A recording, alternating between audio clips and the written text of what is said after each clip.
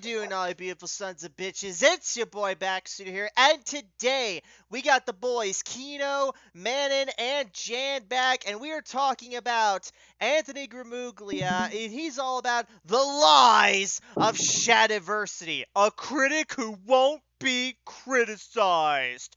And so basically, is anyone else here caught up all over the fucking Shad situation versus Ant? Does anyone want to give us a brief rundown of that? I have no idea what their beef is over. Oh, he basically got kind of pissy over Shad saying he wasn't sure about the James Gunn Superman thing because he was worried it might be a deconstruction. Plus, Shad just personally doesn't like crypto. Yes.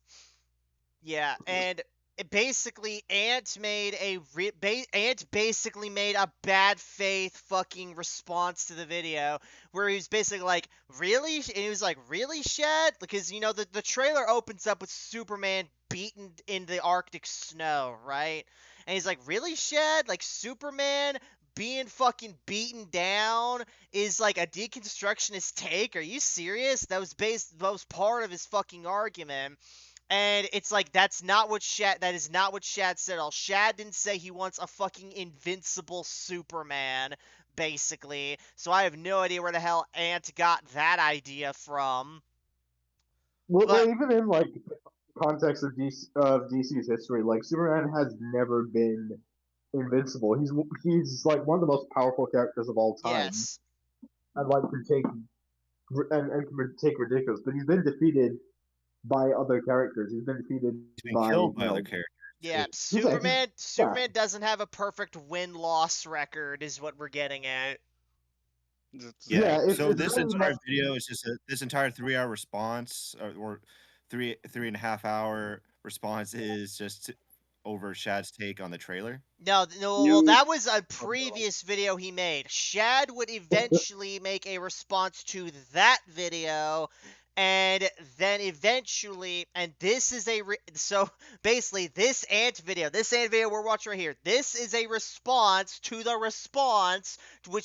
reaction to the reaction to the trailer, to the official trailer. It's fucking recursive like that, isn't it? So that's basically. At this point, I would say, why don't they just talk over stream? Because this is just getting ridiculous. Because you see, Shad is a bad man, so they can't. Because Ant's a little bitch. Let's be real here. Also, this is like I joked with Jan.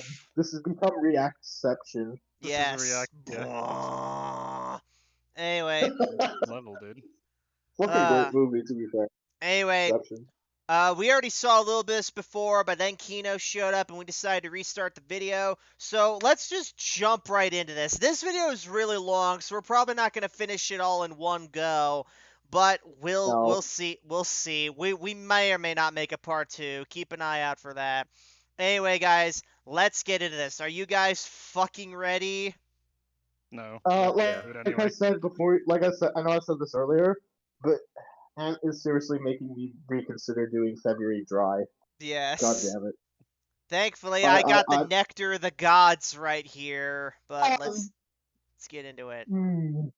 When I first started pursuing fantasy writing, the first person... Oh, this will be a great book when it fucking releases. You guys know what I'm saying?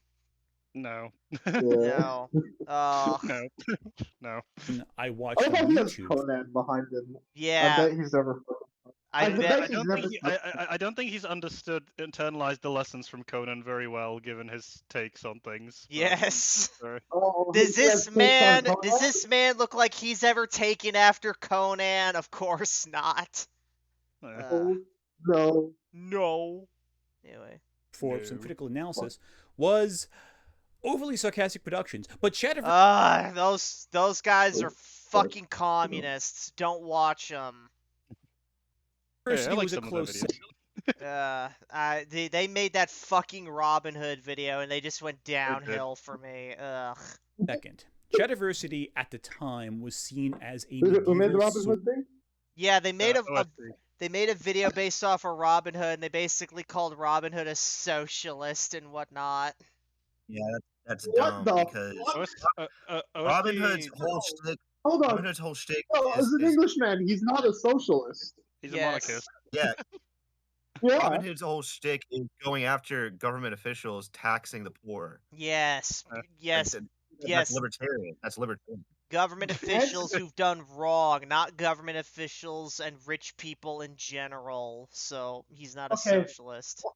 As much as you love to cry racism about others, as someone who's half English, bro, how dare you fucking appropriate my culture, you jackass? Yeah, listen, that's my culture, all right.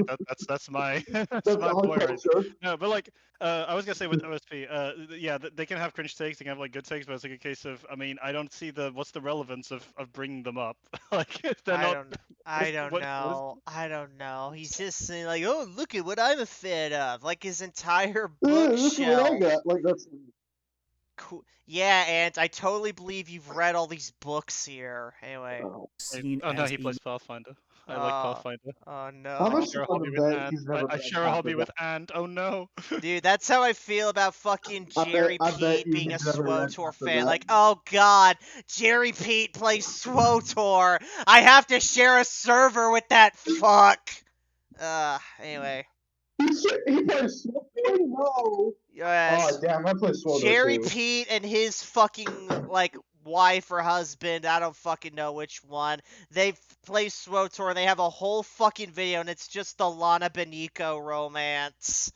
They're like big Lana simps. Anyway, moving on. Medieval sword enthusiast. He seemed to know everything about swords, and for the uninformed, that was pretty impressive. He would talk about style, technique, tactics, how the swords were made, all sorts of different things, and as a result, we got a strong sense of, oh, hey, this guy knows what he's talking about. But as time went on and other sword enthusiasts engaged with his media, it became clear that maybe he wasn't the expert. Because I think this is worth, we brought this up on the initial recording, but it's like worth reason. Yeah, Shad absolutely knows what he's talking about when it comes to medieval like swords and stuff. Yes. Or not just, again, his body of work extends to like wider breadth of just like, you know, medieval castle construction, like, you know, also medieval things. I think you've pointed out Backseat, like he's actually a qualified historian to my understanding. He's been referenced, like he is like legitimate, right? He's an expert. I think he said in universities and stuff like that. He's been referenced in university lectures, yes. He is in every sense of the word an expert in the field. Yes. So like, that's not up for debate. Yeah. So and just like he did in his reaction to Shad's reaction on his fucking live stream, Ant is giving 0 examples over anything that Shad has gotten wrong. So for all intents and purposes, Ant, either show some fucking receipts or you're full of shit. Let's also again, go ahead. It reminds me of how people try to discredit Jordan Peterson's academic work because he weighs in on politics. But if you actually look at what his what he advises for self-help, it's actually very well founded, and other people in psychology and his field will encourage it as well. It just makes you come across because a person idiot if you try to like frame him in a wrong light over everything he says. Yeah, no, I've known psychologists. I didn't mean to interrupt you, by the way, Tina, who agree with what he said. Who like essentially perpetuate similar points to Peterson. So, like, even if someone disagrees with his political takes, it doesn't mean everything Jordan Peterson has ever perpetuated is bad or wrong. You could still agree with like it's like someone could still have valid points in their field even if you don't agree with their stances on certain things. I was gonna say, added to this, like this is kind of going even over everything that you guys are talking about, which is valid. But like what's the point of this? Why do we need to know an account of your personal relationship with Shad in order to for you to make this video? What's the relevance? It's just poisoning the well. Say he's not biased? Well, it's like reverse poisoning the well almost. He's trying to set up like, hey, I'm a reasonable guy. I don't dislike this person. I used to be a fan of this person. It's like, that's just not okay. I'm glad I know that, but I just really don't care. I'm sorry. I used to be friends with him, so I can't be bad faith now. That's what he's trying to say. I know And also, maybe he's trying to say, and this might just be me reaching, but maybe he's trying to say, oh, because I used to be a fan, this is showing I'm not biased. But, like, that's a fucking terrible argument. Yeah, it doesn't make any sense. Like, yeah. Well, you're a former fan. What happened to make you not a fan anymore? Anyway. Presented himself as online. The problem is that Shad Brooks saw himself as an authority on swords, but then started talking about other things and still treated himself as though he had the same authority and clout when talking about, say, film, politics, AI art, that he did as a swords guy. And look, here's the thing. I don't know much about swords. I know a bit, not a whole lot. So I'm not going to challenge him to a debate on swords. I might not know a lot about swords, but I do know superheroes. I know comics. Sure you do, Ant, because after we watched your Magneto vid, and I also saw your X-Men have always been woke vid, no, you don't know very much about fucking comics. You know you fucking don't. It's funny you mentioned that it's funny you mentioned that Backseat because Chris Claremont, who he often cites as his defense for why the X-Men are quote. He said to not view them primarily in a minority lens. Yes. And this is what I've been saying. For those who don't know, hang on, Kina. For those watching at home, Chris Claremont recently made a statement that basically what I've been saying for years, that the X-Men shouldn't be pigeonholed into just being, just allegories for racial minorities. Anyway, Kina, what were we gonna say? Yeah, I was just gonna say that's what we've been saying for quite a while now, because again, mutants as an allegory are outsiders, which can be of course they can be subsets of several different types of things in the real world, but anyone can feel like an outsider at any point, which is why mutants are representative of everyone, not just one specific group. Yeah.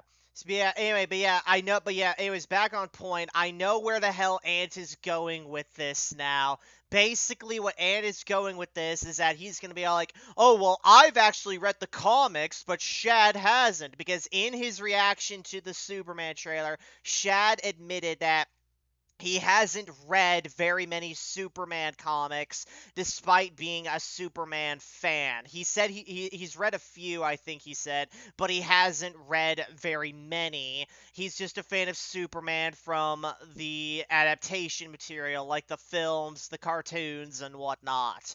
So, which is like, people. Which is sometimes adaptations can like reach larger adaptations, if they're done well, especially, can reach larger audiences and kind of like help audiences gain an understanding of the character. Like Superman, especially, has definitely been influenced by the films made by the late great Richard Donner. Like they even had Richard Donner at one point write some comics for DC, which is funny enough. Which he wrote some ones. But I'm gonna say that. Basically, I know where the hell Ant is going with this. So anyway, moving on. I have, for the better part of a decade, worked in some form or another adjacent to the comic book industry. Bullshit, Ant. No, you fucking haven't. You worked at a fucking rag-ass website that was 1/3 top 10 lists about facts that comic book fans already knew before you were even born, 1/3 clickbait article bullshit, and 1/3 leftoid op-ed pieces like your infamous piece that Spider-Man should be bisexual. Or gay, I think you said at one point. Yes. Again, to reiterate my remarks from earlier. So number one, this is just credentialism, which there's a place for it occasionally, but not really on YouTube video essays, because you could just be correct. Even if Chad knows nothing, even randomly, right? Even if Chad knew nothing about Superman, he could still just be correct about what he's saying. And then added to that, man, if you're gonna credentialize get better credentials. Like nothing against people who read CBR, but it's not like a mainstream publication like the Times or Forbes or Reuters or stuff like that. It's been called like it's not even like PC Gamer, right? Where it's like an actual like like a semi-serious publication. It's like a budget screen basically rant BuzzFeed. is what I've heard people call it. Well, I've heard people call it budget screen rants, which I always call it. Well, it's like one of those things where I feel like Google, or like Google will like randomly like pop it up if like you're interested in superheroes and that sort of thing. They'll be like, hey, maybe you'll like the CBR account. I'm like, yeah, no, that's fine, I'm alright. Yeah. Thanks. Like, yeah, it's like, yeah, it's not exactly. Like you're not a journalist if that's what you're trying to imply. Just so we're clear. No, Yeah, even if he has the right credentials. Even if he had the right credentials, that doesn't mean he still can't be wrong. A guy with no credentials, let's say that a guy with credentials says, "Oh, Superman's identity isn't Clark Kent," or Clark Kent's main weakness is kryptonite. A guy with no credentials can just say, "Yes, it is. You're a fucking idiot," and he'd be right. Yeah, that's the and that's the thing. It's like when I say that, it's like not to say that Ant can't be correct about something hypothetically because his credentials aren't like solid. It's just like, dude, if you're gonna try to pull rank, you need to at this point you need to pull out like I'm a writer or I'm like a respected journalist, right? Because that's like. Other than that, it's like, hey, I'm basically the same thing as Shad, but I've like read some comics and I've wrote on CBR every now and again. It's just like, all right, that's like. Calm down, And how many university lectures have you been referenced in? Hold on, Jan. There's just one problem with what you said. Ant's not a respected journalist. No. Well, he's not. Well, no, he's not a. I don't want to. This is my British elitism coming out, right? But like, I don't want to gatekeep.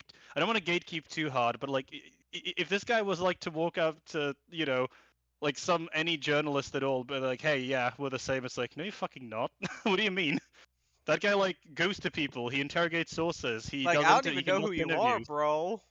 Yeah, like people like they conduct interviews. It's like this reminds me of the whole just like so many people on the internet are like, oh, people say like, oh, some ordinary gamers as journalists. Like, no, CoffeeZilla is a journalist. He'll like actually like CoffeeZilla does the research. Yeah, like CoffeeZilla will actually do interviews, like protect people's identities, like do actual journalistic work. But like people like this guy, Alana Pierce, like, no, you're not journalists. I'm sorry. Pierce. Anyway. As a writer or as a she's worked for IGN. She's trash. A YouTube video guy. I mean, if you have video essays about the fact you said works for IGN, I was like, nah, I'm fucking out. Guy. I mean, if you have video essays about comic books that I think are pretty decent. That's giving yourself way too much credit there, Ant. Those shit. Yes. Horse shit. Horse shit. Not horse shit. Horse shit. Did you say horse shit? Horse shit. Yeah. And again, relevance. What's the relevance of this? I don't care. Just get to the point. So I know the topic, and Shad, you clearly don't know jack about them. Shadiversity on his channel Night's Watch has become He never said he did. He admitted he fucking didn't. Yeah, didn't he say he doesn't? He's just voicing a preference for how he wants a particular character archetype depicted. So why does it matter? Yeah. He said he didn't.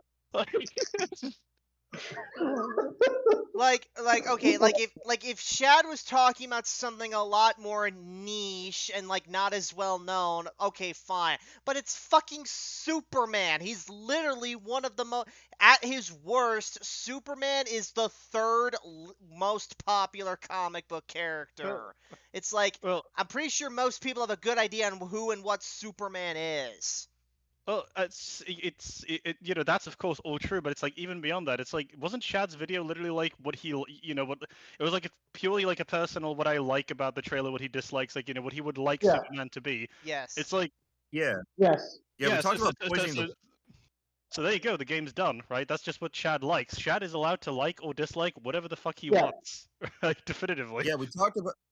Yeah, we talked about poisoning the well before, but this is for sure poisoning the well because he's making it a credentialist argument, even though that's never what was in contention. Yeah, he's also he's also bookending what he's about. So this is again like a classic tactic for that, like specifically poisoning the well. He's just bookended the conclusion at the start of the video. You shouldn't be doing that. Like, why are you telling me that Shad doesn't know Jack before you've demonstrated any of it? Yeah. What are you doing? Show me He the wants thing. to be the smarty pants. Yeah. Reacting to various trailers as they come out and various stories as they emerge, and you get angry about them for clout, basically. Now, you also attack every single person who has ever criticized you, even a little bit. Jack Saint I see. Okay. Okay. Sorry, what was that last part? Sure. Hang on, let me go back. person who has ever criticized you, even a little bit. Jack Saint. Basically, it's like you call out every single person who's criticized you, even a little bit. Stories as they emerge, and you get angry about them for clout, basically. Now, you also attack every single person who's ever criticized you, even a little bit. You attack every single person. Wait, Paul. So, okay, what's the problem with that? Like, you attack every person who's criticized you. Okay, I guess you can say that's a little cringe, and sometimes I'll admit he is. But like, let's relax. Okay. Yeah, call me to be very clear, like this is because I don't like the language here. When he says you attack everyone, is what he will do is he will tweet at them. Yeah. Oh no! Words over the internet. He'll clear them and he'll tweet at them and call them a moron. They'll survive. They're fine. I think they'll live. Sticks and stones, Ant. Yeah, like. Famously called out Shad for his takes on the Mario movie trailer. And Shad responded to this. He took the criticism on the chin. He went, okay, I'm glad for your feedback. I'll do better next time. Now, I'm just kidding. He made a 2-hour and 8-minute response to Jack Saint's criticism, which led Jack Saint to point out all the individual flaws with Shad's response while dressed as a court jester. When I responded to Shadiversity's reaction. So that's great. What was in the context of what he criticized? I haven't seen anything. It's also like, so how is Jack Saint criticized him. Shad made a response. Jack Saint made a response. What's weird about that? What is the contentious thing here? Because you seem to be framing this as though, look how again, because he's not even poisoning the well, he's fucking dumping nuclear waste down it at this point. It's like, so three things, and number one, relevant, completely irrelevant to the topic here, of you responding to Shad. Number two, what's the odd component of this? They're responding to each other on the internet. That's fine.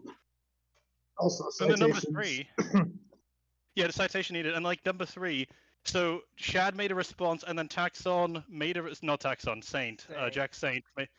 a response dressed as a court jester. So he upped the ante into mockery. Isn't Jackson Saint the one who was like shirtless on EFAP or something? That was Eric Taxon. Oh, okay, my bad. I don't fucking know, but like it's the point is, why do you think that it's more? So you have a slant against Shad, and you're saying that it's fine. Like you're not cool with Shad attacking people, but you're cool with people making video responses to Shad dressed as clowns, like insinuating that he's a clown. Like, all right. Well, also that face is going on the thumbnail. Anyway. Right. You gotta write it. You gotta write it with some funny shit. I always do. Shadiversity's reaction to I'm sorry, not Shadiversity. Shad of the Night Watch, first of his name, scribe of conquerors, and all that. I reacted to Shad's reaction to the James. What's your problem? What's your problem, dude? Like, why he has a video, like a channel name. It's like a funny thing that he does. Relax. Holy shit. Dude, I checked fucking Ant's posts. So Shad made a reaction to this video, and Ant just made a community post, which just screams like I'm bowing out of this because I'm a little bitch. And everyone in the comments was like, he called his video response to this liar, pants on fire. How childish. It's like, my guy, it's just a funny video title. Chill the hell out. Yeah, are we Also going after people for hypocrisy. being hyperbolic on YouTube now? I just don't get what the issue is. I don't know. Yeah, And like, People are hyperbolic all the time with their thumbnails. yes. well, Yeah. people I'm clickbait on purpose hyperbolic to with all video. my thumbnails. I'm Yeah, like, hyperbolic people with clickbait a all the lot of time. shit. Like, it's It's just not a general. problem. Like, Jesus. Anyway. Some people. Trailer. It's ridiculous. He is just Here it making is. crap up. How does anyone take this seriously? And Chad? and everyone, for context, just go watch Shad's response. He gives it all. Anyway. Chad responded with a 2-hour and 9-minute reaction. Oh no! 2 hours and 9 minutes. How horrible! okay. And Long is bad. going full long man bad here. I mean, sure. That's yeah. Take that, Jack Sane. I got an extra minute over you. So what? Oh, And God. you didn't seem like what I had to say. thought Oh my god, that was cringe. I'm sorry. 15, 14, whatever the fuck that was. Jesus. Did I say that, you friggin' disingenuous moron? Did I say that? Listen to what I said! Freaking idiot. Now, in what is arguably the dumbest stream I've ever done, I reacted to Shad's reaction, to my reaction, to his reaction, to the James Gunn trailer. Result. It's just you could just talk to him at this point, my guy. Oh like, after god, the initial he got one of his fucking friends to join him on this. Fuck this cunt. Anyway. In this monstrosity of an image you see before you, where it looks like Inception has vomited all over your computer screen. There's many aspects to the Superman that story and arc bad. that I, as a fan, would want to see. Well, I just want to I had pause to this make really that quickly. joke. So you could, so this is like a thing. You could put in some effort, and you could just make a video of cutting back and forth if presentation is so like pressing for you. You didn't need to stream it, you know. Like you could edit it. Yeah. I know you don't want to do that, but you could do it. I'm just saying. A little annoyed that it's not potentially just skipping over it. And look, Are you upset that Lois Lane will figure out who Clark Kent is? did I say that, you friggin' disingenuous moron? Did I say that? Listen to what I said! What? I don't think he even said that, did he? No. No, not even close. Yeah. Dude, I think see, just have a word with him. You'd I have a think great most old people chat. who know jack shit. Plus, again, I say this as a secret, man. I think most people who know jack shit about Lois Lane would be like, yeah, she figured it out. Yes. Genius. Yeah. What? I mean, correct Like, me if I, she's one of the most man, and correct me if I'm wrong. Didn't characters in she terms of, figure like, out until like the day before she and Clark were to get married?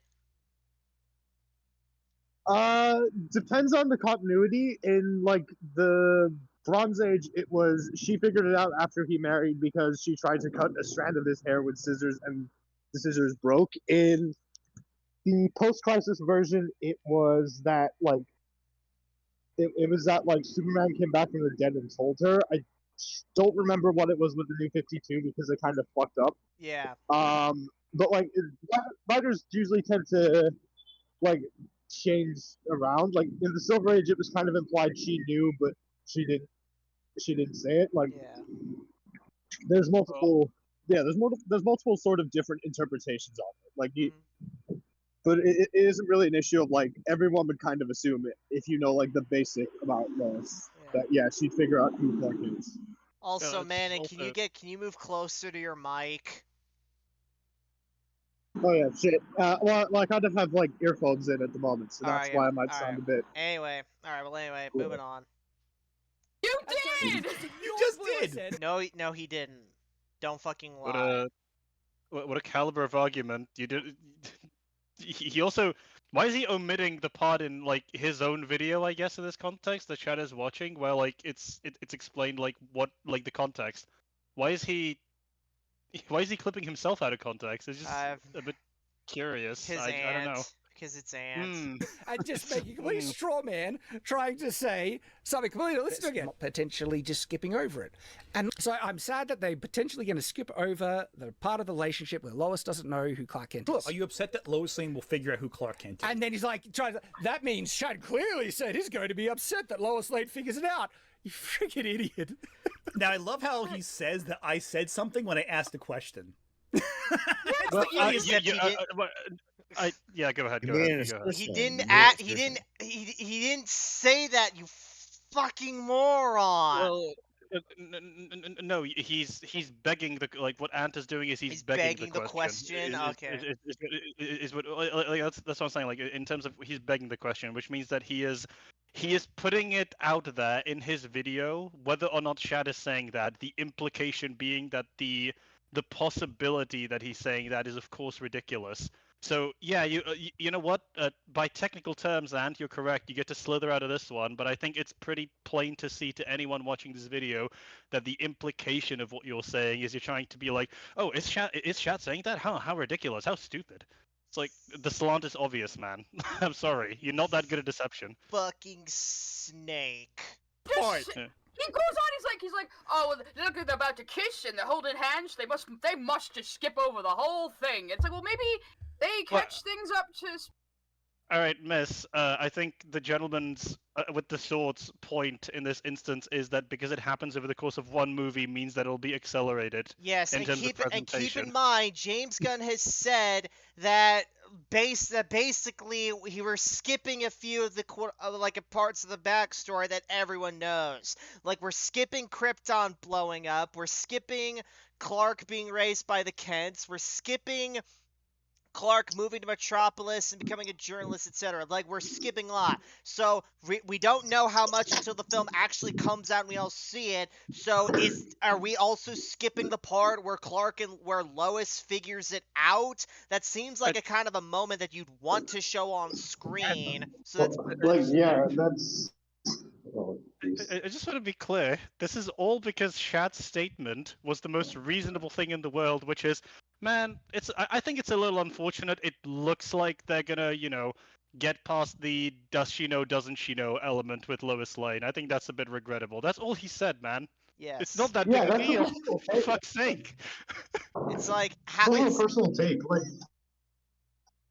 It's unbelievable. It's like Shad is just saying, "Oh, this is just this one thing that bugged me," and then Ant is making it out as though he's fucking in retrospect, he like made it look stupid. Then Shad responded with like humor, like, "Oh, did I say that's not what I said, is it? Because you kind of, by begging the question, misinterpreted him." And now he's fucking pretending like he authorized the bombing of Hiroshima or something. It's like, calm down. Shad just went back in time. Yeah, all he said was he thinks that it's a little sad that it looks like we don't get it. That's it. Yes. Chill. This is also a personal thing. Pull your tits, It's very subjective. You can't say like... It's also a very subjective thing. Like, you can't be like, oh, someone's wrong for not liking this or that. Like... Yeah, like, if Ant was simply honest, what he would have said at this point was like, yeah, I guess I didn't make it sound like a little, like I was begging the question a little bit on that. To be clear, like, I was just wondering. And be like, okay, that's fine. But Ant ain't honest. Ant has never been honest. Man, and why would you say that? We've been going for half an hour. We've only gotten past 4 minutes. Speed in this one movie. It's a 2-hour fucking... Jesus H. Lucas. Oh, this movie. is gonna be fun. Hold on. Little Miss Bitch here is saying something. About to kiss and they're holding hands. They must just skip over the whole thing. It's like, well, maybe they catch things up to speed in this one movie. It's a 2-hour fucking movie. Exactly. Could be even 3 hours, considering movies these days. Exactly. It's a 2-hour movie. Oh, so it's a 2-hour movie, so they must have gone through everything. Is that the IGN that I'm hearing? Or... I have no idea. Miss, I understand that the man has upset you, but like all he said was he thinks that it's all sad. Like it's it's not again, it's not that fuck me. Why do all of these like video essays people have to pretend that like you're concealing the murder of like a family of 4 the second you don't like something a little bit? It's fine. Because these people are like, just consume it, god damn it. Consume! Anyway. How could you not like James Gunn's Superman? Yes. Time to establish a relationship between 2 characters. Which is funny. So at 59 minutes, I have my original stream up right here. Let's hear a little before that too, because I think there's some context here. Oh yeah, you're gonna fact check it live, aren't you? Oh, that's what I'm gonna do. You know it. A lot of people tuned in. A lot of people watched, but I have no idea. I don't know why anyone would ever want to watch you. Personally, do not feel comfortable with a 7-hour video on the internet.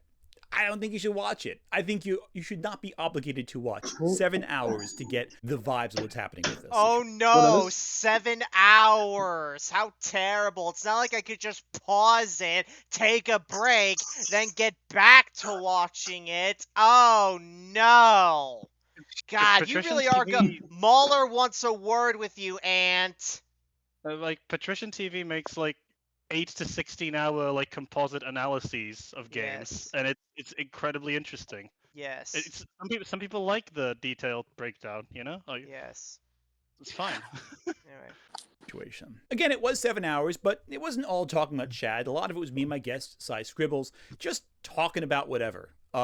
Anything but Shad sometimes. And so, as the ultimate destruction of the Hugos, they decided to nominate Chuck Tingle, who at the time was a very unknown author. So I decided to condense the stream, to condense my reaction to Shad's reaction, to my reaction, to his reaction to James Gunn, so you get the full picture of how Shad does not know how to take criticism. My goal with this is to condense and boil down this stream down to about under an hour.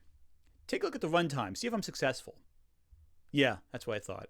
Shad very clearly said no small words what he thought about me early on in his reaction. And a creator by the name of Anthony Gramuglia has made a video criticizing my commentary on the Superman trailer. And so I think this is an interesting opportunity to hear what those criticisms are, see if they're valid, and perhaps defend myself. What's he saying now? He's basically showing off, like he's showing off the introductory to Shad's response, basically.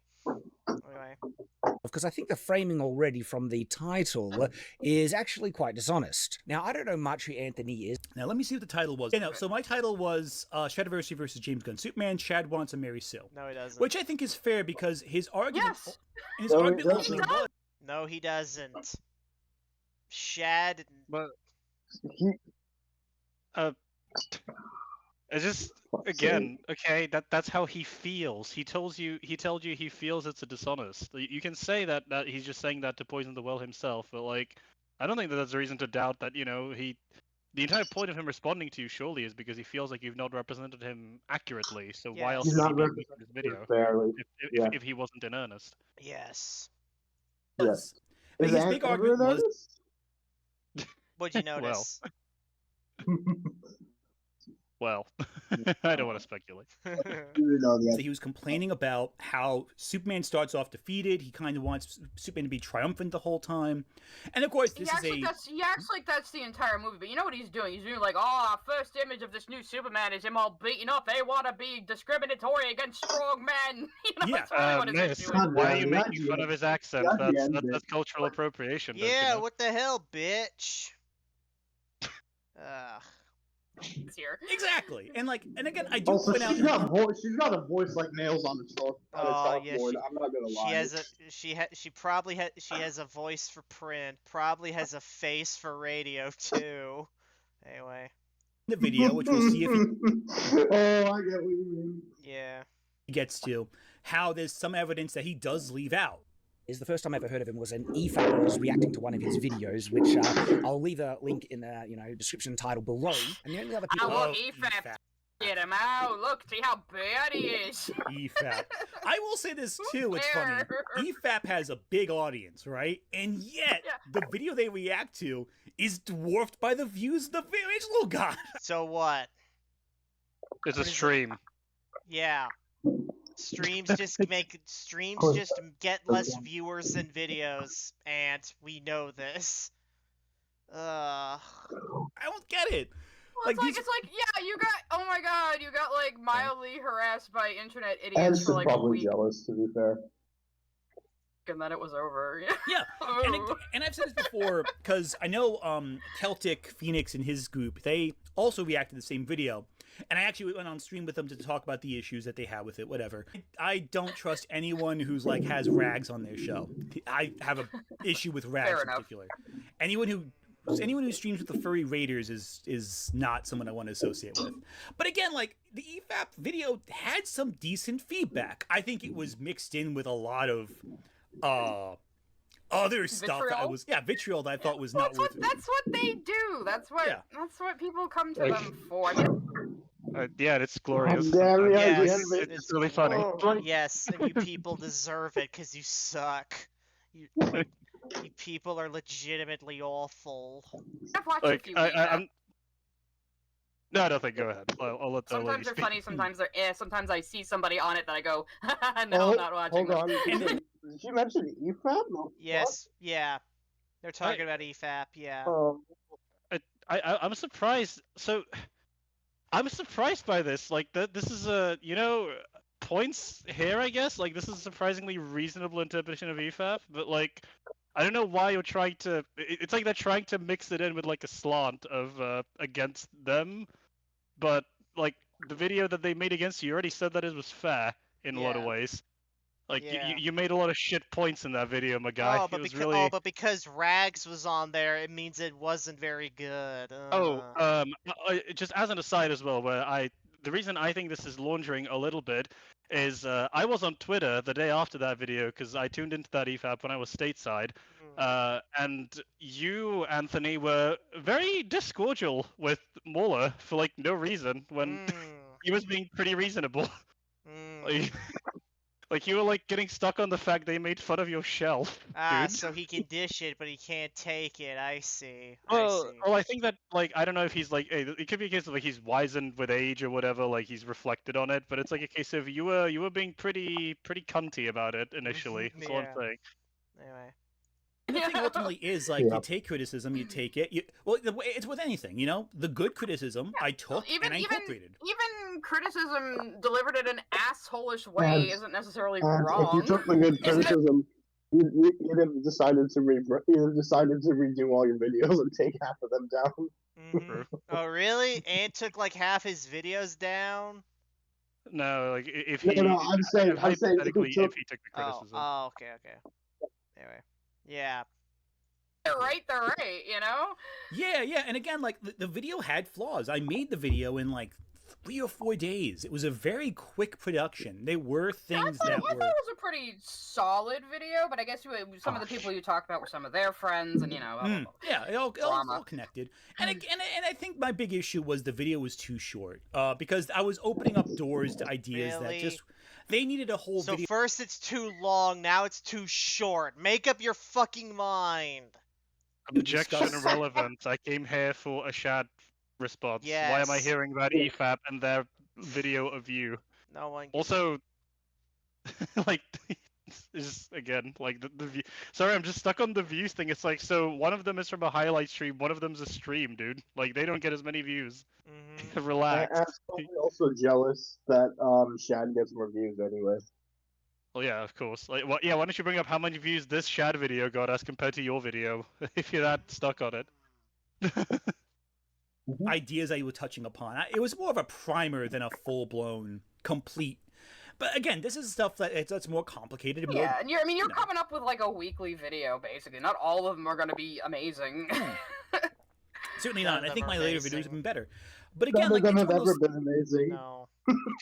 Okay, interesting comment. Like self-admitting that your videos aren't going to be amazing. That's fascinating. Yes. Well, she's with IGN.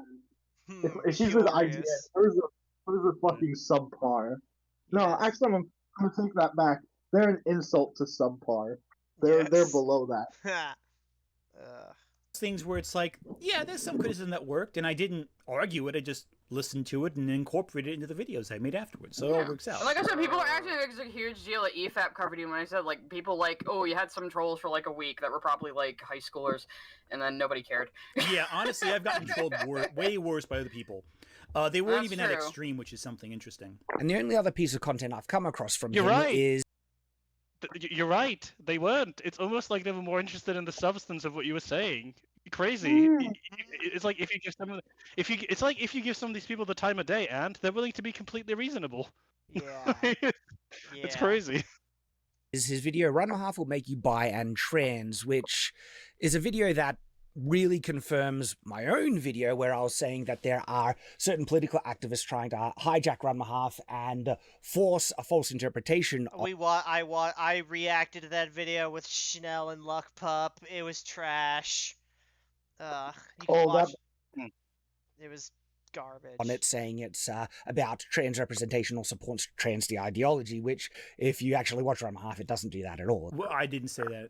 Obviously, I am cis. But you know who else is cis?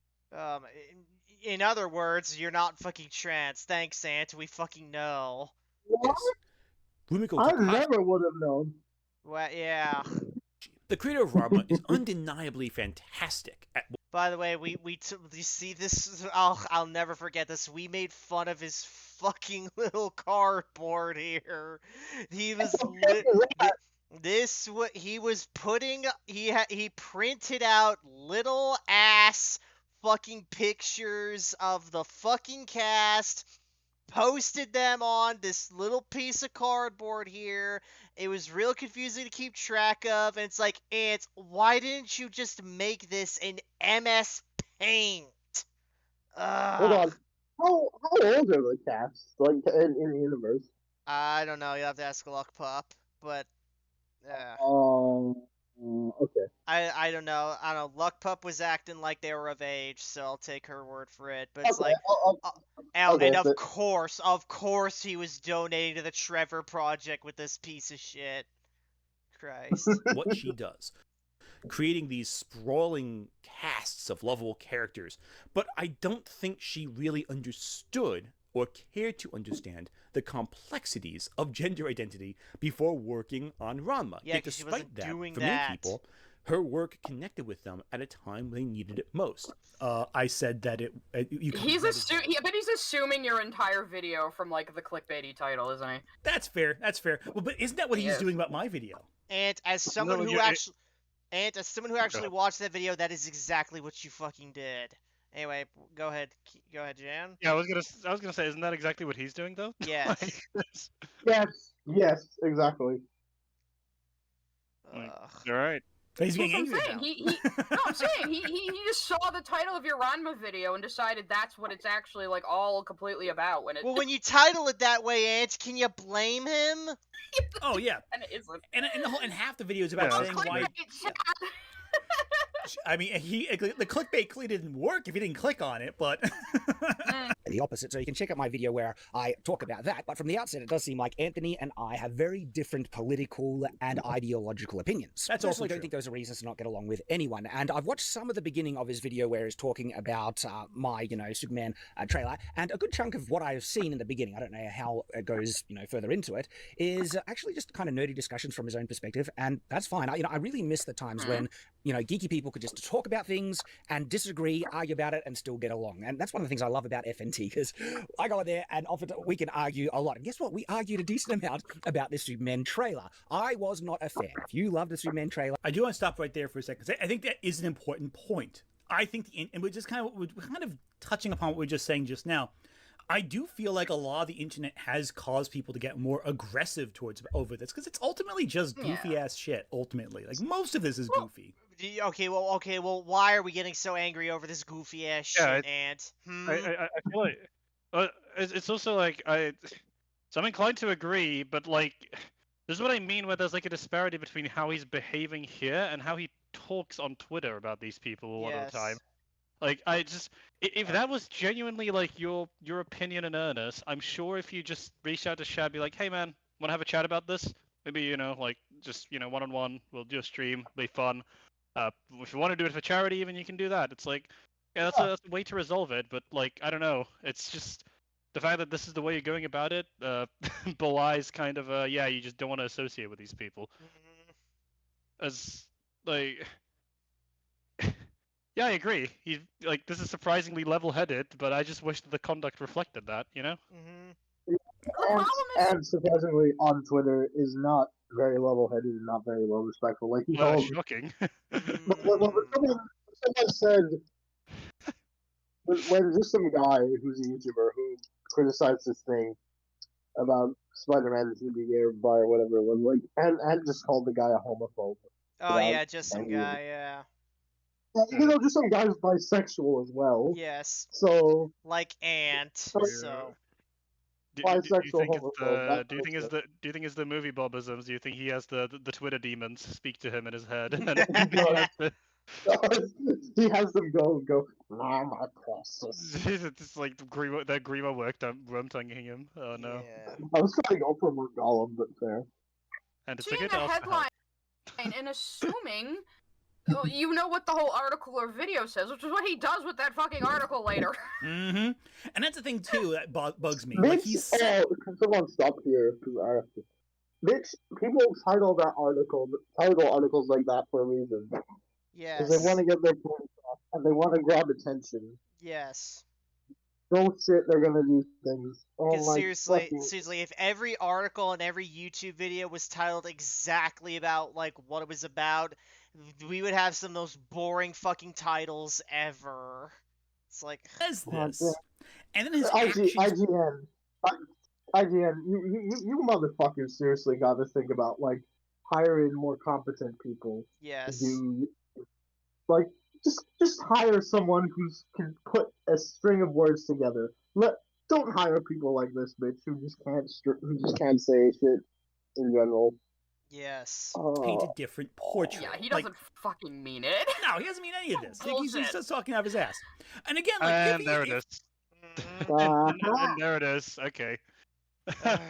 So you do think he's just lying? Okay, that's fucking good. Yeah. That's always a good start when you're talking to someone. Is they're lying to me. If he did mean it, I do want to point this out to anyone who's doubting it. If he did really mean this, he could have reached out and just said, "Hey, I saw your video. I don't know if I agree with it. Would you like to talk about it?" Well, why didn't you do that? Oh, yeah. Why didn't you be the bigger man?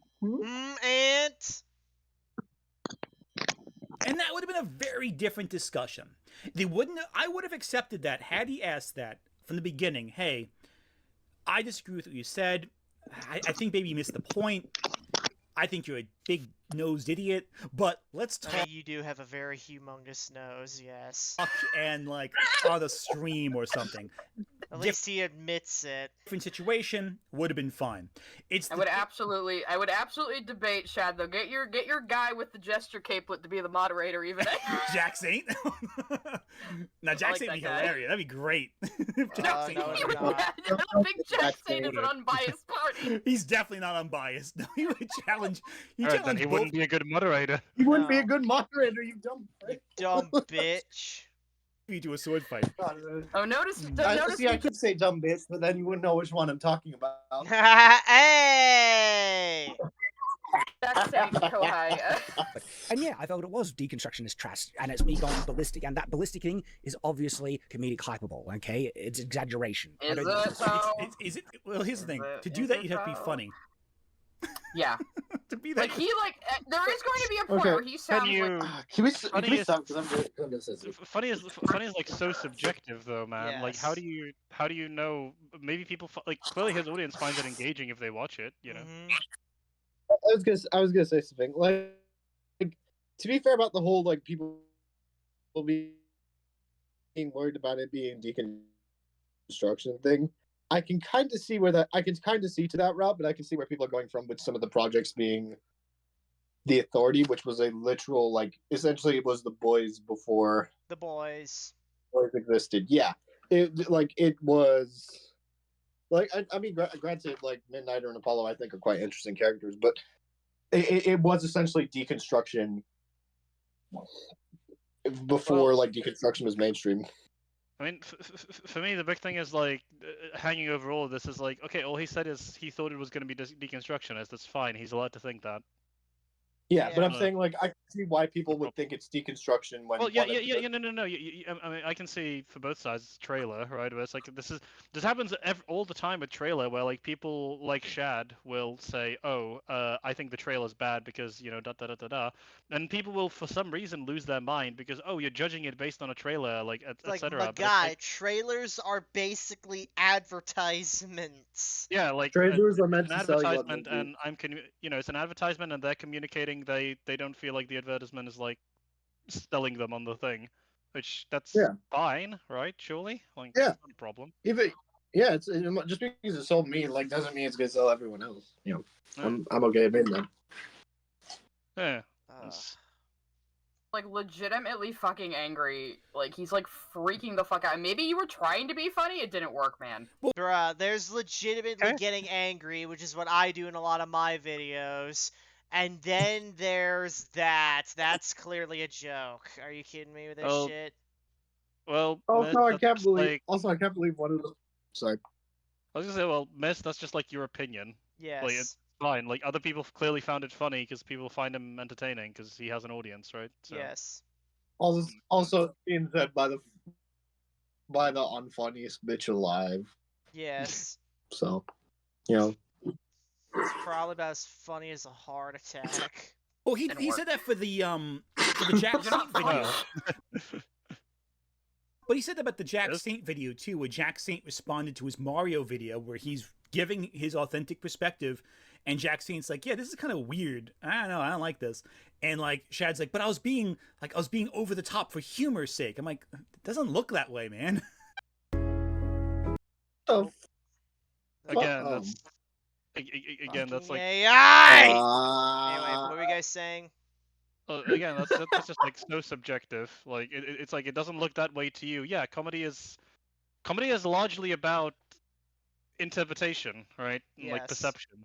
And it's like a case of I mean, I'm sure that I've said things that might not be funny to someone at some point based on context, but that's not a... How's that a problem? Oh yeah, no, same here. That's just normal. I've said stuff that I thought was hilarious, and other people have like looked at me going, "Bro, what the fuck are you talking about?" What's funny is extremely context sensitive on who you're talking to, when, and what about. Yeah. To me, that's kind of the takeaway, where Peach is an insufferable Mary Sue girl boss, Bowser is a simp, and Mario is a punching bag. The movie. All right? Peach is an insufferable Mary Sue girl. Okay, so this comment, right, was a more comedic, tongue-in-cheek assessment of the film that we give in our review. That's an extreme kind of, if you would look at it, there's very negative light, you could see it like this, but if you kind of notice that, I'm kind of smiling, winking as I say it, and Tyrant is like, I can't really see it. We're being fun with it. Really? Vague. He was lying there? Are you kidding me? Why would you think he's lying? What? Didn't he just say like he's just saying it to be? He was laughing in the clip, right? Like it's like, I don't know. I don't find it too difficult that to believe he was being tongue in cheek with that. Nonsense people that have a massive, issue with me because of politics, ideology and stuff like that. The fact that I am a very conservative Christian, outspokenly so. And so people are trying to say that I have no credibility. It's like, well, then prove it. A lot of the criticism, where suddenly now I'm an inaccurate source, right, happened, a bit after I started Night's Watch, where, why would that correlate so directly? Because people then started to really attack me and hate me because I'm outspoken, conservative. And then suddenly everything that I do is of no worth and complete nonsense and not credible. Shad, at no point in this video, aside from the times I directly mentioned your politics, did your politics influence anything I said in this video? Sure. Well, that's fine if they did or if they didn't, mate. But he was like appealing to a broader phenomenon that he's observed, which it's difficult to disagree with when he has had like people he thought were relatively, not to again carry water for Shad too much, but like he was pretty close with Matt Easton, he thought, and then he dropped him over politics basically. That's quite, This is just like his perspective on it. I again. Yeah, it's his like POV. You can't really challenge. Yeah, that. like this is how he feels, right? It's just like, and like, it's definitely a broader trend that if you're of any political persuasion, almost like people will be more willing now than ever to drop you over it, right? It's just unfortunate. But... I want to make that clear to you. I've compiled everything that needs to be compiled into a playlist that you can see. So you can see everything. I got nothing to hide. I am leaving out no context I won't give you personally. How much you guys want to bet he will leave out context? Yeah, it's just, I don't... Even if he doesn't, like, what does any of this matter, dude? Like, it's just... Just at this point, just talk to the guy. It's not a big deal. How much you want to bet? How much you want to bet he what? Sorry, like he cut out contact, but like signal kind of cut out there. Oh, like I'm how just much? giving Whatever. Carry on. you a shorter version of it. Yeah. Because quite frankly, Shad's reaction cut a lot out. Oh, Shad really? is a liar. Really? While accusing me of a liar, he left out so much detail that it becomes. Oh, whoa, we're getting into some fighting words now.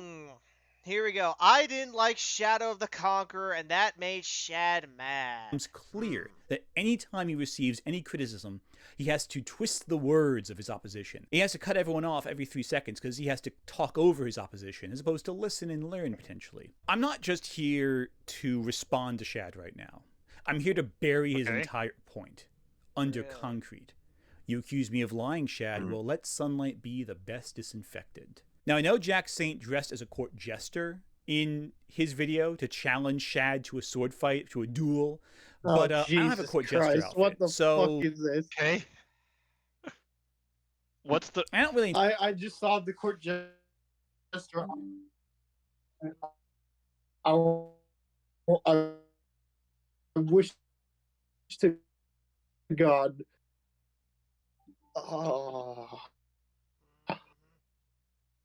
intend on fighting, because this isn't really a fight.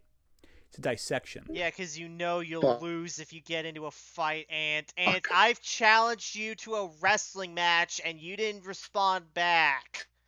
And yes, I actually did in one of my videos. So I have come dressed for the occasion. Oh. Jesus, that looks terrible. Christ on a bike. I don't think. What the fuck is happening? I don't think fake doctors are the appropriate time period. Never mind. This is the fucking thumbnail right here. There we go. Yeah, this is. Please. Anthony, I'm telling you, Anthony is just a fucking fashion victim villain. It's like Anthony just has like the worst fucking dress sense on all my channel. He's got that awful ass Halloween Christmas sweater. Then he's got a business suit that looks like something Pee Wee Herman would wear. Now he's got this. Ant, do you have any more fucking sensible ass clothes? Anyway. Next, he's gonna show up as the Scarecrow next time. Oh no. Let's do this. Now, early on, Shad got a little... Alright, let's do this, pal. Actually doing the video with the fucking map. Floor is yours. What the fuck is happening? Ant's lost his fucking mind. I can't take... I'm sorry, I can't take... I mean... I can't take this shit seriously. Manon's dying of cringe. Oh, this is like pretty funny, but like I'm so confused. All right. I can't take Ant The inner workings of Ant's mind is an enigma. Upset that I said I didn't like his book. He then became something of an author, something of a creative, and the more he released, the more people kind of began to take him less and less seriously because he was kind of became something of a reactionary. His book. Here we go. Reactionaries. Wait. I thought he said he didn't bring up his politics. Oh, here we go, lads. Wait. Cringe what? Supreme. Why would you know... You're directly insinuating that like the reason people dropped him was like because he's a reactionary. So why did you? Which is it? Which Ant do I agree with now? I'm confused. The Shadow of the Conqueror, I was particularly disappointed by when I first had. I actually bought the book. I actually bought the book. It's pretty bad, his book is not that good. Maybe one day I'll talk about his book, Shadow of the Conqueror. I have not read that book. I haven't read it. It's not very good. It's not very good. I've read YouTuber creative work. This got Chad so mad. He went on a 30-minute tirade talking about what I was wrong about. His book, The Shadow of the Conqueror, I was particularly disappointed by Oh, he's even read my book. Okay. So I would say it's pretty accurate to say this gentleman's a former fan then. When I first had, I actually... And by the way, my book's not going to be any for everyone. If people are going to be disappointed, didn't enjoy it, perfectly valid. Very grateful for the thousands, thousands of people that have read my book and genuinely love it. I think I've nearly sold 50,000 copies of Shadow the Conqueror. That's including all platforms. And, oh my gosh, because Audible is up to 6,000 individual ratings. Last time I checked it, I think I've nearly sold 50,000. It's 4. Hang on. Jan, is 4.6 too high for that book? Yeah. So, very briefly on his book, it's the problem with his book is it tries way too hard to be edgy at some point. The premise of it is very interesting.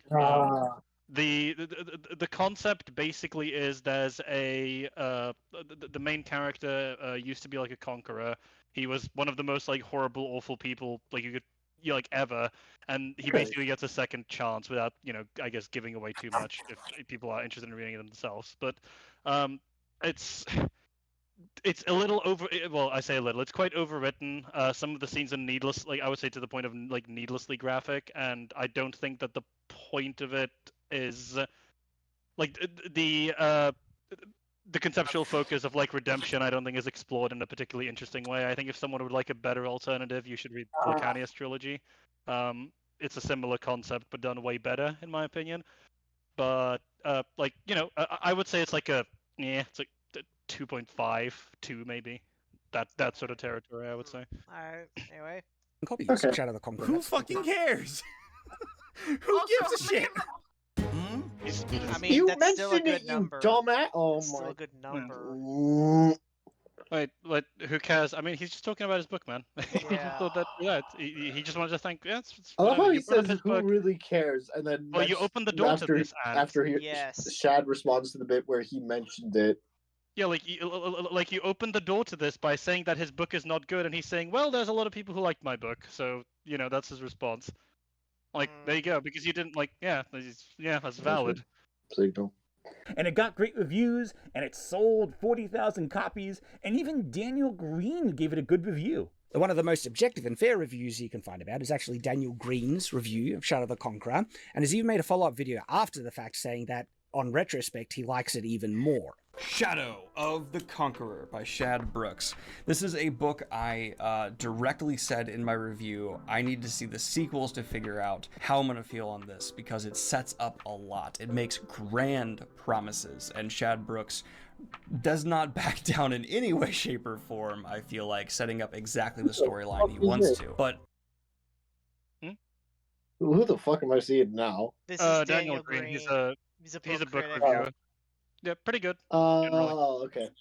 Yeah. I've actually thought about What the this fuck book is he more. doing? He's Go ahead. It's a clip from his review of Shad's book, basically him saying good things about it. Yeah, okay. Yeah, he made I think 2 reviews, and then he also had an interview with Shad. I think it was pretty interesting stuff. But more or less, I'd say my critiques would be his critiques as well of his first review video, and I'd say I'd go harder than him with the criticisms, basically. That's fair. Even if it was an idea, I'd check out that video. More than I thought I would. Didn't he It's also stuck- interview your favorite author, Jan, Joe Abercrombie? He did, yeah. He reviewed him That's and really Brendan Sanderson. Yeah, he's pretty cool. with No, me yeah, in interview, greater not ways review. than I would have ever Yeah, predicted. yeah. And so He I did, want to yeah, just give a tip of the hat in that sense. It's got some rougher edges. It's clearly an early novel from an author, but it's an admirable early novel from an author. Yeah, see, Well hold on. above- So he's claiming Shad can't take criticism, yet Shad includes that bit in. Yeah, because I would his Daniel's Green initial review of Shadow of the Conqueror teetered on I would say the slant was overall more negative, but it was basically what he's describing here. There's a lot of potential, but it's iffy, right? Which is basically where I would put it. Again, maybe going a bit harder. But no, Shad absolutely was willing to have a word with him and have an interview and everything. So Shad's willing to talk about his book with people. I mean, little bit of, I guess, lore, because he brought up EFAP. Dishonored Wolf, the guy who does the edits for EFAP He highlights. runs EFAP highlights now, yeah. Yeah, he really hates Shad's book. So, like, you know, he's willing to... Yeah, like really hates it. So, like... Oh, no. Yeah, like, he's willing to have disagreements with people, clearly. Yeah. Above what can be expected that I even have for myself, well above that I expect I will put out for my first book. But it's one I would happily recommend to a firm set of readers, especially those who look for a specific kind of fantasy. Heavily conflicted, morally gray character. I mean, this is a actual morally gray character. There's an engaging world. It's not your typical medieval fantasy. Nice magical elements in play. All of it coming together quite nice. Daniel is a very well-respected YouTube book reviewer, and a lot of the reviews of the books where people were not being swayed one or the other by ideology and stuff are very fair. Fellow YouTuber and author Daniel Green. And, you know, he included a clip of Daniel Green praising the book, which is really funny. It'd be funny if Daniel ever changed his opinion, right? Then we have Shadow of the Conqueror. Oh, Jesus. Of the Conqueror. My own personal extreme disliking of the author's right-wing turn in recent years. Shadow of the Conqueror, I remember I couldn't make up my mind on it, even back then. We never got a sequel, as far as I know of. I said I needed to read more to see where things were building to understand where things were going before I could really give an opinion. And I honestly don't remember the book that well. I'm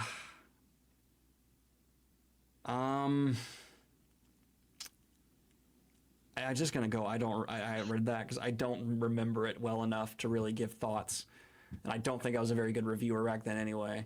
Well, the key to great. Okay, so what does this prove?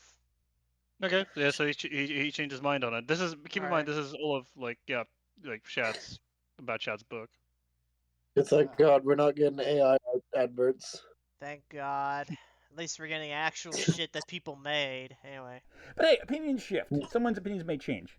This is a book I This is like directly 12 minutes in. People's opinions do change, and I mean, no and you tell me that you never thought that something you once thought was good is actually bad. You tell me your opinion never shifted on that. I've had that multiple occasions. Multiple times in my life. Yeah, but I've watched. And keep in mind, I'm a really fickle son of a bitch. My opinions do not change often in my life. So also, yeah. Well, this is discounting a major element here, which is that was a tier list video that Shad may very well not have watched. But of course he would have like watched a video of Daniel Green discussing his book directly. I'm not familiar with all these videos, right? But like it's a case of maybe Shad just didn't watch that video. That's completely possible. Yes. Yeah. And so like his understanding is still with the most direct interaction he had with Daniel Green, which is like where he proved of it. There's also like a case of, and this is not a slanting against Daniel Green at all, but like he's also now aware of like Shad's politics, right? Yes. So like it's a case of yeah. Not saying he's dishonest or anything, but that's like another like another notch in the wow, these people don't mention his politics at all. It's like well he did. So Yeah. like clearly Shad's depiction that people know about his politics now more and disapprove of it is becoming more and more evergreen as this goes on. You mean Shad has actual receipts to back up what he says? Anthony's providing the receipts, which is an interesting strategy, I must say. Bold strategy, Cotton. Let's see if it pays off. Trailer. This is 16 minutes in. Oh, 16. I couldn't read it very well. Jesus Christ. He's citing... Get your eyes checked. He's so...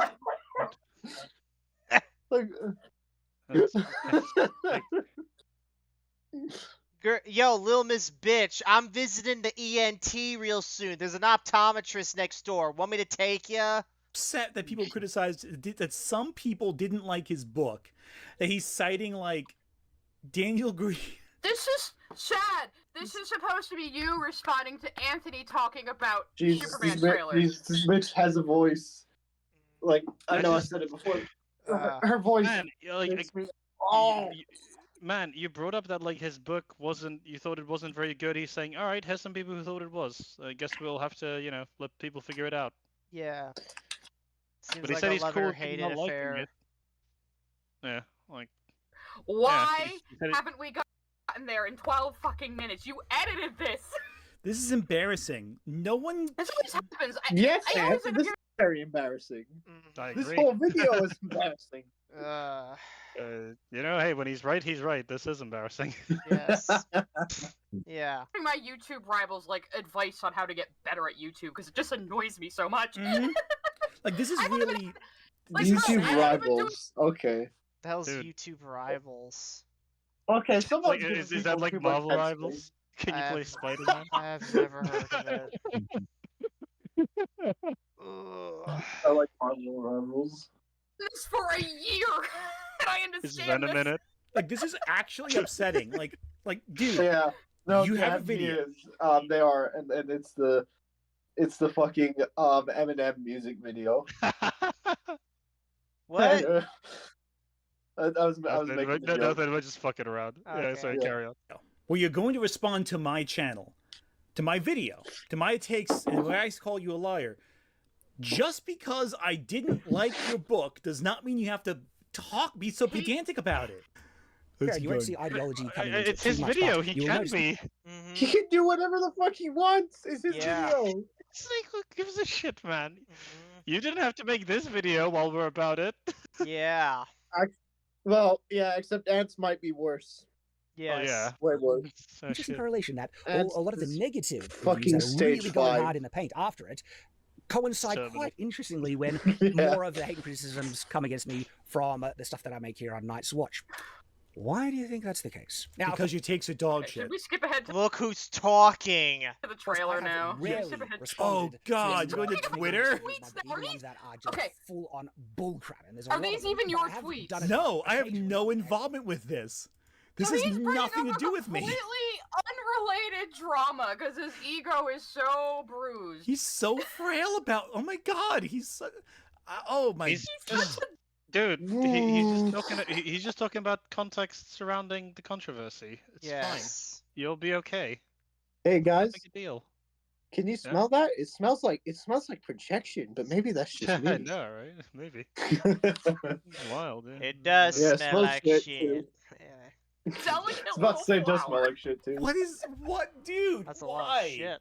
What does any of this have to do You with just any? Goldblum. Skip mean- this have is not to. disingenuous to skip you bringing up a completely different beef that has nothing to do with Anthony. Yeah. Okay. Anthony's political leanings and the way that he has already been called out for disingenuously and just flat out dishonestly framing certain things. You can check out. Oh my God, it's been 18 seconds, my guy. It's been 18 seconds of my video, and you've already like gone. He's This already political. poisoning the well. He's just Political, pouring an the entire bag of hell? arsenic down the well And keep in mind, all I've said so far. because you managed to say he's a little mediocre. Yeah, I said to the Yeah, that's fair. uninformed. I mean, to be completely fair, I don't think Shad wouldn't, should be going out of his way to, do like this kind of stuff anyway. But I guess just everyone does it. It's unlucky, but hey. His videos sound smart, but I've heard that they're not accurate. That's You all still I've haven't said. provided He's Essentially, been receipts. going not- on for like almost Yep, 20 receipts, minutes evidence, because his citation poor little needed. bum bum was so hurt by that. Source? This is kind of sad. I'm not gonna lie. This is why I find him really funny, though. It's he's just- very funny. In ways, Also he's a admit little he's less funny. inoffensive than Lily, because he's Yeah, just he kind is of funny. bumbling. It is funny. Also, saying Shad is about as sensitive as Jerry Pete, nah. Like, No. I almost feel bad. I really Not in a almost feel million bad right years. now I because almost, but he's doing it to himself, so I can't feel that bad. Like Pete is like you know what it infinitely is? more. It's like when someone reaches into a pickle sensitive. jar, grabs the pickle, and can't pull their hand out. All they gotta do is let go of the pickle, and their hand would slide right out. But they have to not just squeeze it, but they're now bashing the jar against the wall, so they get glass cuts. What the quite a fuck kind of metaphor. analogy is that? I have no idea, man. Ants This just is being some- ant. This is legitimately most like because if you slam it, if you keep bashing against the wall, the jar's gonna break. So like, Yeah. what does that mean in your analogy? I don't know. Oh my fucking! Oh Oh. fucking god. On quite a mental image of Shad doing. Like, that's what he's doing. Like, this is so avoidable. And then he's like, I got glass in my hand because of you. Like, no, it's funny because like none of this has anything to do with anything we're talking about. But he's doing it to frame me as negative. On another day, I'd go over this other part of the video, but goddamn. Yeah, and he's only doing this to make me seem like not a reliable source. We're already an hour and a half Well, into our Well, you've never been a reliable source. yeah. To be fair, you know. Seriously. Anyway. At that EFAP reaction, I don't have much hope that he's going to be objective and honest about my book when he reviews it. Okay, I'm taking this thing off. This is getting ridiculous. Like, well, at least he realized it. I agree, yes. You developed some self-awareness. Hooray! Whatever shreds of dignity Ant still had left is still there. I know it was for a dumb gag, but this is really stupid. Eventually... Then why'd you do it? Then why'd you do it? After a ton of belly aching and complaining, we got to the Superman trailer. I don't even think it lasted 5 minutes. Trailers, they can lie completely. Are we only? How far are we into this?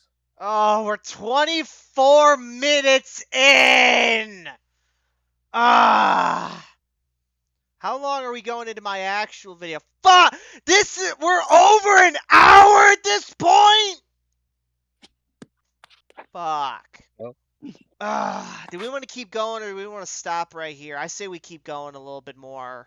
We can go a little bit longer. I think I'm going to have to tap out to get some lunch. Alright, bye, Kino. See ya. Hey, later, guys. God. Let me know when you want to watch that Spider-Man show. Sure will, Kino. See ya. Fuck. My eczema! I'd rather deal with my eczema than deal with Ant right now, but fuck it. The show must go on. Okay, we've seen really good trailers that were attached to what ended up being really bad films. Yes. And okay, that's true. Thank you for acknowledging it. So, yeah, Cliff. Like from the outset, at least Anthony has been willing to give me, at least a prop. We'll see how well it continues, but I've seen some people who have come after me, and they will not be willing to acknowledge anything. Truthful thing that I say at all, and they are just so hard in the paint that they will try and twist and rip apart anything. It doesn't seem Anthony is that far gone, thank goodness. So I appreciate that he's willing to agree with me, and that's the thing, because it's times like that sometimes gives me hope. Oh my god, dude! Again, this wasn't a live stream. Why did you not cut all this? Why didn't you just watch the video first and then make your little commentary on it to cut? You ever heard of off-the-cuff reaction? He just wanted to make a direct reaction. It's like He's also being quite cordial and being like, he's actually not as bad as like everyone. Well, I mean, I assume that it gets worse as he goes on and watches the video, but it's just this. But I'm saying like, I'm saying Shad is giving them like I know what you mean. goodwill. Yeah. Also, like this chapter's called Shad Can't Even Take a Compliment. So. Okay. Wow, it's good. Why are you rambling on so much? Like his thing. When I do cuts of my streams, I cut out my stupid tangents. And again, like in the stream that this is based on proper, my original reaction was I give more compliments. I cut most of them out just because they weren't relevant to the focus of the video.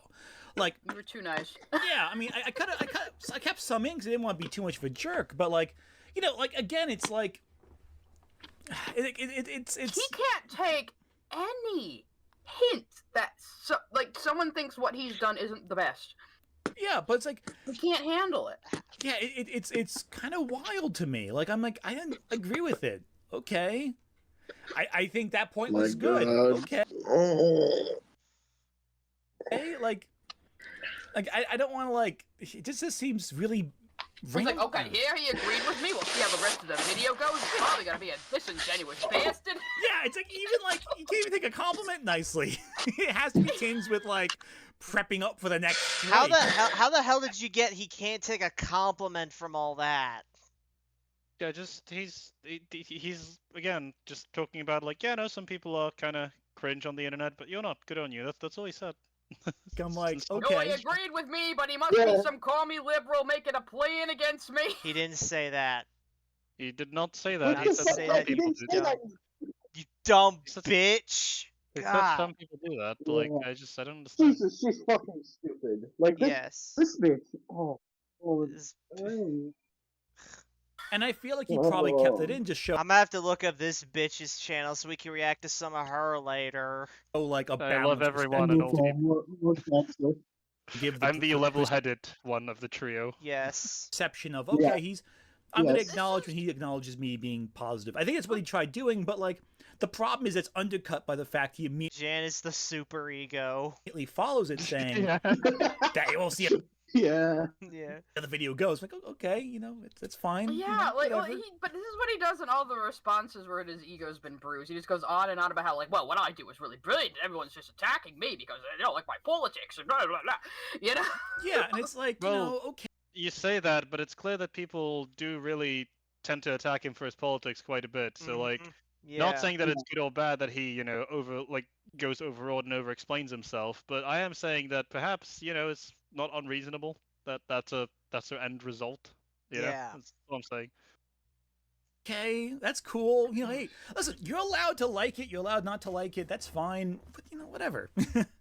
Now, one thing Shad seemed to struggle with is what Superman is as a character. Most of the focus of the trailer was on the merits of how they depict Superman. They're going to depict him in the way in which Superman, from my opinion, is done best. Okay, the paragon of justice, the indomitable hero, the one that tries his very best to save others. Okay, come on. Was my perspective. But, an old school Superman fan. Okay, as a kid, my favorite superheroes. I watched Superboy, Lois and Clark, and stuff like that. Though you would watch Lois and Clark. You would like Dean Cain. What does any of what Dean Cain say have to do with the fact? Especially since Dean Cain didn't become super outspoken about this stuff long after his show ended. This is like so. Again, Ant, you're not allowed to say that you are not getting cross over his politics, and then insinuate that the reason he likes Superman and Lois is because of Dean Cain's politics. Yes. What if he just liked it? What if he? Here's a crazy thing, Ant. He could even not know that Dean Cain said this. Yes. And then who cares? Dean Cain is a really good actor, like genuinely. Even though he doesn't get many roles. Yeah, but like he was really good in season 3 of Lucifer. If anyone saw that, he was good in that. Yeah. Oh no, I've seen that. Oh, I think that was Tom Welling, not Dean. I thought it was Dean Cain. He played Cain, right? I think. No, I think it's Tom Welling. The guy from Small. My mistake then. Okay. All I was gonna say about Dean Cain in response to that tweet is, that tweet is bullshit. Dean Cain is not the worst Superman. Tom Taylor's one is. Yeah. For season 3, I'm checking to make sure we're correct. Oh yeah, it was Tom Welling. I confused it with Smallville. My mistake. Whatever. Anyway. Oh, yeah, Dean Cain is also still very good. Yes. Wouldn't I? Exactly. What? Dean Cain is the worst Superman. He is the worst Superman. No. This is more conservative. Nicolas Cage is the worst Superman. No, Michael Bendis' Superman is the worst one. Who? Also, yeah, that is true. Brian Michael Bendis, the guy who aged. Oh yeah, definitely. Oh yeah. Yeah. He also made Martian Manhunter into a fucking fascist. So what? Yeah. Yeah, he had Martian Manhunter say you should subjugate the humans. What? That is an actual line. What? This is Man of Steel. What the fuck? It's also This like is a real. case of like. Do we really think that he's a worse Superman than like? No disrespect to the actor, but like the Tyler something is his name, the guy who plays him on like the CW shows. Tyler like, Hoechlin. Yeah, like I don't even know how much that is his fault, but like it's like undisputable that he has to be the worst Superman because he was on the fucking CW. Sorry, yeah, like not just CW, but like shit CW. Bringing up. Yeah. Hold on. Yeah. Remember when networks had standards? Me too. Yeah. I like those days. I miss those days. Anyway. Read heaps of the comics. There was always cartoons and the live action TV shows, especially the movies.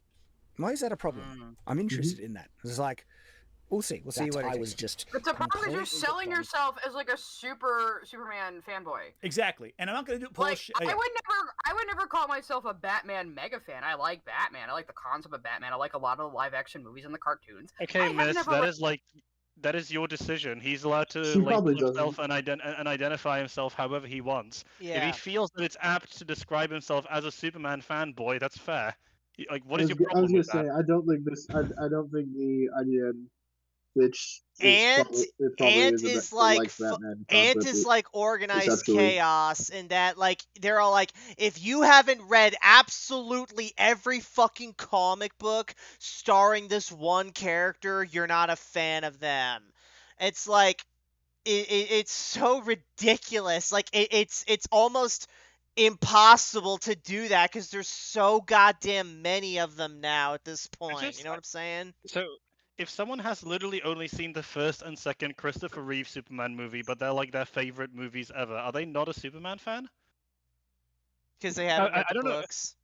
Yeah, like they've never read any comic book, they've never seen any other film, but they've seen those two films and they're just their favorite films, and they really love them. Are they not a Superman? Like, what are we talking about? Like, okay, look. To be fair with Ant here, I do think you should, if you're going to be a fan of a character who originated in comic books, I do think it is a little bit necessary for you to read some material. Not all of it, not a vast majority, not like the essential stuff, but at least some stuff, right? Like maybe one storyline. I think that's enough.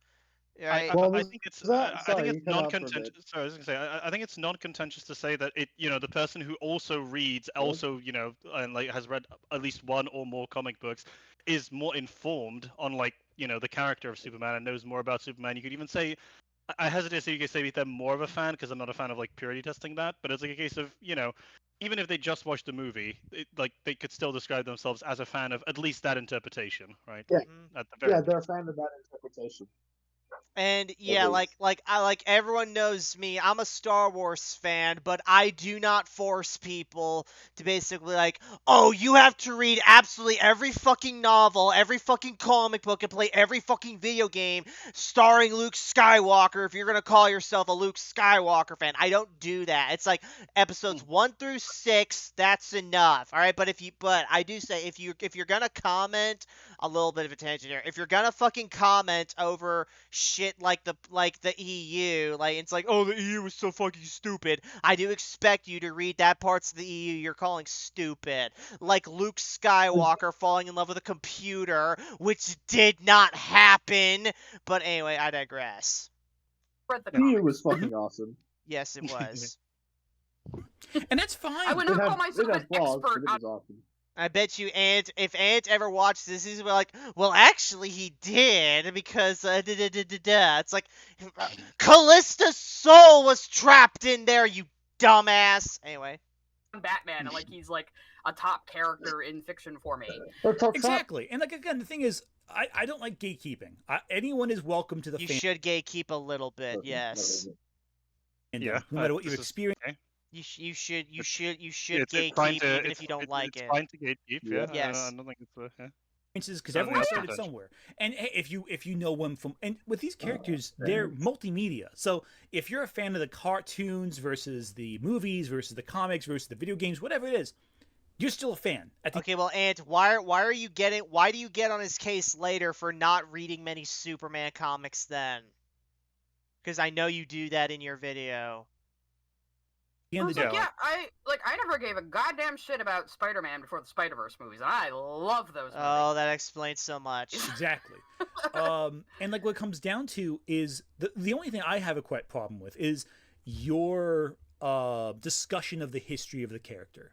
Like that's the one point where I will draw the line a little bit. Like if you know the character through one or two mediums, and you know those mediums very well, that's fine, but that's not like you can't speak as an authority about the history of the character then.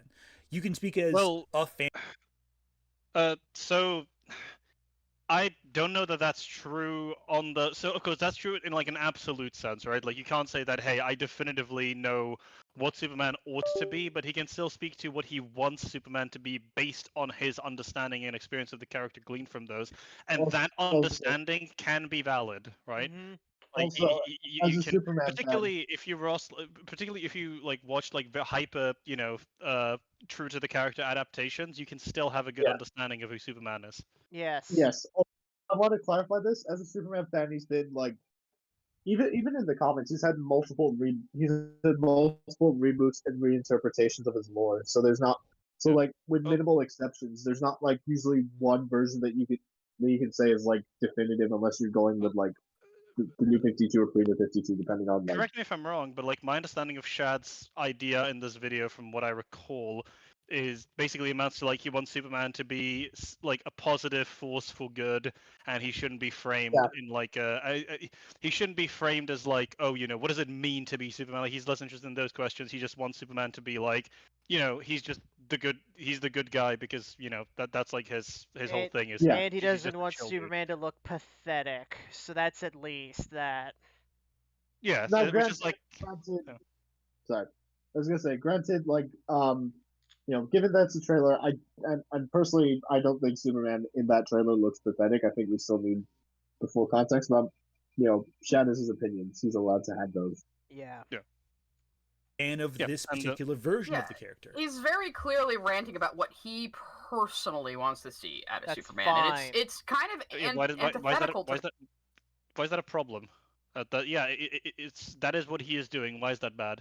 It's not even like going back to Star Wars for a minute. It's not even like Superman is like any of the characters from the movies or characters from the books where there's only one interpretation, but there's all these other like spin-offs and shit that take him in a different direction.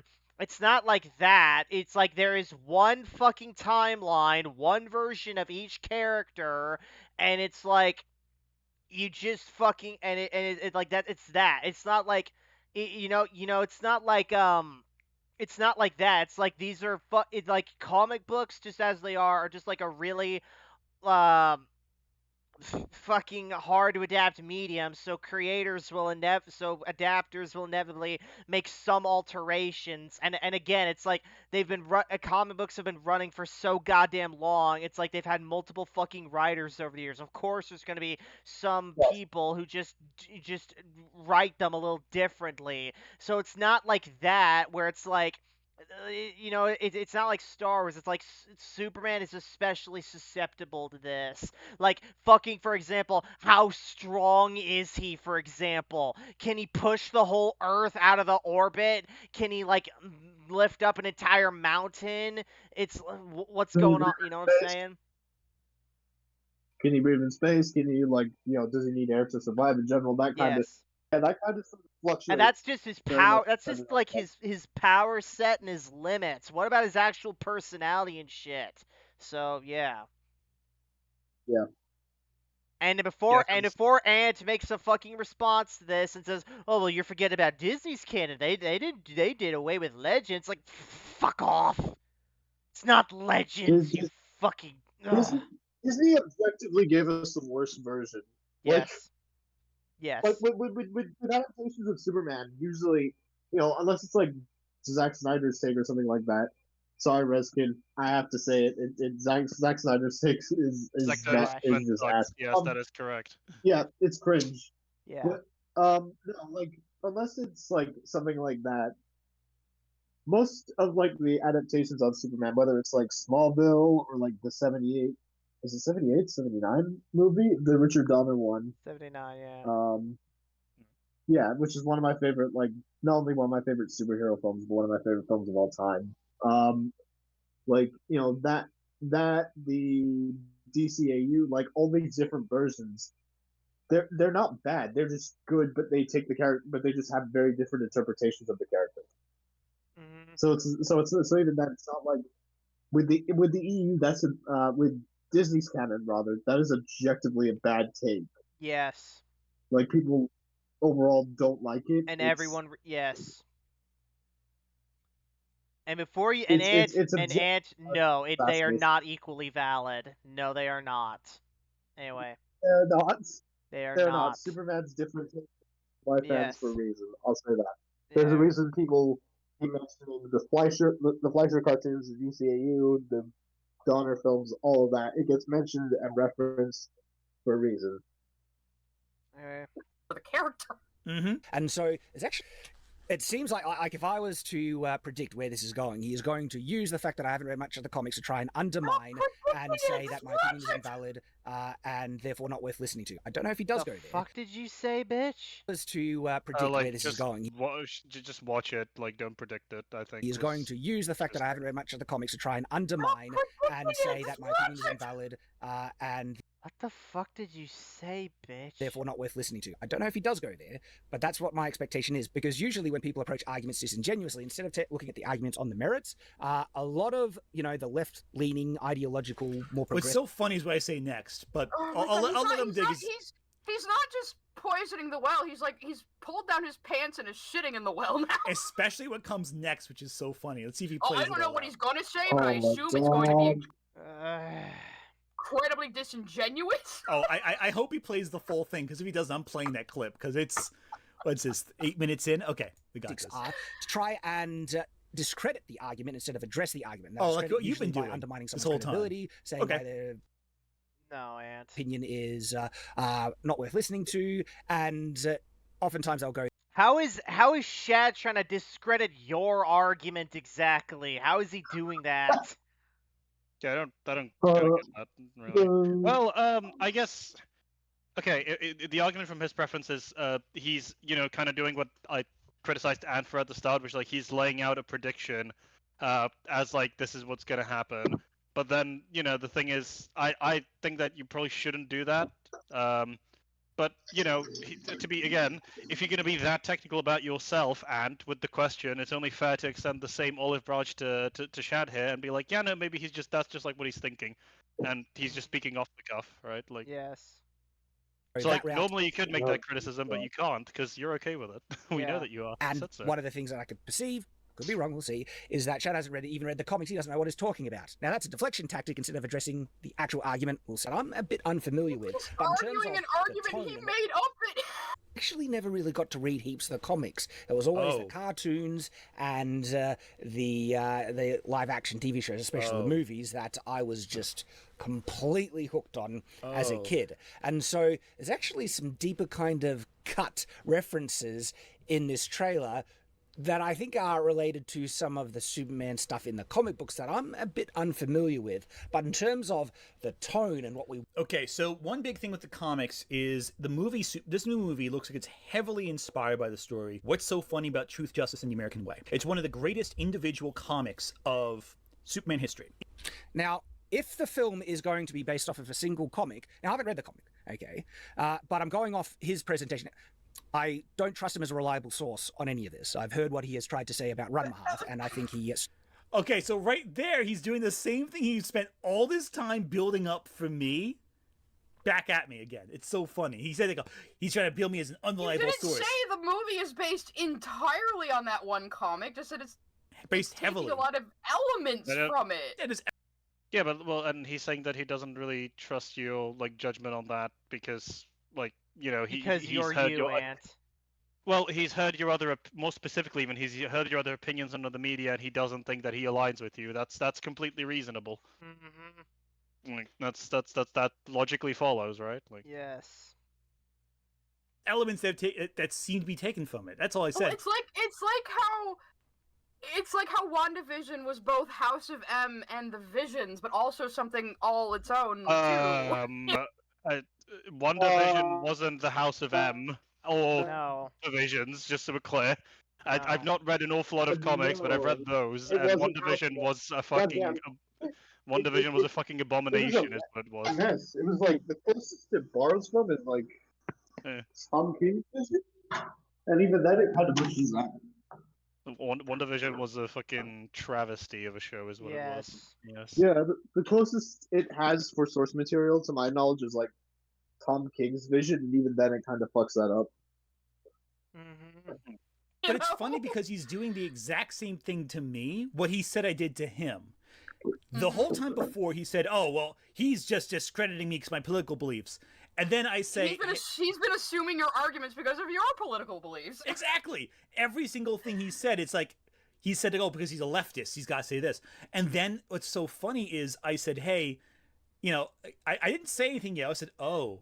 He's like, well, most of the time what they do is they try to act like you're not an authority on something, and you try to undermine the argument, discredit them rather than address the argument's merits as they are. Not a single breath later goes, well, I don't think he's an authority in this because I watched his Rama video. The one that you agreed with at the start of this video and said that they both were saying the same thing. Wait, hang on. Which what? they weren't because... Shad didn't agree with that video. What the hell? Shad agreed with a component of your video. He can still think that your appraisal was poor. Yes. Yeah. You can agree with aspects of something. That doesn't mean you agree with the whole thing. Yeah. Fucking dumbass. Oh, I swear to God. Jan, you're lucky you're the calm one here, because otherwise shit would start flying off the handle from my mouth as well, I'm just saying. Didn't know what they actually was said in it, because you're making a different conclusion about the video. Did he even watch Ranma back in the day? I don't think he did. I do. I had it on VHS tape, Shad. Ooh, look just, at you. The 80s one. Okay. Yeah. Oh, wow. Use things dramatically through an ideological lens, misrepresenting source material, Run Half in particular, to fit that narrative. Right, and so if he's going to, but Shad, we have to talk about the arguments as formed, right? Like I thought that's what you just said. Yeah, now he's just bitching about your Ranma videos. Nothing to do with anything, bro. Yeah. What's so funny about Truth, Justice, and the American Way? A comic you admit you have not read. That's all that matters right now. I have not read the comic. But I think this. That is your sole argument right now. Hold on. Can we stop for a second? No. Yeah, no. Go ahead. You go. Okay, I was just going to say, James Gunn, is he trying to say James Gunn's film is based on Truth, Justice, and the American Way? Yes. Yes. No, I'm pretty sure that's not what James Gunn has said himself. I'm pretty sure he said, like, it's based on, like, All-Star, the Jeff Johns stuff. Well, yeah, no, like, even supposing that it was, again, Shad's statement was, you have this opinion of this show, which I consider to be a poor, analysis, therefore I don't trust your judgment on that comic. It's nothing personal, and he just doesn't trust your judgment on that because he's heard your judgment on other things. But, yeah, like, it's whatever. Everything but that is irrelevant. I haven't read any Superman comics. I don't even like Superman really that much as far as DC superhero goes. Is what I would choose first. Why the fuck are you complaining about this, bitch? Yeah, Well, bitch. goddamn, I'm a Superman fan, and I think his views are valid. Jesus. Even I have a better understanding of what Superman is at the core of his character than fucking Shad does. Oh, really? So Wait. to give you... Oh. Do you? How do you know? Bitch? Okay, name. Okay, bitch. Name Whatever. Sure, I guess. 5 Superman stories. She says so. Come on. I can't do that. That's too cruel. No, hold on. She says like she supposedly like isn't a fan, but she has more of an understanding. Okay, name 5 comic stories. Well, hang on. Going by this logic, so she doesn't even like Superman, but she doesn't even like. But she thinks she knows. Wouldn't that mean that she knows that she's less of a fan than him? The hell. Yeah. Not necessarily, but again, this is like all irrelevant. It's a case of again, like all. I need to keep hammering this. All that Chad has said at this point is he doesn't trust your judgment on a comic book, my guy. Yes. That's it. Move on. Get over it. Plus That's my advice. Plus he's friends with like Nerdrotic and so forth who are Superman fans, comic book fans. So. Yeah. Give you an idea, Sai. I'll give you a very brief perspective on this comics, just so you understand what I'm talking about. I'm not going to go into specifics, but yeah, I've heard of it. But again, yeah, I know my comics history vaguely enough. Yeah, and I'll leave out specific names because the names, sure. like I know it vaguely enough. Okay, that's an interesting statement. Black isn't in this movie, but that's not as specific as important. The gist is what new superhero. What? Did you say Manchester Black Did you say Manchester Black is in this movie? Hold on. Yeah. And I'll leave out specific names because the names like Manchester Black isn't in this movie, but that's not as Okay. No, Manchester Black isn't in this movie. Okay, I was about to be like, he's not. No, he ain't. All right. specific as important. The gist is, new superhero team comes to town. They're handling crime in a more violent, more intense way than Superman is. They're punishing crime more violently, more permanently. And Superman feels like their methods are too violent, they're too extreme. But these new heroes become popular because their approach is more, quote unquote, seemingly effective at stopping crime. And as the comic comes to a conclusion, Superman decides to break loose on them and seems to employ the same intensely brutal methods that they use against them. But it's all just like a ploy to show them how easy it would be for Superman to do what they do. Oh, so he scares them straight, basically. Basically, yeah. But it ends with this great speech where he kind of talks about like why he has to do the things he does and why he believes so firmly in his beliefs. It was adapted into the movie Superman versus the Elite, which is like a little animated film. If you've seen that, it's a great story, and I'm not doing it justice. You really gotta read the comic. So and how accurate is Ant's summary there? I don't really have any issues with his summary of it. It is quite accurate. Like, it is just basically that new hyper violent team. The other thing I will say is, there's a bit of cultural context to it. It's kind of like, I mentioned the Authority earlier. Mm-hmm. The Elite are sort of based on the Authority. Yes. Like, they're very much the culture. It's very much a cultural context of like the Authority was I think at the time it was like the highest selling comic book. It was definitely one of the highest sellers. I think it was the highest selling, but like Action Comics for its time, yeah. This was like the early 2000s. So Action Comics looked at that and they said, you know what, we kind of need to show why Superman is relevant and why his style of heroism is still relevant. So they basically created the Elite as like a sort of pastiche or stand-in for the Authority. Mm-hmm. And from what Ant described plot-wise is basically correct. Like, Superman doesn't like them because of how violent they are, and they get praise from the public because of like how important they are. He's missing like things that aren't really important, such as like there's moments where like people actually discuss in depth whether the Elite are effective or not. You know, where there's moments where like kids say, "Oh, you know, wouldn't it be cool to be like them?" And Superman does pull a fake out where he seems like he's killed or crippled them, only to reveal no, he's left them alive. Mm-hmm. And relatively unharmed, and does give a speech where he says, like, my dream is a world of truth, justice, kindness, decency in the American way, and as long as that, and the villain basically says like something along the lines of like, oh, that's a dream world, and he says, well, until my dream is a reality, I'll never stop fighting, which is what Superman is. Those values, I'd always say, is what the character is. So I'm gonna give Ant credit for that. He was accurate in his summation of it. No complaints there. Alright.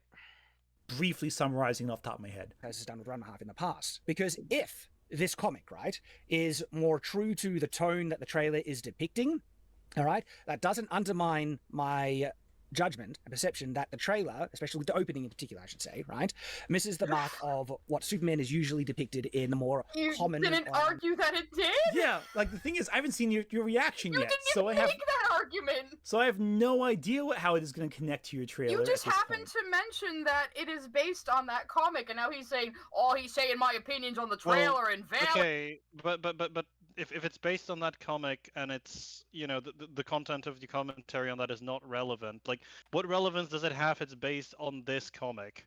Mm-hmm. Like, what's the point of even bringing that up? It's an adaptation. Yeah.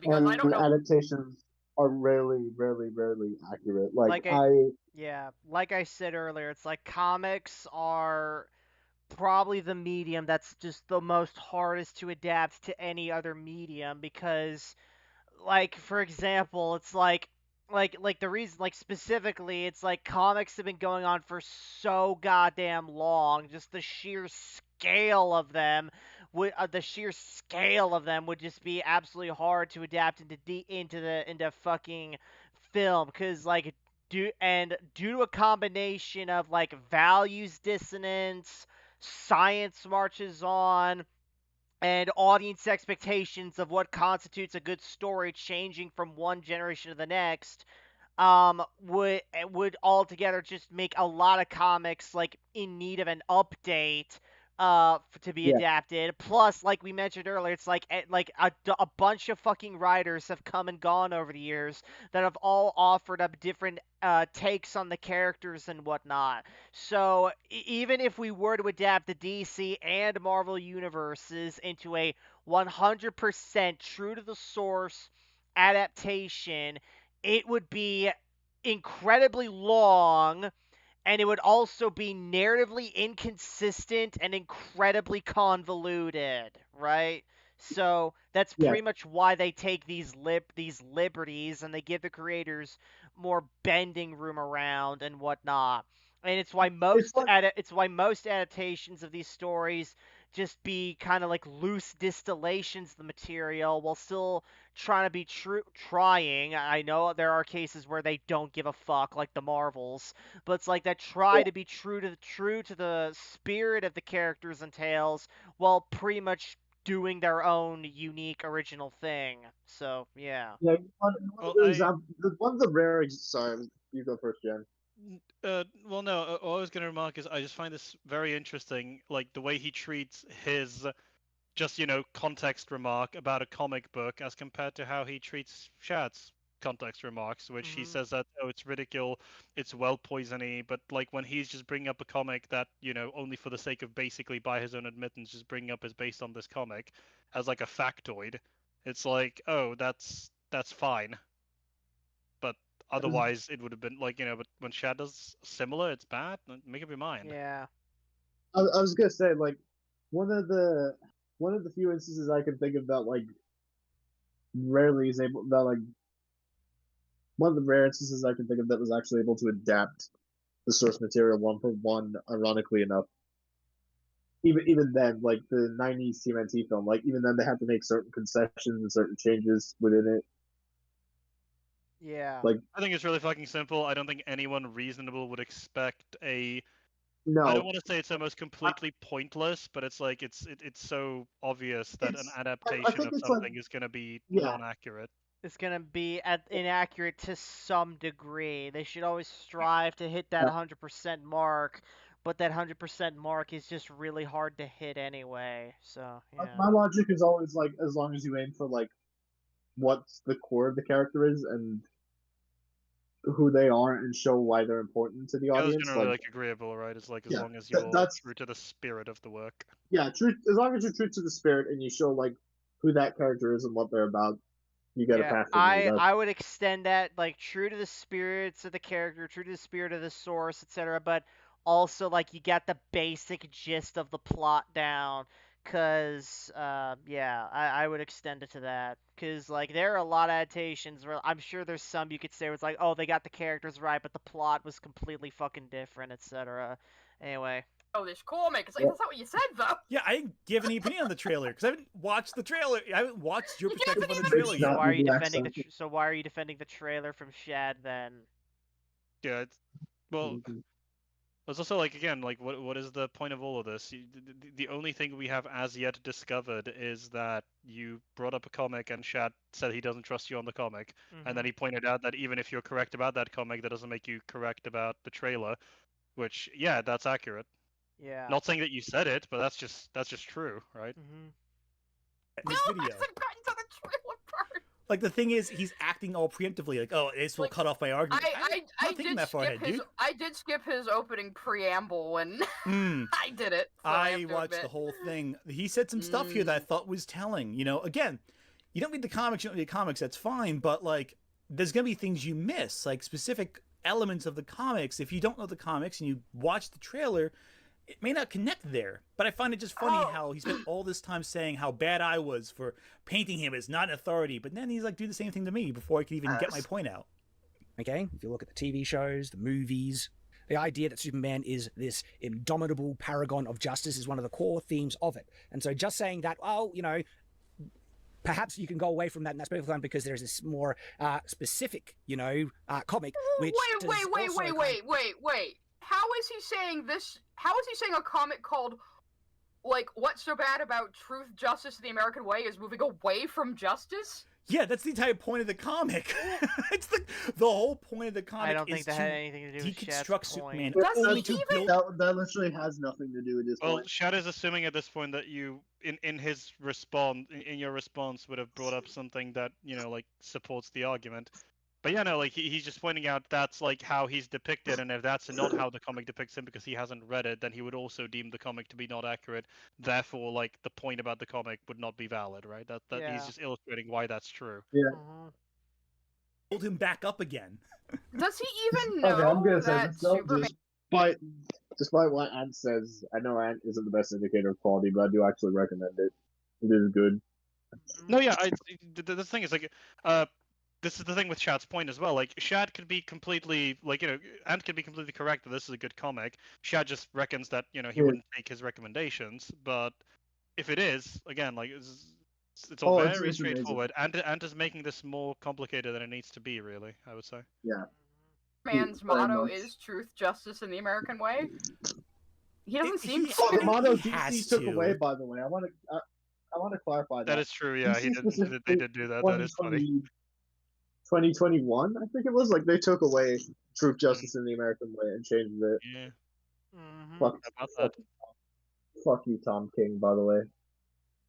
You're doing good on Batman, but fuck you for doing that to Superman. Easy. He did horrible on Batman. Well, no, there's no way. Oh no, the newest one, Detective Comics. Oh, okay, never mind then. Mentions it. Yeah, but there's no way he doesn't know that. Like that seems Taylor, to me. Tom King. God damn it. Oh, Well, Tom who? Tom Taylor, not Tom King. Still fuck you, Tom Taylor, for completely ruining John Kent. Anyway. No, I'm not forgiving him for that. Yeah, we're not forgiving you for that. I don't want to say that. He has to know that. There's no way. It's one of those famous slogans in like comic history. You'll notice Shad keeps saying that the core of the Superman character is his indomitable spirit. It seems to Shad that Superman is the power he embodies, and not say who he is as a person.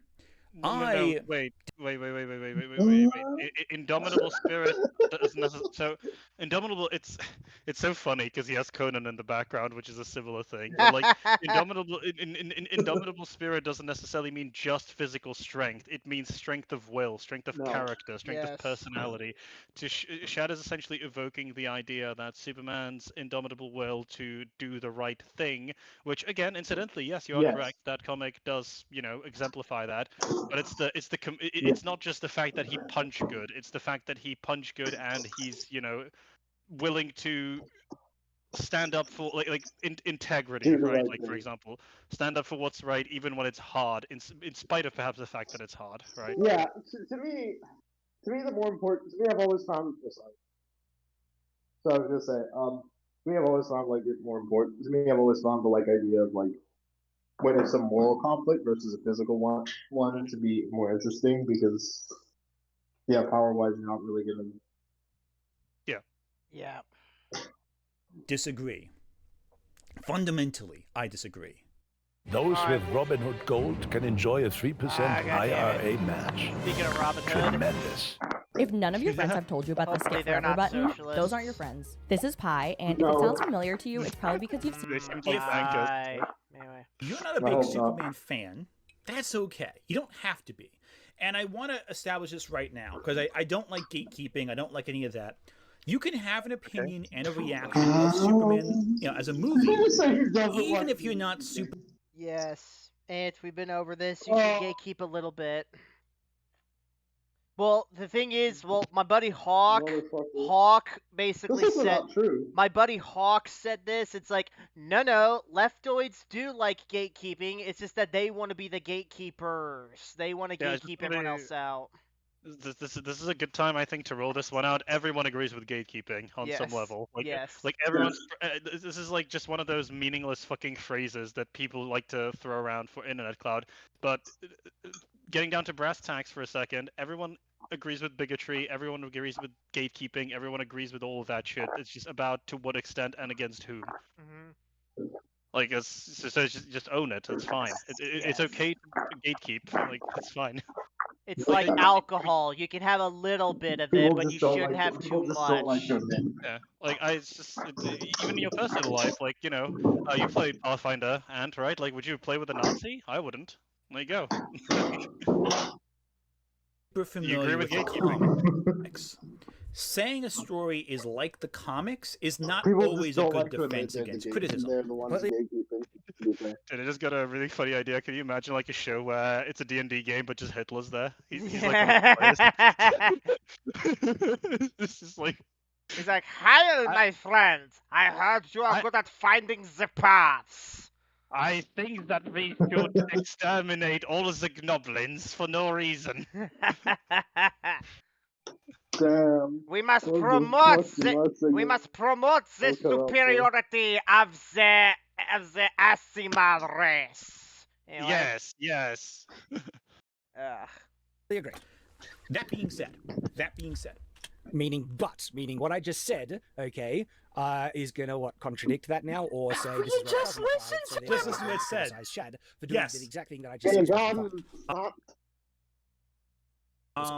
I have a feeling that his interpretation of who Superman is as a character is going to be completely different from the version established in the comics. What version, And yes, I don't trust him as a reliable source either. I will have. I love it. 1 second, he's like, he's saying that little waver in his voice there. He's a little nervous. I can hear a little nervousness there, little uncertainty. He has to cut. Here's the thing: he has to cut me off every sentence, because if he doesn't, what are you gonna do? I gotta cut you off every sentence and assume what your argument's gonna be. Yeah, exactly. My own understanding of who Superman is as a character from the media of Superman. And didn't you just do that? Didn't you just cut him off before he finished his sentence, though? Oh no, it's fine if he does it. Yes, it's fine when he does it. Anyway. Man, that I've consumed over his, presentation and his interpretation of what the comics supposedly are. And I can already have a few ideas what he's gonna do. I don't want to say anything yet. I want to let him say his piece. I find it interesting. Both he and I are kind of preempting what the other is saying based on. You are you're doing it so much more though, dude. Yeah. At this point, you're both doing it the same amount. This is why I fucking hate this shit. Just if you're gonna respond in this kind of fashion, just talk to each other, man. It'd be so much easier. It's just like so fucking. Listen, guys, Shad, Ant, couples counseling right now. All right, just do a Discord call. All right, it'll be fine. Trust me. You'll probably find. Listen, most people are perfectly reasonable. Listen, I'll say some spicy shit about people, but then before I meet them. But then I speak with them and they're perfectly normal. So actually, it's fine. It's actually not that big a deal. At this point, and you're still welcome to come onto our show and debate with us. It's still there. Still waiting to hear if you want to wrestle me, though. Anyway, it's 28 minutes. You won't do it though. He has to listen. It's like an ogre trial. He has to fight. It's a trial of strength. He has to wrestle Backseat. He has to debate me, and then he has to. I don't know. What do you want for your challenge, Manon? Yes. What do I want? And keep in mind, I don't do WWE wrestling. I do legit fucking wrestling. The fact Backseat already took wrestling kind of pissed me off, because I'd be like, fuck. Actual Greco-Roman, Yes, kinda, yeah. Anyway. It's a little different. But the wrestling I do is based. The wrestling I do is like Greco-Roman, but the wrestling I do is it's like Greco-Roman, but we do allow WWE moves. Anyway. I will absolutely defer to my understanding of Superman from the media of Superman I've consumed. I could fencing. I could do fencing if that helps. Loved by so many leaders for decades.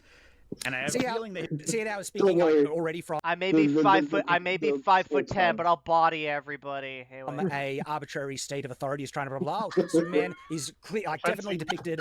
I just was like, the fencing would be good because the trial of strength, the trial of wits, and a trial of skill, right? It's like Princess Bride. There you go. Can Ant complete the Backseat gauntlet? Yes. The Backseat gauntlet. Yeah. Way and mediums and as to how they, it's like prove it. He can't stop himself. He has to keep going. You know, That's you, Lily. You know, Backseat here is one lucky motherfucker that he actually has alcohol with him at the moment. No, I'm a teetotaler. I'm drinking Minute Maid. That's what I mean when I say nectar of the gods. Oh, okay. Damn. Never mind. That was gonna be like, in reference to this as well, calm down, miss. It's not that big a deal. Yes. Calm your tits, bitch. Anyway. We are at the trailer after 2.5 hours. We got it. I wish I was fucking drunk right now because at this cringe. Just have a look at how this begins. Okay, this is the stupidest thing I've done in years. I think this opening is fantastic. Perfectly fine for him to think that, okay? I'm not trying to say he's wrong and everything. This is subjective stuff. I wonder how he'll say, because I did not like the opening, all right? But this is the general nerdy discussion that I think is fine. There's no issue here. Right out of the gate, I'm like, nah, okay? I'm not saying Superman can't be challenged in the film. This is going to be important. Perhaps we'll be coming back to this, all right? Because... he said he's saying he's not saying he can't be challenged. Okay, let's see what he says. I wonder if people are trying to say, "Oh, look, he wants Superman to be challenged." Yeah. Be very soon because I say I love how he's being. I love Superman can be indomitable and unbeatable and everything. But that's not to say I feel he can't be challenged in the film or even defeated, as I say very clearly right here. I'm not saying Superman can't be challenged in the film. I'm not there are ways in which he could get injured like this, and I'm not saying you can't have moments in the film, but that would be in the film itself, where it's justified, where we don't know what's led up to this, what's caused this to happen. You choose to present him as being battered, broken, and defeated.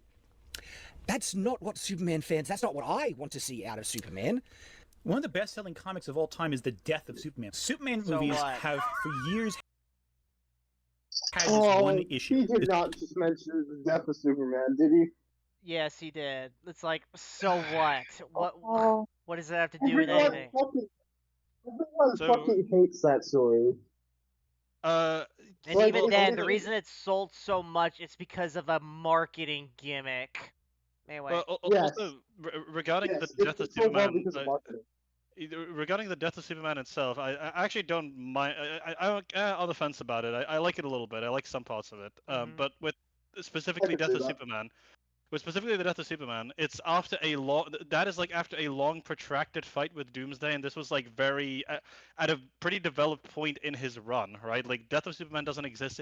It's like it would be, guys. Can you imagine if they like if what would I do here if someone like made Death of Superman the part of a film that was the second film in that franchise? Can you imagine if someone did that? How fucking sick would that be?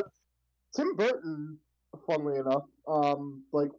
When Warner Brothers was trying to reboot Superman in the 90s, Tim Burton was going to make The Death of Superman the death and rebirth of Superman his first film. Yeah.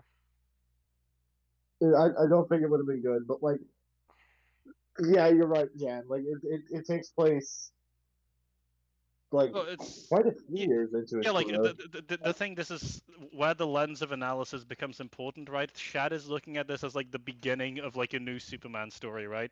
So it's like a case, and by the way, incidentally, again, Shad is talking about like what his own perspective. So this is all moot anyway. Like it's similar to what he was doing with like Literature Devil in his like that critic video that he made. Apparently, you've not taken that lesson on board. People are allowed to have thoughts about things that are just their thoughts. Yes, they're allowed to have their opinions on it. Shad is not saying this is like good or better. He's saying he likes this more, which is fine. Yeah. It's fine for you to like the other thing more. That's whatever. Okay, so just because, yes, there's times when Superman has been challenged, even dead, doesn't undermine the point where I think one of the primary enjoyable parts of Superman is him being that indomitable, yes, overpowered paragon. And my criticism with the James Gunn trailer where Superman is battered and defeated, specifically, that's the opening with it. I've never said that you can't have him reach that point, okay? And to me, pause for a second. Yeah, he's just rambling. He hasn't really said much at all. I was waiting for him to get to the point before I stopped him, but...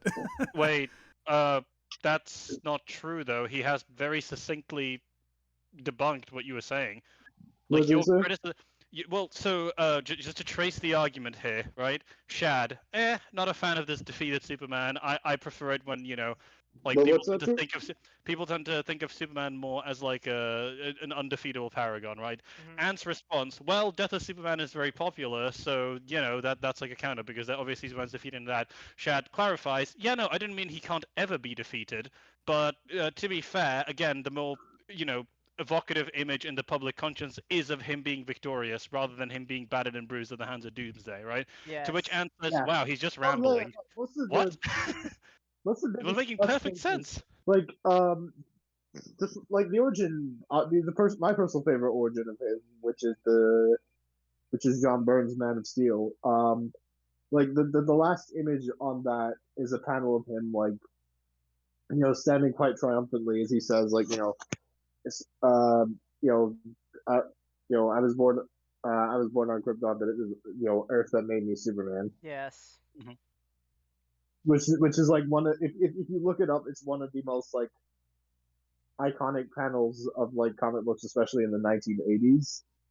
Like, this was Superman's origin after the Crisis on Infinite Earth event, where DC rebooted everything. It was around the same time Frank Miller did Batman Year One. It was around the same time George Perez did Wonder Woman. So like, DC was essentially rebooting everything. Yeah. Anyway. So like, yeah, oh, well, it wasn't really a full reboot, as some characters kept going as if Crisis never happened. I bet you Ant's gonna say that if he responds to this. Anyway. Well, it's like he's saying, like, the main draw of Superman is that he's indomitable and indestructible. No, he's not saying it's the main draw. He's saying it's like the popular perception, you dumb bitch. Well, even if he was saying that, is that incorrect? I feel that's fair, right? No, it's also a big part of the story is that, like, you kind of like the idea of seeing him triumphant and winning in some way. Yeah, well, yeah, that's kind of what I mean. Like, it's not like to suggest that what people like about Superman is the comfort of knowing that he will overcome any obstacle. That's almost like a guarantee, right? Like, that's the appealing part about the character. Yeah, that's the appealing part. Like, seeing him not only like win, which is obviously like he's gonna win fight or whatever, but most of the times anyway, you don't know, as we said. But like, obviously like power wise, it's not really an issue, but more of like, you want to see the morals is the more interesting part. Like, seeing him stay true to who he is and maintain that moral integrity. People scant if ever go into a Superman story with like the question of, oh wow, I wonder if Superman's gonna pull through this time, like.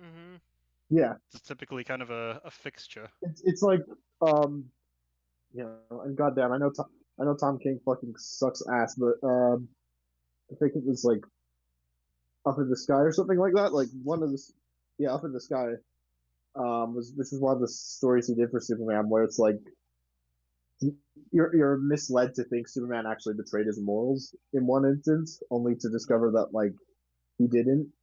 Keep in mind, this was also like save a little girl from Darkseid, and like it's actually quite satisfying the moment you're revealed, no, he didn't do what you thought he did. Anyway, but it isn't. It's that he can use that power responsibly because he is a paragon of justice. Yeah, like, he cares. He's the Man of Steel. Yes, like, he is. Look, I am a cynical asshole. I like the boys. Pause a even second.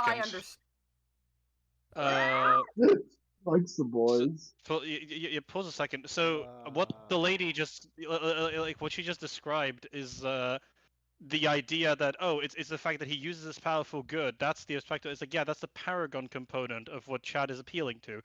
That is the nice thing about Superman. Is like, he's super powerful, he's super strong, and you know that he's going to do the right thing. That's the admirable quality of the character. So brilliant, you've agreed. So you don't need to go any further in this video, right? Like, you guys agree. It's good to know. Yep. Stand that Superman is a very idealistic paragon of justice. 100%. Like, he's truth, justice, and the American way, or a better tomorrow, depending what era of Superman you're reading. But we don't talk about that shit. We never talk about that shit here. Get that shit out of our face. Even when he's like in Red Sun, where he is a agent of Russia, the Soviet Union. Communism.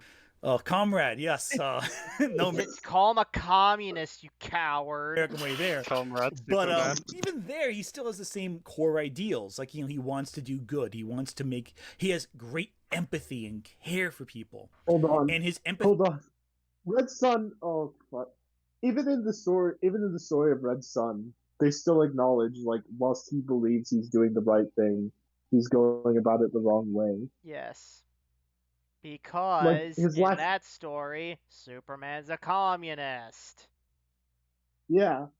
And, like, literally the last heroic thing he does in that story is, and I say sacrifice in quotation marks because it turns out he's alive, sacrifice himself essentially to stop a fucking invasion by Brainiac. Mm-hmm.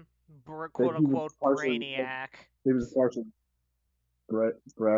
Brainiac, that he was partially responsible for, and like,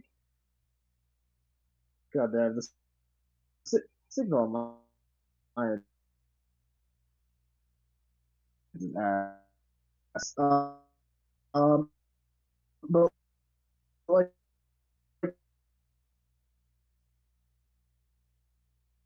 essentially, he does that, and like he survives. But like that, so. Yeah, even his intentions in Red Sun, but he went about it the wrong way. Yeah. Empathy and care is way more important than him being unstoppable.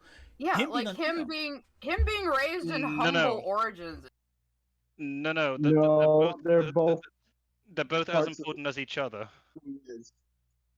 Yes. And that's again, you can express it the way you guys are going about it, or you can just say he's an unstoppable, it's like an unstoppable paragon of goodness. You could say either.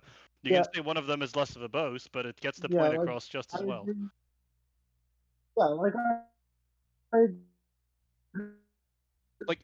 to be clear, Superman wouldn't be Superman if he was completely ineffectual. Yes. Powers of like flux, even if fucked up, but like. Essentially, even in universes where he's like not as powerful as like main universe Superman, like he's still quite capable and quite powerful. So he is a combination of both. Yeah, and like again, to reiterate, like Superman wouldn't be Superman if he was completely useless and ineffectual. Yeah. No. Like he most certainly would not be DC's poster child. No. Is the most important part of his character. Mm-hmm. And there's a reason why I say Wonder Woman is different than Superman, and they're both virtually unstoppable. They both have very similar power levels. They're both extremely strong. They're both hard to. Man, and would you agree that Superman and Wonder Woman are different characters in terms of characterization? Yes, but I think in terms of characterization, yeah, but I think they're kind of like similar. The reason. Yeah, the reason that they get on so well basically is because like they have similar goals. Mm-hmm. Yeah. Yeah. But then the idea, of course, it's almost like a distinction of Superman again is like the more grounded, down to earth. Like that is, I think, where you would probably appeal to the like, okay, Superman's more grounded, where Diana is more. Well, there's like the otherworldly princess element with her as well, right? Where Superman does not really often played upon, if at all. Superman.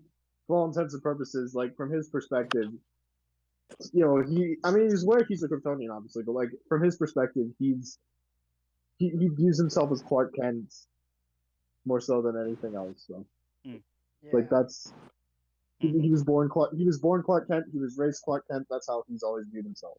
Yeah. Indeed. Put down. Yeah, exactly. But whereas one is diplomatic and more the spirit of truth and honesty, Superman's more about justice. How they jumped the gun of Superman's death in ECEU, where that's something that you want to build up to, okay? Everyone agrees. No, they didn't. Yep. Yeah, but the thing is, Shad, I never said we're doing Death of Superman right now. Sorry, all I'm saying is that audiences like seeing Superman challenged. That's all I'm saying. And that's the thing about From this. one He's era to changing the the next. point. The only thing I said. Yeah, because you weren't saying it's based on Death of Superman. You were saying it's based on Truth, Justice, the American Way. Yeah, exactly. Which is where he is also challenged. But the thing it's only not was based on that. No. Again, I literally have the receipt where James Gunn said, like, here we go. Yeah, so his main influences were All-Star Superman, the Superman Up in the Sky, which is what I was referring to earlier. Kingdom Come, whatever happened to the man. Someone said whatever happened to Man of Tomorrow. That's not correct. My bad. And the Jeff Johns stuff. So no, he wasn't using whatever happened to What's So Funny About Truth, Justice, in the American Way. I don't know where the fuck they're getting that. It reminds me. I don't know if you guys are chronically online on Twitter as I am. I remember once someone asked James Gunn, say, "Oh, who's your favorite Superman writer?" And he just copy pasted a list of Superman writers, and like, oh my god, it was so cringe. It's like I really don't think he's read many of these things. I'm just being honest. Also, hi, Groovy Guy. What's good? Moving on. I mean, like that to be fair, there are a lot of good ones, so I can understand why he'd have a hard time. Yeah. Want to see this? And like, yeah, I mean, like the set photos of like actors reading comics. It's not a new thing, but I feel like they're leaning too hard into it. Yeah. With the new Superman. Oh yeah, no, that might be. I don't know. Need money to see Superman get bruised up. And you're not a comic Yeah, I mean, there's fan. always been a double standard regarding comic accuracy with DC. Because with DC, if like something's not comic accurate, it's a big problem. But the MCU is like literally 60% comic accurate, and that's being generous. Yes. I think that's too generous. I'd go 40, 39 maybe to be nice. Yeah. I just think the DCU is written like shit, but yes. whether or not it's accurate or not. Me too. Mm-hmm. Accuracy doesn't always determine the best. Yeah, I think the problem was like, for example, Kevin Feige is like telling all the directors like how to do this and when to do this and when to do that, and it was more cohesive. With Zack Snyder, like for example, Patty Jenkins, she's like, "Oh, I want to do my own thing for Wonder Woman, not what you set up in BVS," and he's like, "Oh, go ahead." It's like Aquaman director. He's like, "I want to do this thing, like it doesn't necessarily line up with what you said," and like, "Oh, go ahead." Like that's, I mean, sure, he wants to give him as much creative freedom as possible, but it gets to a point where just everything is contradicting. Exactly. To be yeah, fair so with Wonder Woman, I do know he like had a lot of. I was gonna say, to be fair, Wonder Woman, I know he had like a lot of. He had a bit more. He was a bit more hands-on with that film. Yeah, he was like producer, wasn't he? No, he gave producer. Input, but wanted to do something like he would let them. Okay.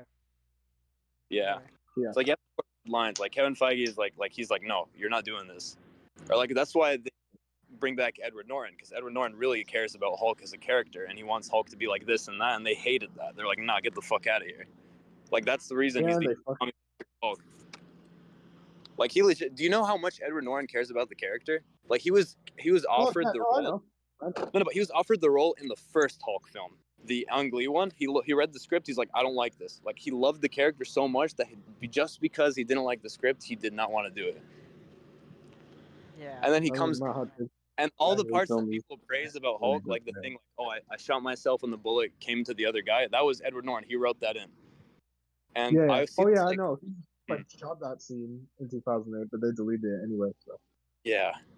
I have no idea what's going to happen with the Hulk, because even if they do World War Hulk, and they do Hulk versus Wolverine, it has to be a different guy, man. Like the Ruffalo Hulk is like dead. I'm sorry, I don't think he's ever gonna come back from to him. Not the Hulk. Mark Ruffalo's too soy. Anyway. Oh yeah. You can't talk for them. Yeah. I can't talk for them either, anyway, but yeah. Sorry. Exactly, and like it just anyway. And death, the reason why that was such a big thing was because it was in contrast to him being so powerful. Yeah, as for the new Superman, I'm obviously biased.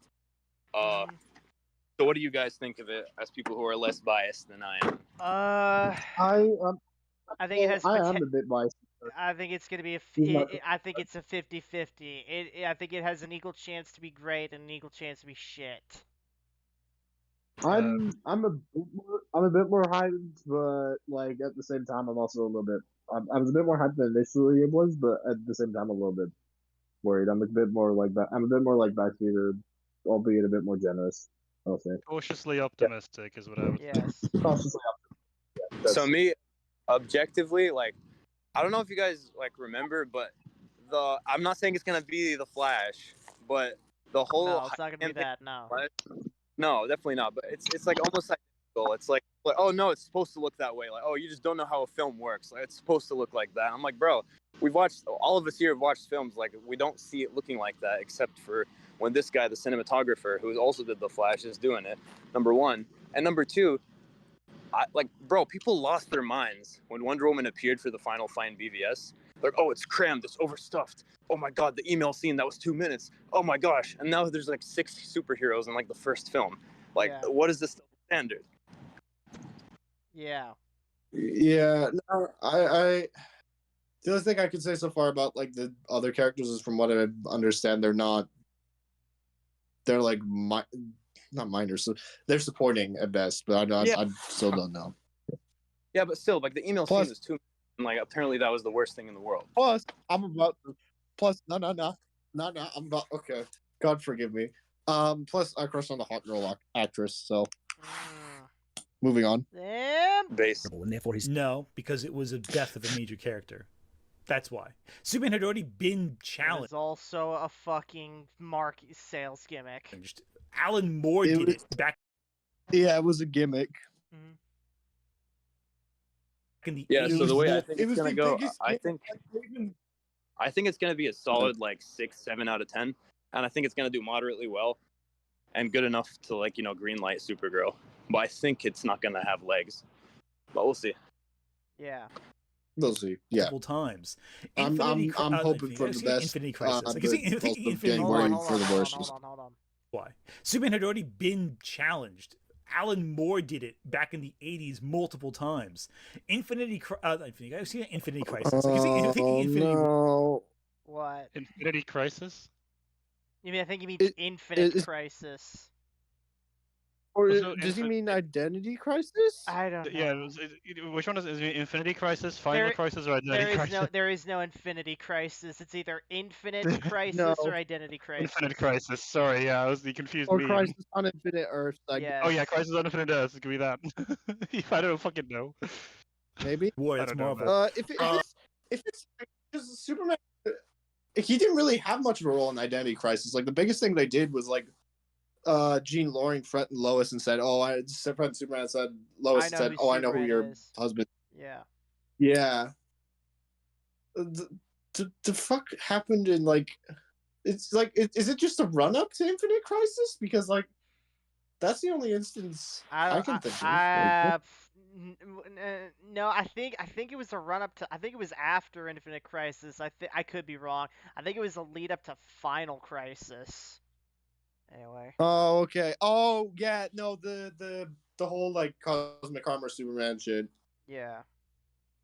Marvel. Yeah. I remember Death of Superman being a Morse, what the fuck were you thinking? Like fucking Time Magazine was talking about it. Oh yeah. The reason it's such a big selling comic is because it was on the TV news even. And you had that, and you had Nightfall, which is where because Bane it was breaks the back biggest marketing really gimmick. close back to back with each other. I think Nightfall's the better story personally because Bane's a more compelling villain, but Doomsday. You guys agree with that? Yeah. Doomsday kind of sucks. I'm not even going to sugarcoat it. You know, like the story is fine. It's like Bane is a more compelling villain than Doomsday. Because Bane actually has personality. Doomsday's a monster. Doomsday barely even has a brain. Oh yeah, we've been over this actually. I know. Okay, yeah. He's instant loss in Ant's estimation. Yes.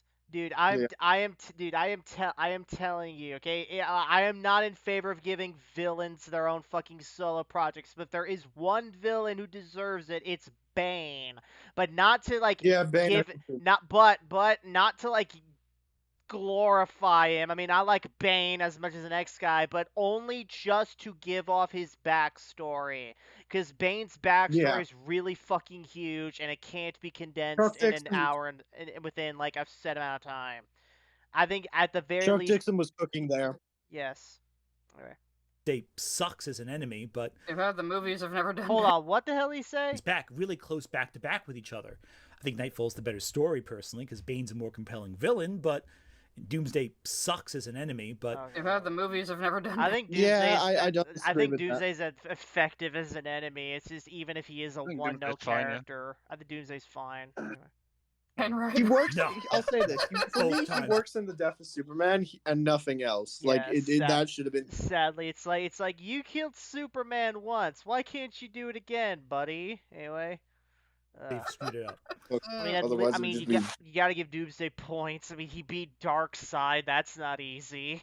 He beat Darkseid. That's cool. But like, other than that, like, where has Doomsday really been like an essential? Well, it's like his whole isn't Doomsday's whole gimmick is he's just a fuckler creature that got created that is like invincible basically because he can adapt indefinitely. If he dies and comes back immune to whatever kills him the first time. Yeah, if you ask me, Progeny is Doomsday but better. But anyway. I kind of think Doomsday is like a poor man's Hulk. With that, anyway, beginning of a new Superman series. For me, that misses the mark. Superman. Yeah, but I'm not saying you opened up with Death of Superman. I'm saying you opened up with Superman being challenged. That's it. Movies. Why did you reference Death of Superman? Yeah. Dumbass. No, Jen. You made Anthony have to think. Okay, Anthony doesn't like thinking. It's like the thing. So this is what I mean when I say that this is like an argumentation style that.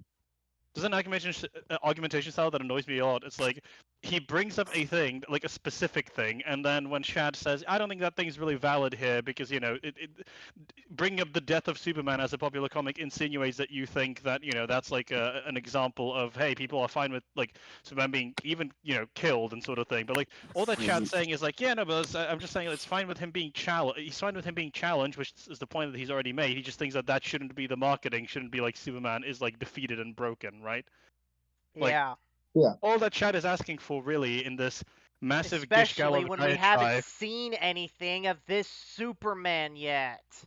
Yeah, it's like all that Chad is getting at in like this massive Gish Gallop diatribe that this is becoming is like the idea that we should basically not probably. He doesn't like the idea that we market the Superman movie and the first frame is the guy beaten bloodied on the ground. He thinks there's more heroic ways to show him being challenged. Yes. Anyway. For instance, like him fighting someone. Yeah. One issue. Yeah. There's one core issue that a lot of Superman movies have, even the Zack Snyder films to an extent, that Superman is not challenged physically by his opponents. I'm sorry. Even the Zack Snyder films. I was gonna say, are we referencing Zack Snyder films as something good now? Are you kidding me? It's like Superman has a hard time getting physically challenged in his movies. It's like motherfucker, Zack Snyder literally had Superman and Zod fly all over Metropolis, wrecking it because they could barely hurt each other. Are you kidding me with this shit? That wasn't a challenge. Each other, yeah. Are you kidding me? I think any even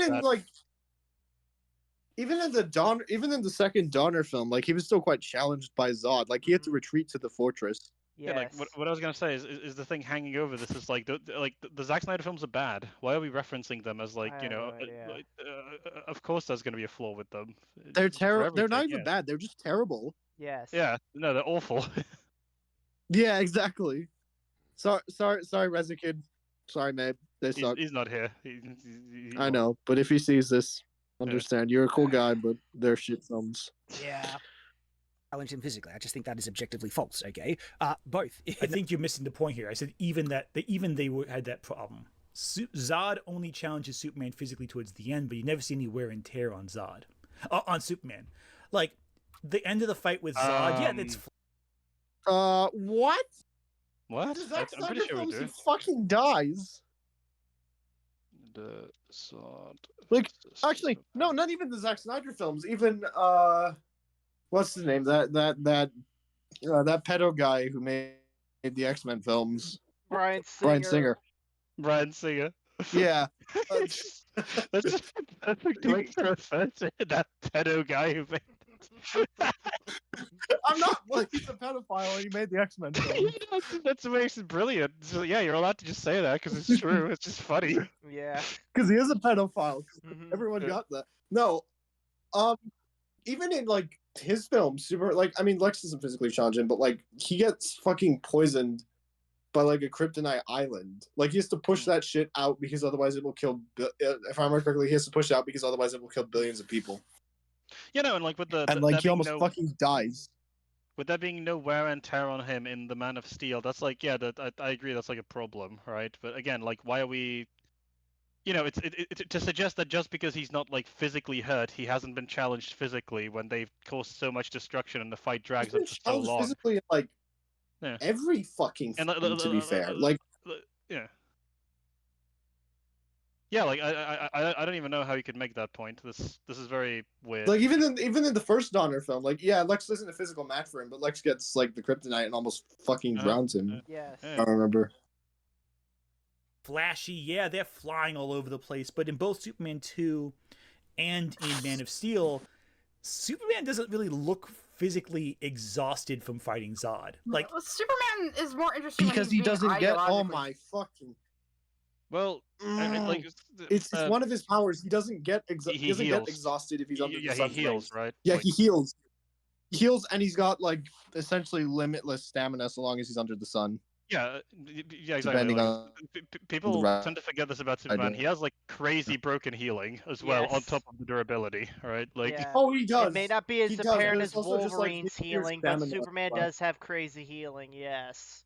Yeah. Yeah. I mean, like, even like also allowed him to come back from that long. Yeah. With like a. Yeah, exactly. Like he healed from. He can literally come Kryptonian. back. That's like he can. Yeah, like he can come back from the dead, and like on top of that, it's like just a case of what the, he's not physically challenged. Well, yeah, no, that's part of Superman. Again, you can think of this whatever you want, but like part of his power set is he's incredibly impervious to harm unless it's magical, right? Like that's or kryptonite. Or kryptonite. Yeah, magic or kryptonite or something like that. Or you just hit him, or you're like as strong as him or more or stronger, basically. Anyway. Yeah. Challenged. Anyway, well, it depends on version. To be fair, for stronger. Come out on top. Sometimes with just go his infinite. ethics and his values intact, even though that's the harder thing to do. Yeah, it's harder. He could just punch somebody into the moon and be done with it, but he won't do that because that's the wrong thing to do. 100%. Why is that funny? Wait. Well, it's just like I was so confused. He went all out on Zod. He killed Zod. Yes. So why? What is the point that we're making? It's like. So wait. So you're agreeing with Shad now that Superman should be portrayed like indestructible, because part of the effectiveness of his character is that in spite of all this power, he doesn't go all out. Or they're agreeing with what they think Shad says. So what? Well, yeah, I'm so. Also, why is it funny that that like 10 seconds? Sorry, can you just play that back like 10 seconds? I'm genuinely confused. Yeah, it's he could just punch somebody into the moon and be done with it, but he won't do that because that's the wrong thing to do. 100%. And the problem is like okay. So you agree with Shad that that's the portrayal that is most common that he should be getting. Agree with what they think Shad says. Anyway. When I say, I think I could have explained this point a little better. I will say that. When I say that Superman's not challenged enough in the Zack Snyder films, I mean... Anthony Banks, he missed... Manon? Explain something! Oh, there we fucking go. There we go. You don't see the physical wear and tear. Superman still looks just as mighty at the end of the fight as he is at the beginning of the fight. You don't see him... Like, you look at the Sam Raimi Spider-Man film, right? The fight with him and Green Goblin. That did he just mispronounce green? At the end of the fight as he is at the beginning of the fight. You don't see him... Like, you look at the Sam Raimi Spider-Man film, right? The fight with him and Green Goblin. Okay, no, I didn't. That fight... Oh, yeah, they fuck each other up. Yeah, they look like they're gonna, like, drop dead at any second. What is sorry, pray tell, what is the difference between the power set of Spider-Man and Superman? It's a big fucking difference. Start of the fight. Significant. Depending on the writer, Superman has like potentially like infinite Superman strength. This is what's breaking out, like, again, because this is like going into them. They are tacitly agreeing with Shad almost without realizing. Superman is absurdly strong. Yes. Like. Yeah. Yes. And a lot of his villains are as strong as him. Yes. Yeah. But it's like a case of if Zod and Superman, two Kryptonians with the healing and everything, are fucking each other up, you wouldn't expect them to look fucked up and exhausted at the end of the fight, right? Mm-hmm. Yeah. Like Zod doesn't have any. I can't believe I'm defending Zack Snyder on this one, but Zod doesn't have really any notable wounds on him either by the end of it. And like Superman just breaks his neck. Anthony Gramuglia, his argument is so bad he makes you defend Zack Snyder. The end. Yep. Like that. Also, I was going to say this, like in Up in the Sky, which is the Tom King thing I mentioned. Like, there's a point where Superman literally gets restrained. Bear in mind, this is when he's weaker. Yeah.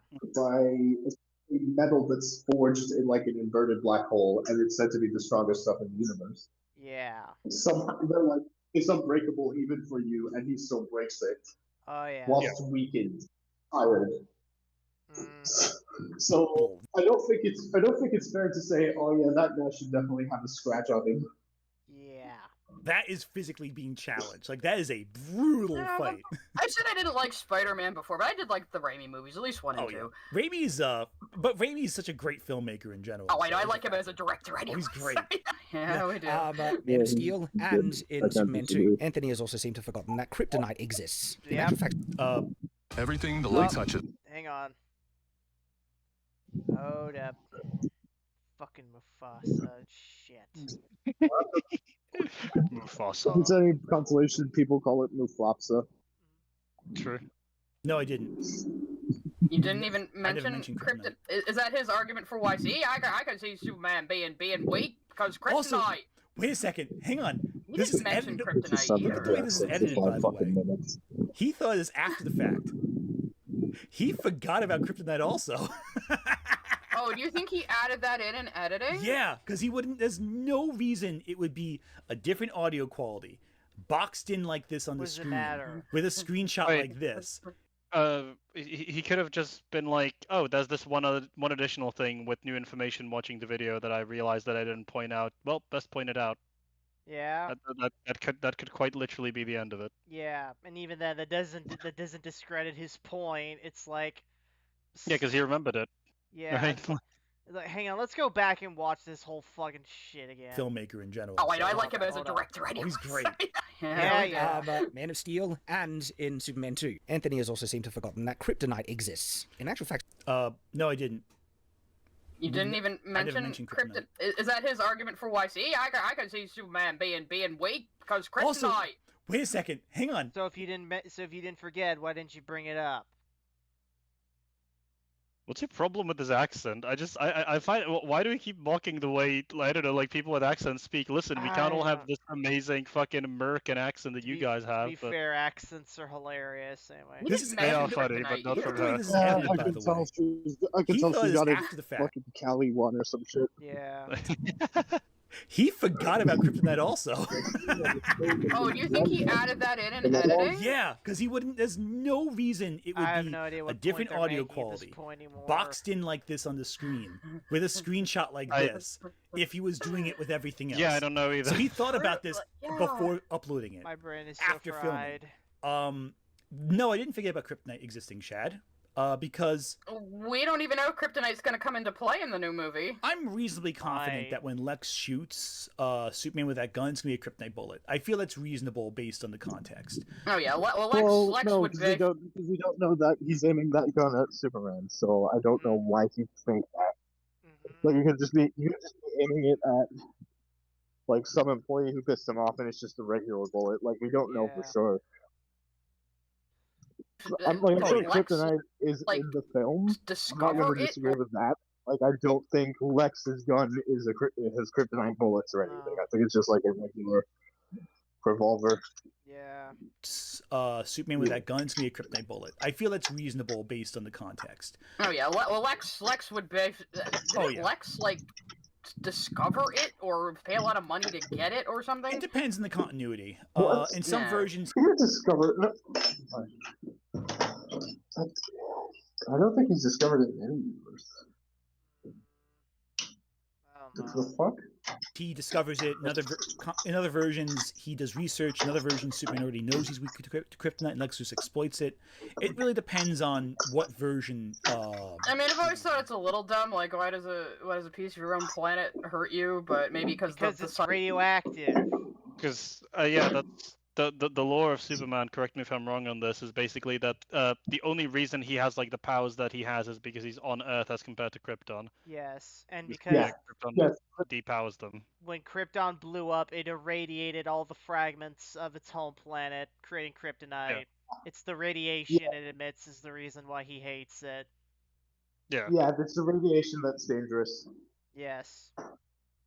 And as for Earth, yeah, that's usually it's just like usually it's just the sun, but in some versions it is like the sun along with gravity. Well, it's because the Earth is closer to the sun, right? That's the idea. Like our yellow sun is closer. Yeah. Also, Earth's yellow sun just powers him. Like yeah. Technically, you get powered from like a blue sun, which is blue what sun Bizarro is has. like a yellow sun, but like times 2. Yeah, if I remember, it's like blue makes him Superman. Yellow is normal Superman, and then red powers Super him, right? Superman. Yes. And red just makes him man. Yes. Yeah, just man. Sun affects it too. I don't know. Well, it's no stranger than the color yellow affecting Green Lanterns, or being tied up breaks Wonder Woman's power. Well, do you understand like the fucking context behind all those weaknesses at least, Ant? Because you're kind of like in isolation, it's like, oh, Superman is weak to green rocks. Oh, Green Lantern's weak to yellow shit. Oh, Wonder Woman's is weak against being like bound up. It's like, do you understand the context behind all those fucking weaknesses? That's also, I think, he's trying to cover because his co-host is making the silly point here, Whatever. right? So he's trying to she's bail a her out. dumb bitch. And we know why. Oh, we know why that is, but that's different. But no, Shad, I didn't forget about that at all. I was talking about physical fights. Shad, what about pink kryptonite? Yeah, I love pink kryptonite. It's a great effect. Oh, yeah, I bet you do, you fucking faggot. Anyway. There, it just makes you... Oh, no. Yeah. I don't give It's fine, I give him the F pass. Uh-huh, yeah. Anyway. Literally, it's canon. Pink kryptonite makes Superman gay. I love it. No, it doesn't. It's an aphrodisiac. Superman seems to get shown physically in almost every single Superman movie. Superman has... no. There's a difference between being gay and eating an aphrodisiac, you dumb bitch. Oh, not every Superman movie. It only plays into effect in the first movie, in Batman v Superman, and it's not. It doesn't always come up, you know. Because I mean, I'm sure a lot of like the Snyder types. Well, I guess Snyder did use kryptonite, but you know, some movie makers will be like, no, we gotta be big and serious. Kryptonite's dumb, just like he says, crypto's dumb. I mean, I also said kryptonite. I didn't say. Well, I guess it's not. Chad did not say kryptonite is dumb. No. She was saying that he's saying that crypto, like the dog, is dumb. I know, but she also said kryptonite. I know, but she also said. Oh, that like he people thinking that. Oh, okay. Dumb. It's just a very 50s sci-fi concept. You know, it's a radiation. Oh, so you know it's radiation then? Okay, well, why were you asking earlier? Make scorpions huge monsters, kind of logic. Oh, never mind. She went on a different line of thought. And also, the thing about kryptonite is it kind of negates the physical conflict. It kind of puts it into a different perspective. It has physical damage on Superman, yes. Are we sure she's not like got some radiation in her brain? Anyway.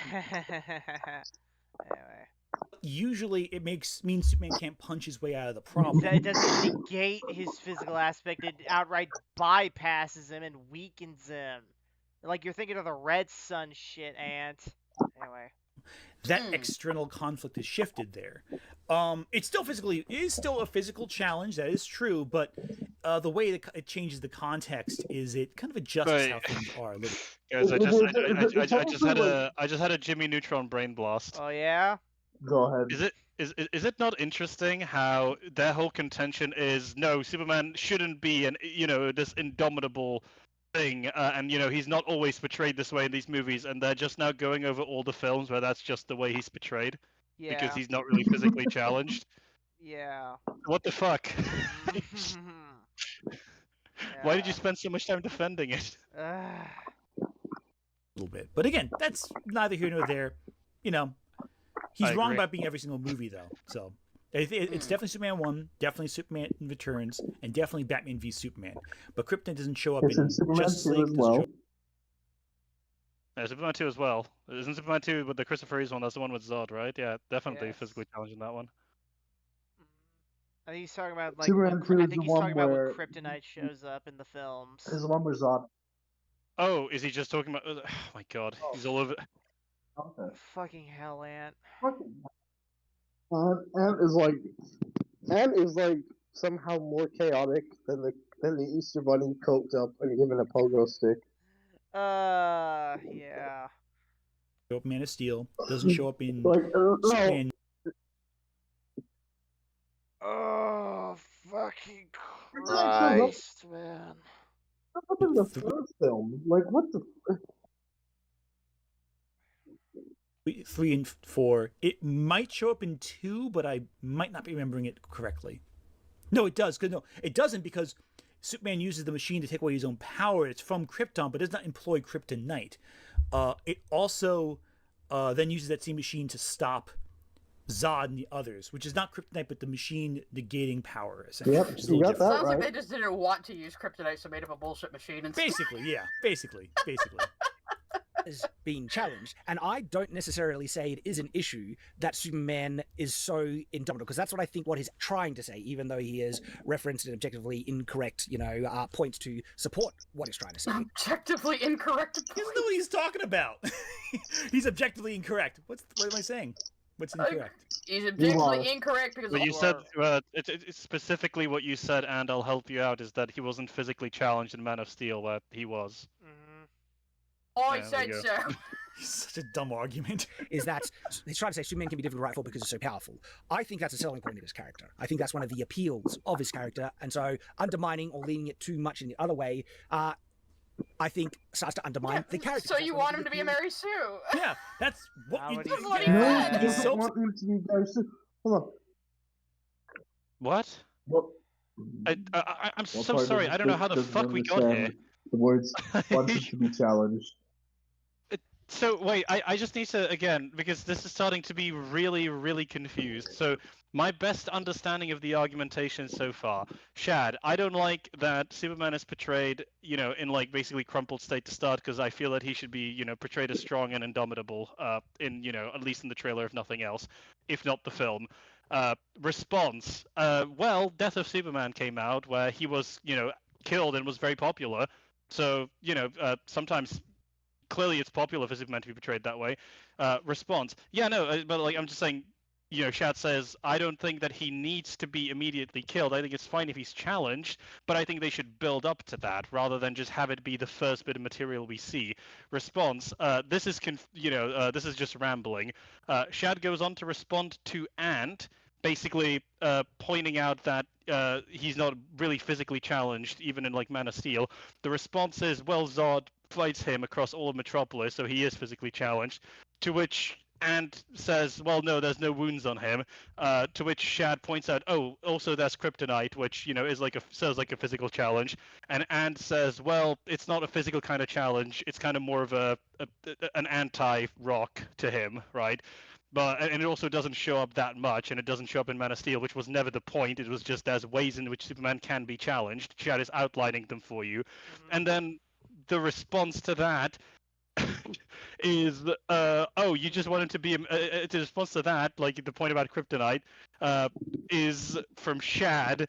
Yeah, and, I think I want him to be strong, and I just would like him to be, appear to be strong and indomitable. So if they say, so you want to marry Sue? How the fuck did we get here? What is happening? Went from A to B to K to P to D to Z to X, then back to Z, then to C. Again, can you go back like 20 seconds? I just want to make sure where does this Mary Sue shit come from? Like, what's the previous thing that Chad said? Here we Correct, go. because I said so. Such a dumb argument. Is that he's trying to say Superman can be difficult to write for because he's so powerful. I think that's a selling point of his character. I think that's one of the appeals of his character, and so undermining or leaning it too much in the other way, I think starts to undermine the character. So you want him to be a Mary Sue? Yeah, that's okay. So very specifically, what Shad says is he thinks that one of the appeals of Superman is just how powerful he is. This is just true, like objectively. This is factually correct. That's one of the appealing. Yes, the appealing things about Superman is the level of power. Yeah, the fact that it's the force of all good who's so powerful. That's and one then follow up to that. And then the second component of that, where he goes, is like if you present him and market him as being, weak and ineffectual, then that serves to undermine that strength that is core to his character. Because again, I'll remind you, Ant and Miss whatever your name is, sorry, Miss bitch. As you have both assented to, one of the compelling things about Superman is how powerful he is and how he chooses not to use that power for evil or for, to like basically overuse it, like he holds back. So you agree with him. about this. And necessarily, because Shad's point is completely coherent, if someone is supposed to be strong, then of course, if he's shown too often to be too weak, then that's going to undermine their strength. It's called right? badass decay. Yeah, like if like a character is said to be strong but loses every fight, then they're not strong, are they? Right? No. So yeah, and then your response to that is, so you want a Mary Sue? No. He just said he wants a balance. He wants Superman to be presented essentially as very strong, very powerful. But of course, that was the entire point of him bringing up Kryptonite and bringing up his fight with Zod. He thinks it's fine for Superman to be challenged, just not. He wants it to be introduced as strong. Like just not to this level immediately of like he's in fucking Yamcha posing in the snow. Yeah. Anyway. Like, yeah. He's so upset with me saying he wants to marry Sue, but then says, "I'd want a character who's extremely powerful and can't be stopped." I'm like, that's a Mary Sue. Because like he insists the main trait and the main appeal of Superman is being indomitable, and I don't think that's true. No. Can you replay it one more time? I just want to make sure that that's actually what he said, because I'm pretty sure she's misquoting him here. So let's go back like 30, 40 seconds. Appeals of his character, and so undermining or leaning it too much in the other way. Dumb argument. Is that he's trying to say Superman can be. He's objectively incorrect. What am I saying? What's incorrect? He's objectively incorrect because I said so. Such a dumb argument. Is that he's trying to say Superman can be difficult to write for because he's so powerful. I think that's a selling point of his character. I think that's one of the appeals of his character, and so undermining. He said not. He didn't say it's the appeal. He said it's one of the appeals, to imply one of a plurality of appeals. But this is one of them, and Shad feels that they're not getting this specific one right. Mm-hmm. So you're just misquoting him. Yeah. You need to listen better. Yeah. It too much in the other way.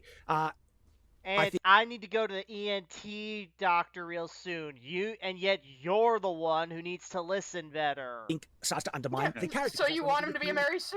Yeah, that's what you. That's what he said. He's so upset with me saying he wants to marry Sue, but then says, "I'd want a character who's extremely powerful and can't be stopped." I'm like, that's a Mary Sue. Because like he insists the main trait and the main appeal of Superman is being indomitable, and I don't think that's true. No, him being very hard to hurt. That's an element of his power set, but it's not the core appeal.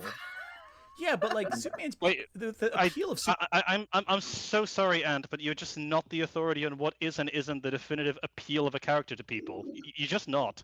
Yeah. Like, even if Shad said that was the, even if Shad didn't even go that hard. He just said that's one of the appeals, which I feel that's just so non-contentious. That's just so agreeable. I feel you have to agree that at least one of the appeals of Superman is just how powerful he is. But even if Shad went harder, I will agree with that.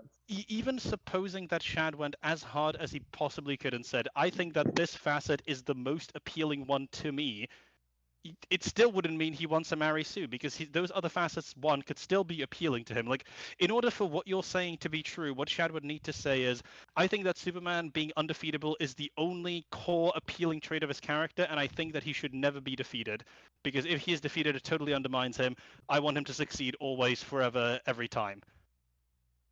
Then what you're saying might be correct. That would be but that's not what he's saying. So please, you got to catch up. You're behind here. Come on, Ant. It's like you're the hare, yet we're the tortoises. Superman isn't he's unstoppable. The appeal of Superman is that for people who complain about like media literacy, these are some of the most illiterate fucks I've ever heard. Yes. He's a force of kindness and love, and that his love is unstoppable. I say this later in the video, but he's a character who comes up with simple solutions to complex problems. That's like a Death Battle actually said that, so I'm going to cite them too. But, oh my God, Death Battle, the supreme authority in comic book characters, Death Battle. Death Battle may be the authority on which characters could win a fight, but they are not the authority on what makes characters the characters. No. And added to that, you're just. This is all still. I don't know. I feel like they're just going to be going down this rabbit hole now. He comes up with like simple. Yeah. I was like, he's right so far as that he comes up with simple solutions to complex problems, but like it's a bit more to it than just that. Yeah. Well, it's I feel like I feel like it's like, well, no, this is the thing. It's like, okay, Ant, I'm inclined to agree. That is one of the appeals of his character. How does he come about those simple solutions, pray tell? Would it be perhaps because of his vast level of power? Therefore, thus we do agree that his level of power is one of his core appeals. His levels of power, one of his other powers aside from strength, one of the gadgets he has lying around the fortress. Yeah, like I think this is just the thing like that's hovering over this as like a sort of Damocles is like Ant just doesn't want to acknowledge the fact that power is the vehicle that allows Superman to be all of these things. Superman couldn't be like a symbol of hope and a fighter, you know, in the same capacity at least that he is, if he didn't have his power set. Power is a facilitator. So yeah, one of the core elements of his character, in order for him to be able to make justice prevail and stand for the things he stands for, he needs to be powerful. In order for people to buy, like, on some level, his particular brand of I'm a simple solution to a complex problem, he needs to actually have the literal ability to do so. If Superman fought any of his villains, literally any of them, even ones who are like normal dudes like Lex Luthor, Toyman, whoever, he's fucked. He's fucked without his powers. Yeah. That was the whole point in one of the 52 arcs, that like he was losing his powers gradually, and that was actually fucking with him. Like he's not completely incompetent, to be fair. Like he's not training from Batman and stuff like that. But like he would be in deep shit if he didn't have them. Yeah, I know Superman does know a few like Kryptonian martial arts, but yeah, he needs his powers anyway. Because he's been instilled with small town American values. Batman, like self-defense and stuff like that. that. Hold up. She's saying something. Small town American values. Exactly. 100%. Whether you agree with that or not, that's the character, you know? It's corny, but corny can be good sometimes. 100% agree with that, yeah. That's what he is. That's what separates him from Wonder Woman and Batman. Superman can be challenged in other ways outside of being physically, but again, he can be challenged physically, as well as has been done in the media, where he's saying that this has been one of the big issues. Just challenged. He isn't really saying much at all just now, conceptually. What do you... he's acknowledging the fact that he's okay with Superman being challenged physically, so that's just... I'm sorry, I know you want to talk past this really quickly, because that's like the fucking silver bullet to the heart of your Mary Sue argument, but you need to acknowledge the fact that he literally just said that he wants him to be challenged. Yes. The problem is that Superman should be pushed. He should be... I don't like the idea that Death Battle has presented of Superman, that he's like infinitely powerful. Well, Death Battle they had him fight Goku for the third time, gave him limits, and he'd still beat Goku, so there's that. It's like... Yeah, I don't understand why we're referencing Death Battle at all in this to start, but the second, again, you know, the fact that, like, he's invincible, of course, is not strictly true. Superman is a character in a medium of comics, which means that the writer is going to do with him as he's going to be as powerful as they need him to be, right, for the purpose of the story to work. Yes, dramatic purposes. Even characters like the Spectre, or characters who are considered invincible. Can you remember the time that Batman dropkicked Spectre? That's like my favorite panel in anything. Wait, what? Yo, I've never seen that panel. Wait. Oh, you've not seen that shit? No, you guys gotta drop that in the VC. Drop that in VC text. I gotta see that shit. There's a time where like Green Lantern like ripped Spectre's jaw off as well. The hell? One second. Yeah, Blackest Night though, so Spectre. Oh, there you go. It's in VC. Where is it? It's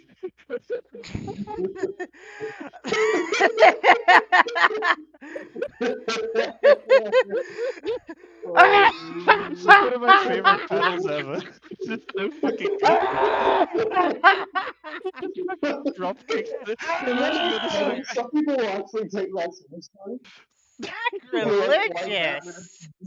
Yeah, that is crazy. The balls of this man. But like, returning to God, no less. Returning to the point here briefly, though, like, listen, and you gotta. I'm hoping what I hear from you in the next 20 seconds. I hope what I hear from you in the next 20 seconds is some measure of acknowledgement that he does not want to marry Sue because he's very clearly stated that's not what he wants. Yes. Yeah, I'm a bit on that same page in terms of the infinitely powerful stuff, but I do like the fact that Superman is hugely indomitable, right? But he doesn't want to marry Sue, though.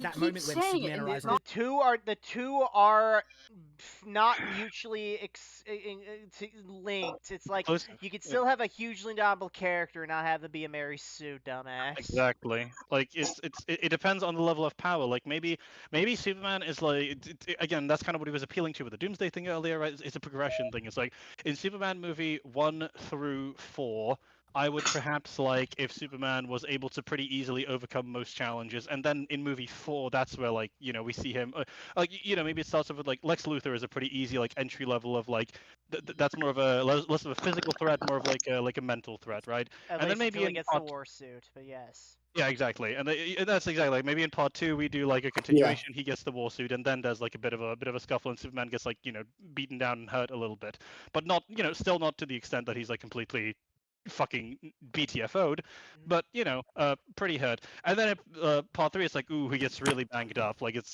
this time that it was like a closer fight than you'd expect. Yeah. And then 4, it's like basically perfectly toe to toe. Maybe that's when we do the death thing, right? Serial escalation. Yeah, exactly. Like he's asking for a progression, but he doesn't want Superman in.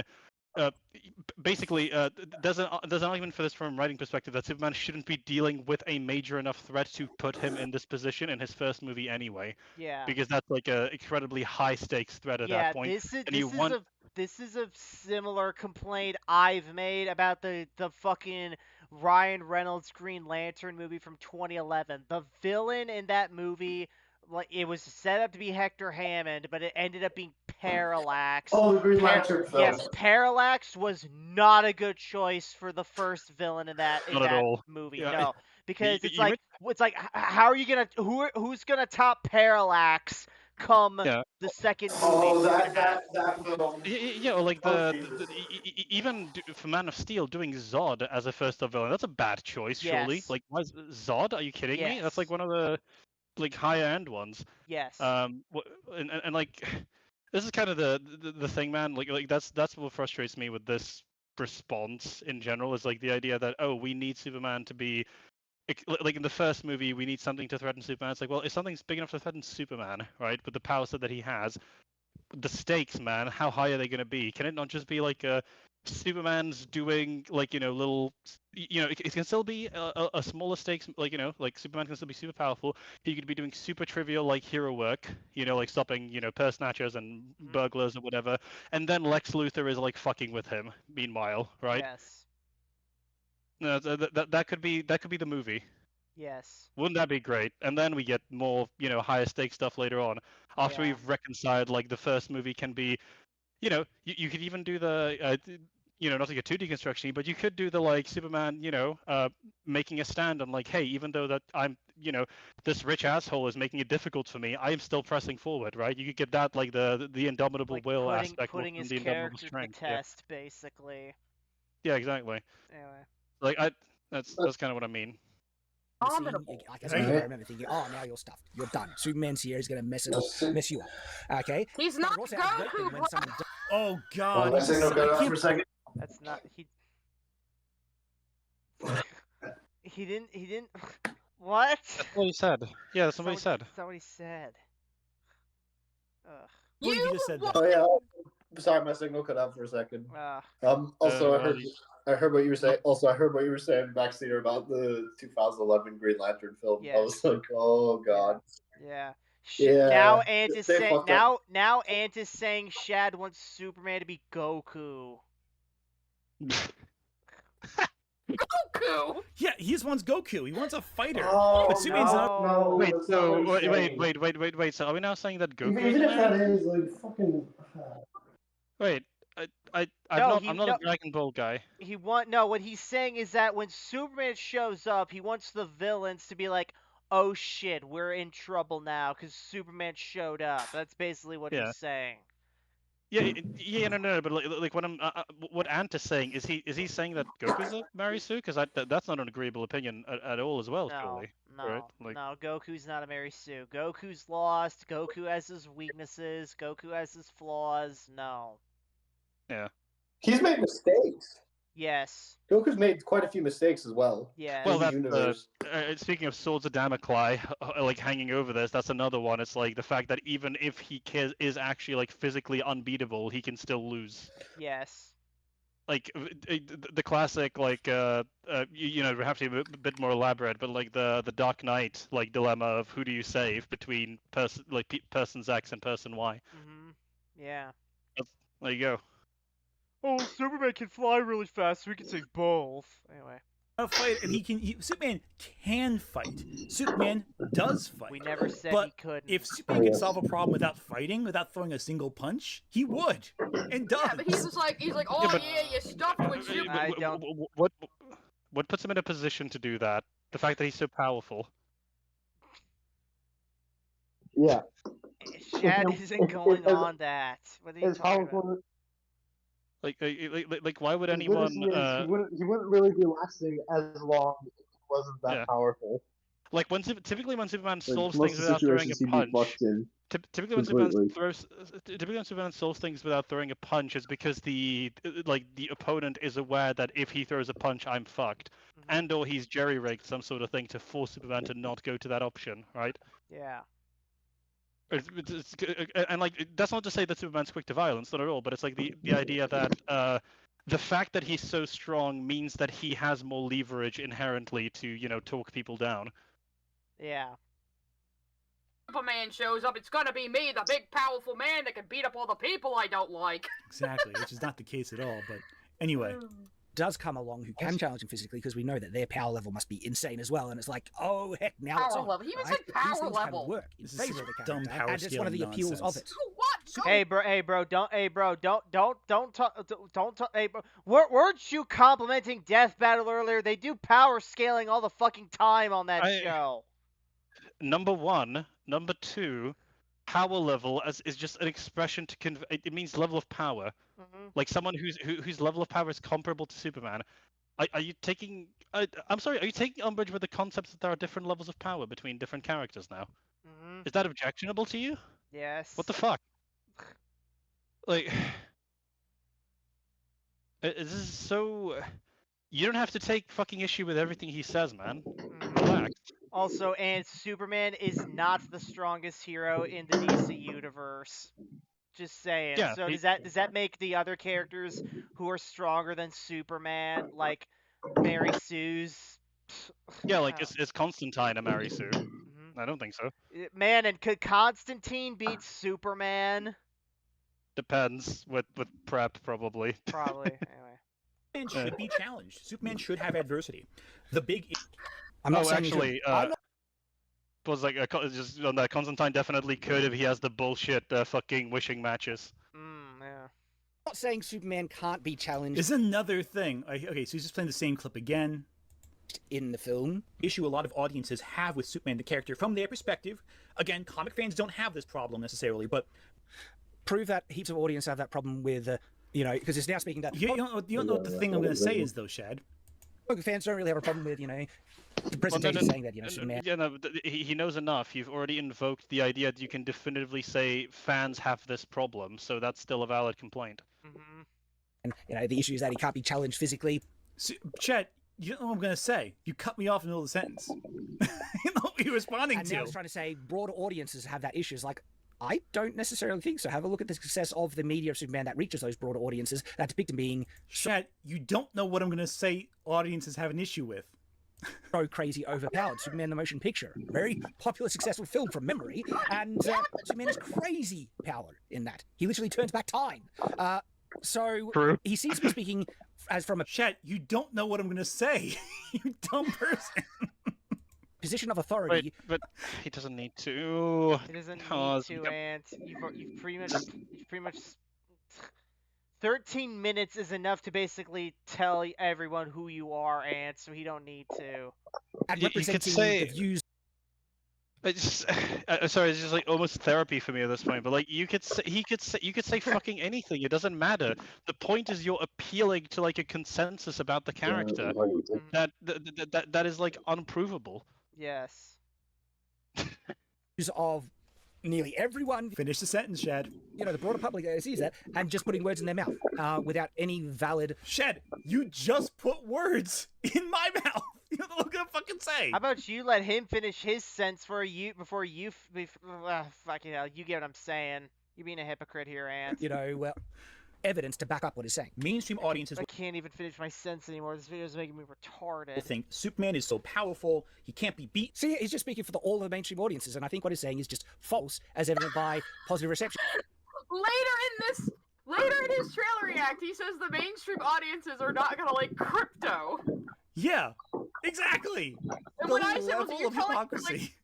Crypto is a very niche character, okay? Did he say he thinks that, or did he say, as you did, that mainstream audiences definitively think that? There's a difference between speculating about the outcome of something and there's a difference in invoking vox populi as an authority. Chad, you're telling me mainstream audiences and children are not gonna like an adorable fucking pupper? Are you stupid? It's so dumb. Okay, let's keep going. Mainstream audiences that have watched Superman media where he's overpowered. It's almost boring how you can just solve every problem by fighting through it, but this gives us... Like, I know there is that criticism there, but it's presenting it as the primary main issue broader audiences have. Prove it. Like, it's just kind of speaking on behalf of them without any evidence. A sense, okay, this is Superman. Prove mainstream audiences won't like crypto, you Exactly. Exactly. He doesn't Most mainstream audiences don't even know who the fuck crypto is until this movie trailer drops. He gets number one again, but like, there's a difference between saying I think audiences will think X and saying audiences think Y, therefore X. Like, there's a difference between those. These are not the same situation. Also, even to this day, Crypto's a divisive character. It's like you gotta find the next little in there. It's so dumb.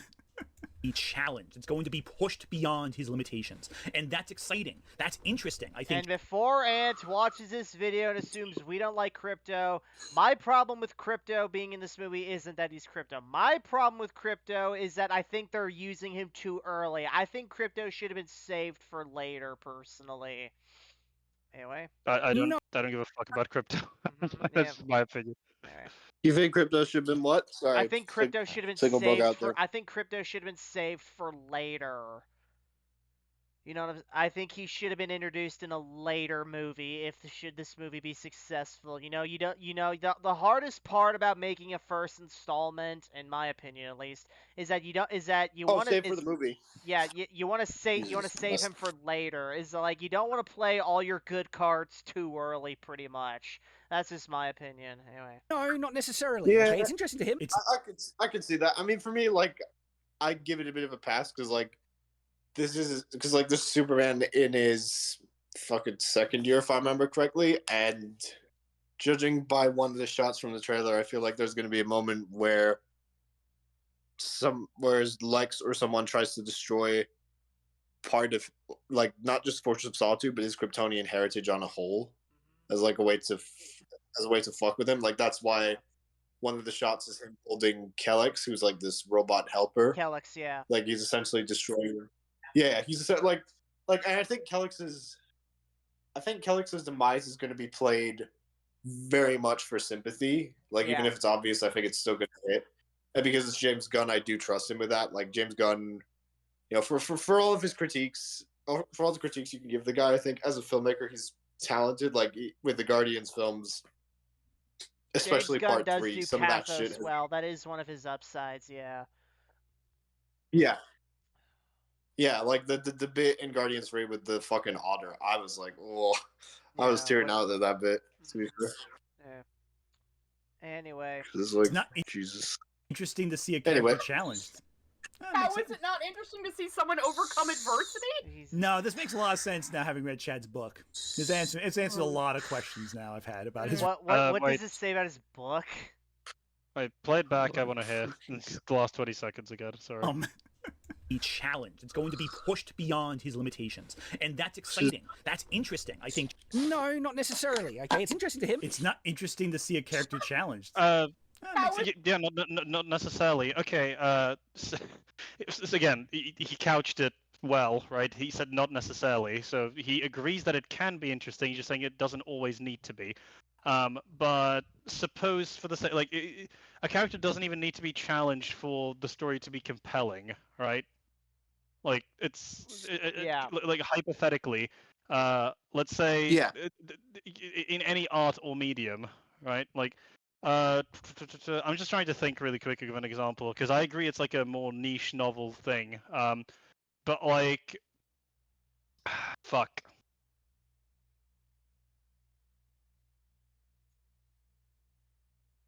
Okay, I'll just go in terms of like a hypothetical story for Superman because I'm more in the the frame of mind for it at the moment. But like in a Superman movie where he isn't challenged, again, it could just be like him going around helping people, and the thematic concept could be on just like showing off the merit or value of goodness, right? Like, that's like an idea. What was your idea? Well, it's like he could just be going around, and Superman himself may not be challenged, but there could be other characters in it that could be challenged, right? Yeah, So I think that's the effective way. Like like you could have it be that like kind of like kind of compared to like Deadpool somewhere where like Wade himself is quite hard to challenge to like harm, but like he's gonna be fine. But like when it comes to Vanessa or like any of the side characters, you actually do care if they get hurt. Yeah, it's like a case of it's like challenge. It's like a difficult one here, but like if we're talking in terms of like any form of challenge, I think it would definitely be tougher. But there's definitely examples of characters who, in terms of like a fight, they're going to annihilate anyone. But if it comes to other aspects of their life, that could be like that could be the challenge, right? Yeah. But it's like a case of if Superman was purely portrayed as like this, okay, he's here, we're safe, like you could almost have a focus on again like Lois, like you could have a side focus on Lois Lane and like her struggles, and then Superman is like the when he's doing his Superman shtick, right? He's not particularly challenged, but there could be other elements of his life that are difficult. I don't know. Like I don't think it's necessary for a character to be challenged for a character to be compelling. It just them being who they are can be interesting. Is it not interesting to see someone overcome adversity? No, this makes a lot of sense now, having read Shad's book. What does this have to do with Shad's book? Like even even the 78 film to be fair, like the first Richard Donner one, like Lois is kind of a stake in that like we know Superman's good, for the most part is going to be fine. To answer your question, Backseat, like regarding the book specifically, so I think what he's kind of lampshading here is the idea that the main character in Shad's book, he's kind of what I was referring to. Again, I would say he's not done the best way, but basically he's almost never in a position where he'll like lose a fight, right, or that sort of thing. Like he's not challenged in that sense, but he is very often and very regularly throughout his book challenged on like the morality and like who he was versus who he is now, right? Like internally, right? So like he has this understanding that he was like a horrible person and he's trying to turn over a new leaf, and that's the challenge element. If I was to like I don't know if Ant's read First Law, but there's a character in First Law who's like similar. It's like a barbarian archetype called Logan Ninefingers. He again, if it comes to combat, he will annihilate anyone else. But the struggle for him is he doesn't, he's trying to escape the violence, but like keeps inevitably running back into it, right? So that's like an example as well of a character who, you could say there's no challenge. It's like a self-imposed challenge they're setting for themselves that they're failing to meet, and that's where the conflict comes from. But yeah, like conceivably, I don't think this is a fair criticism of Shad's book, that there's never any challenge. Like, there's never any challenge in any shape or form. Like, no, that's the violence is significant to the life if you've ever known anyone. Anyone? It's answered a lot of questions now I've had about his writing style. Perfectly fine and valid. All right, is it just objectively interesting? Better than the things that Superman has succeeded on for many years. So now. I have no idea. We're just rolling with the punches at this point. Far. Okay, there's no evidence to say that, and for me, it's a big miss. I mean, I could cite 100 examples of Superman being challenged over the last century, but you say I won't have any knowledge of it because I'm, you know, I can name 100 examples. Hold on. You wouldn't. The fuck? Yeah, I don't know. Jesus, I don't really get the point of this. He's just pointed out that you don't necessarily need to be challenged in order to be. Again, playback Shad. I want to hear what Shad said specifically before judging the response because he's fucking up a lot here. I mean, I could cite just objectively interesting and better than the things that Superman has succeeded on for many years so far. Okay, there's no evidence to say that, and for me, it's a big miss. I mean, I could cite 100 examples. Sorry, go back a bit further. Sorry about that. It's just I'm trying to make sure I get this right. It's now having read Shad's book. It's answered a lot of questions now I've had about his writing style.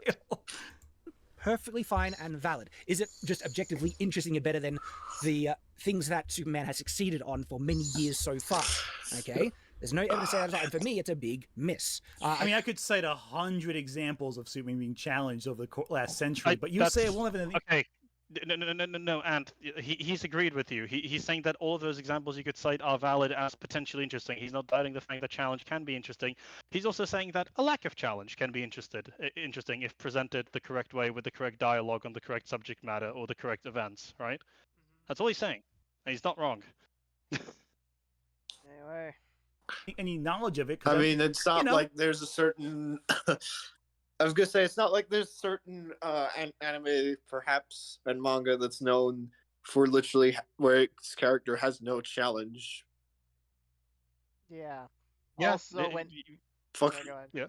One Punch Man. Yeah. When Ant looks like face head on at the camera, he really looks like the fucking. Like Lenny from the Polar Express, he really fucking does.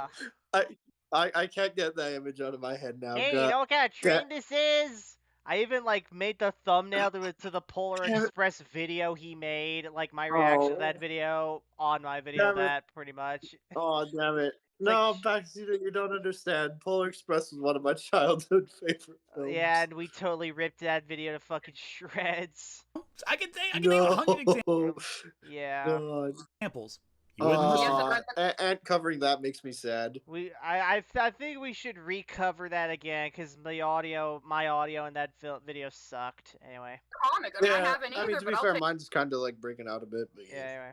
Your word. I mean, again, I'm nominally familiar with a lot of the broad strokes of superhero history because I'm a comic artist. So exactly. Nerd osmosis. You know? Oh yeah, and the problem is he's speaking from authority when it's convenient, and saying you can't speak from authority when convenient for him.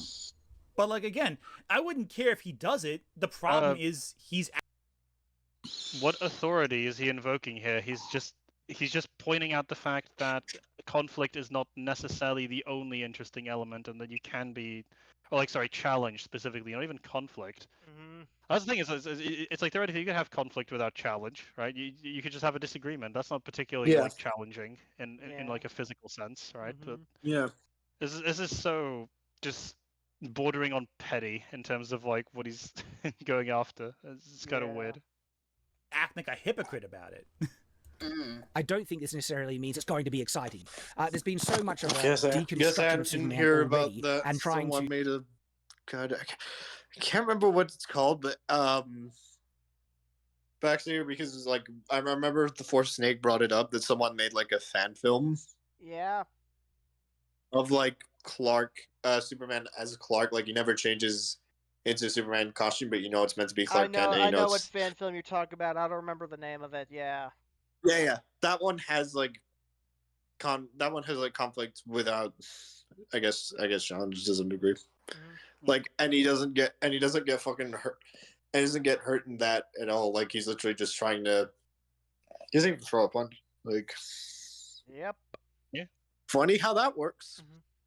Do different things let's make him more edgy, depressed, and other things like that. That's one of the things criticism people have. But that's not deconstruction. That's just making a darker version of the character. But Yeah, but he keeps trying to say this is going to be a deconstruction just because Superman has to overcome challenge. That's not deconstructing him. That's what a superhero is. I don't think Shad knows what deconstruction means.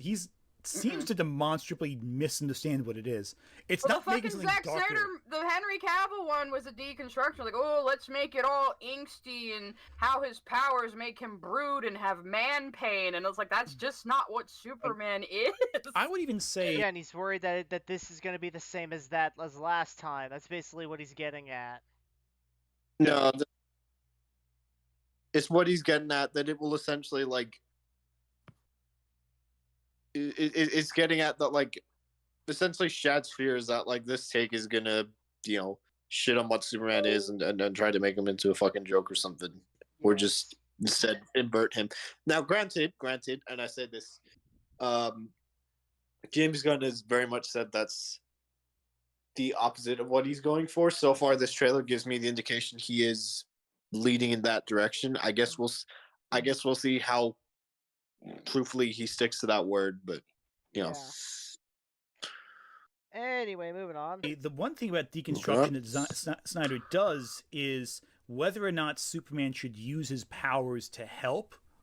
That's deconstruction. That's the most deconstruction angle of it. I mean, but that's been done before. Exactly. It has been done before. But Snyder, the only thing Snyder did was make it more navel gazing. Yeah, that's the thing. Snyder's made it more navel gazy, but tons of people have done that exact same thing. Hell, it was done back in Superman the movie. The difference is that because Snyder spent so much time talking about it, it became the deconstructionist focus of the film. Let's show you how, Superman can be defeated. To an audience, because it goes, hey, your hero will struggle. And that's really cool to me, I think. It's perfectly, if that's cool to him, all right. And I'd never said Superman can't struggle in the film. And it's really... You've literally spent the last 10 minutes explaining why Superman shouldn't struggle. No, he did. He's like saying, no, well, if it's built up to in the movie, that's fine. But as the opening shot of the trailer, that's bad. He's treating the trailer like it's a short film or something. It's so weird. This is clearly going to be a shot from... Let me help you out, miss. He's treating the trailer as something that is going to be presented to get you excited for a Superman movie. He is saying that the fact that the first shot of the trailer is showing Superman like beaten and bruised, to him evokes fears of the idea that they might go the route that like Madam just described, where they'll he'll constantly be losing, and it'll be like it's an origin story, so he'll just be taking L's all the time, and he thinks that's a deconstruction because it's playing on the idea that conventionally Superman is portrayed and understood to be very difficult to defeat, so we're going to make him lose constantly as like a training arc, right, which is not really ever a part of Superman. Interestingly enough, it's like he's treating it like a short film. That's in a sense what it is. It's snippets of the film, right, that are supposed to be presented to you by form of like advertisement, and it's not it's not doing a good job in his estimation. That's all he's saying. Like, so yeah, he doesn't feel it's selling him on it. Yeah, no, that's all. It doesn't have to go deeper than that. Like starting the last act of the film. Superman represents the indomitable hero, okay? The paragon, the great ideal and exemplar that we would want to aspire to. All right, that's the image. Superman in victory as that aspirational image. This is not the aspirational, idyllic, heroic Superman. And I'm not saying you can't have moments in the film, but that would be in the film itself, where it's justified, where we don't know what's led up to this, what's caused this to happen. The opening image that DC wants us to think of with this new Superman is him being broken and defeated. And I don't like it. So what I think with this image that it does that Shad's missing, which as a storyteller you should really... No. So what I think with this image that it does that Shad's missing, which as a storyteller you should really know. That's again, I'm putting himself in a position of authority. As a storyteller, he should know this because I'm more informed in it. It's just like slightly disingenuous kind of tactics. He's saying you as a storyteller should know this, not him. I'm saying you should know this, Shad, because you write stories. You should know this, Shad, because you've written a book. He knows. Yeah, well, the opening shot is too... Again, play Shad again. Sorry, it's just because he put it on fucking 2x speed, so it's hard to understand. But Alright. Don't like it. So what I think with this image that it does that Shad's missing, which as a storyteller you should really No. So what I think with this image that it does that Shad's missing, which as a storyteller you should really know. That's again, I'm putting himself in a position of authority. You know, as a storyteller, he should know this because I'm more informed in it. It's just like slightly disingenuous kind of. Okay. No, yeah. So Shad is correct. What he is implying is that he is like you're doing a smear job on him. Essentially, you're saying, Shad, you're a storyteller, yet you don't know this. What a fucking loser. It's like that's the slimy aspect of this, which again is correct. Like it's you're trying to poison the well, right, before you go on. The much ado you made about it, you do it all the time. Yeah. Ironically, despite what they claim about Shad, they're the ones shitting in the well, I guess. Yeah. So. I guess, yeah. Not him.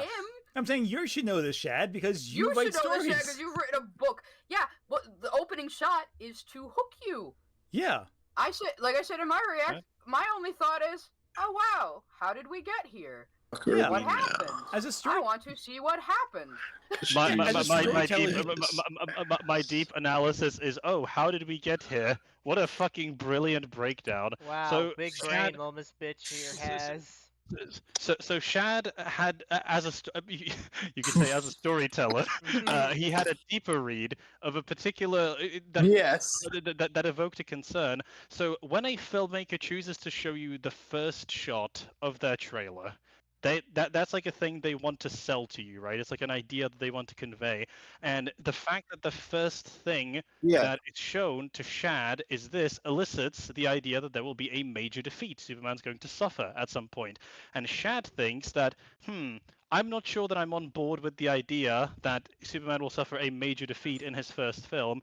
I think Superman's first film should be about, and typically should evoke, an idea of him being heroic, and he should not suffer very many setbacks, at least, for in the first movie in a physical sense. The first movie should be about building up how powerful he is. Because that's one of the interesting components of the character. And I feel that to go this route is a bit deconstructionist in the sense that Superman is understood to be very powerful. So we're trying to do like a subversion of, we're showing you Superman defeated. So we're going for a more subversive, like, I don't know if I would go quite as far as I'm going to say deconstructionist, but we're going for a subversive. It's definitely subversive for the first shot of a Superman trailer to be him defeated, right? Yes. So that's his concern. Your brilliant insight of this was, I wonder how that happened. Yes. The worst you can say about I will say. No, go ahead. I was gonna say again, like I know I said this before. Shad is again. Before I say it, I want to clarify. Shad is his opinion, and he's perfectly right to it. To me, my sense is more like I guess we need to wait to see how this happens. I guess like what happens because Yeah. Yeah, sure, that's agreeable. The worst you could say about Shad in this point is that he's misusing the term deconstruction or misapplying it. Like Jan said, it's definitely a freaking subversion. Yes. Yeah. Anyway. Yeah. He should know this detail. I don't know. I'm not talking about myself. It's a hook, Shad. You have to get people interested in the fucking trailer and hyped for the movie, and this is how they do that. And even then, I think I'm going even more basic. And his umbrage is with the type of hook, because there's a variety of different hooks they could go with. So conceivably, let's say that again, this is. Fucking, I had this shit with the so many people at this point. Like all the video essays do shit. It's like the point isn't that like the hook is what it is. That this can't be a hook. That of course it's a hook. Everyone knows it's a hook. The point is they had hook A, hook B, hook C. They could have gone with. Hook C was this, and let's say hooks A and B for the purposes of this was something that were varying levels of him being less beat up, more heroic. Like what? Yeah. Hypothetically, him saving the little girl. Yeah, exactly. What if the first frame was the little girl that the building's I was about to use that. I was like, the building's collapsing and Superman swoops in and saves her.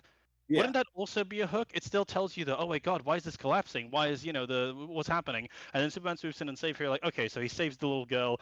That's like, that's what we're going for. Superman's saving people, right? Like, just because it's a hook doesn't mean there's nothing to extract from it. Yes. I'm talking about basic conflict. Narrative conflict. So again, he doesn't want there to be a conflict. He just wants his manly self-insert to beat up all the guys he doesn't like and rape teenage girls, and then that's it. There you go. Superman, his self-insert. Shad had nothing to do with Superman's creation. What the hell? Is he talking about like Superman is like an escapist character then? Because Superman definitely qualifies as an escapist character. But based on how Shaz described him, he doesn't be like, oh, I want to freaking.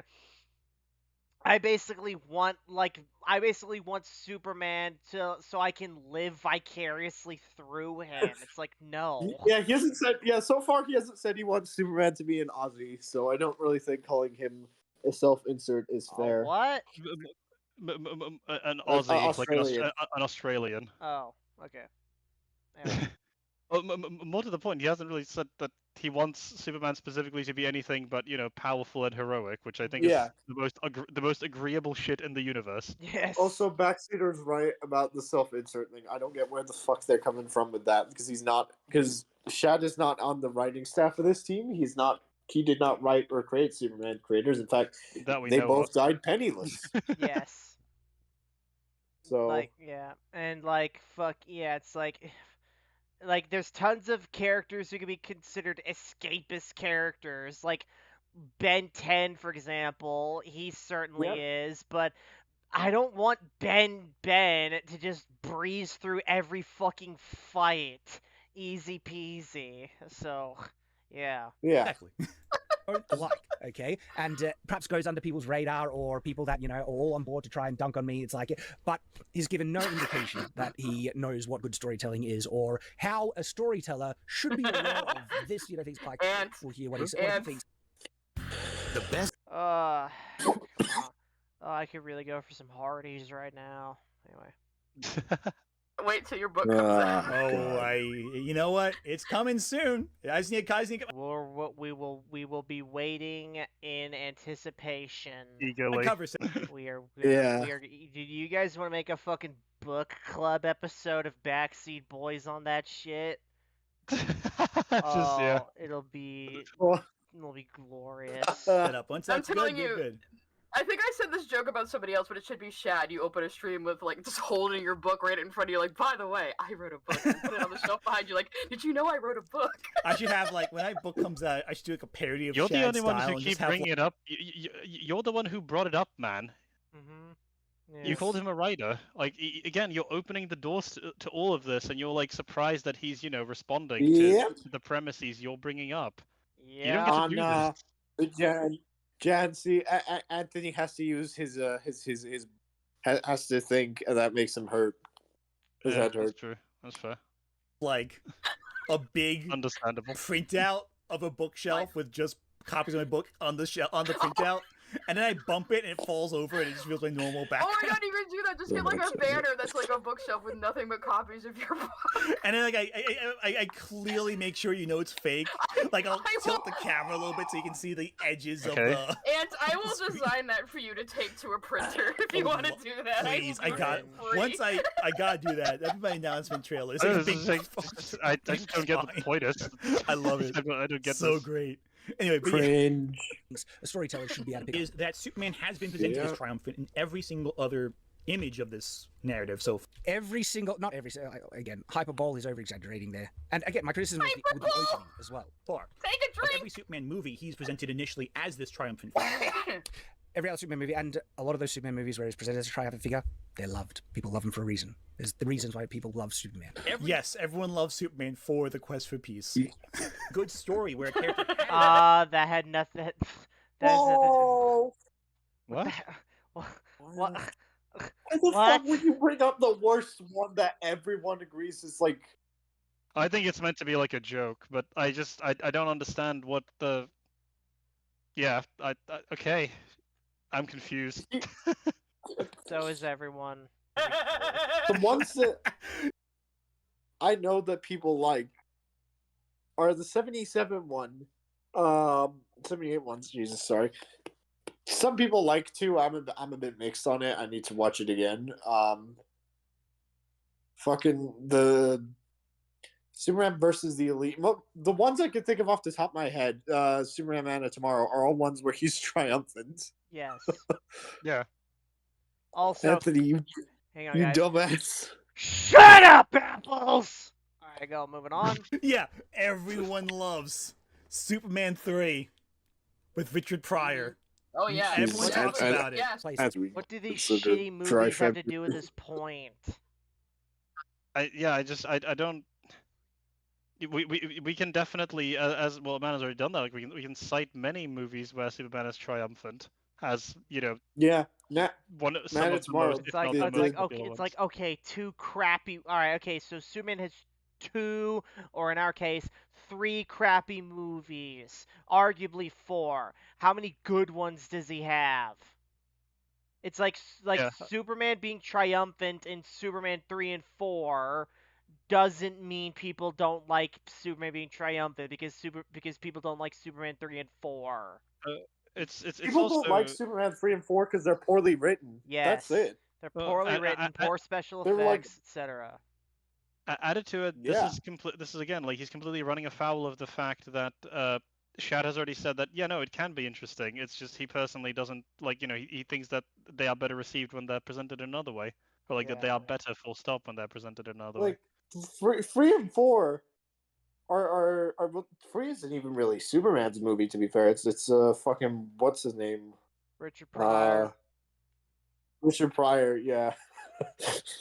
God, someone must have been on crack to make that. Yes. Apparently, like, I'm totally misremembering it, but I heard somewhere along lines like Metallo was gonna be in that movie. So yeah. I don't know about 3, but I know it was considered for one of the Reeves films. I know Key, Parasite, The Key? I don't think The Key was.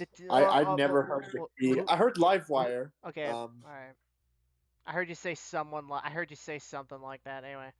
No, I think it was Livewire, Parasite, Metallo, and I think Doomsday and Brainiac were both considered. So yeah, we missed out on Brainiac's big ass Robo Spider.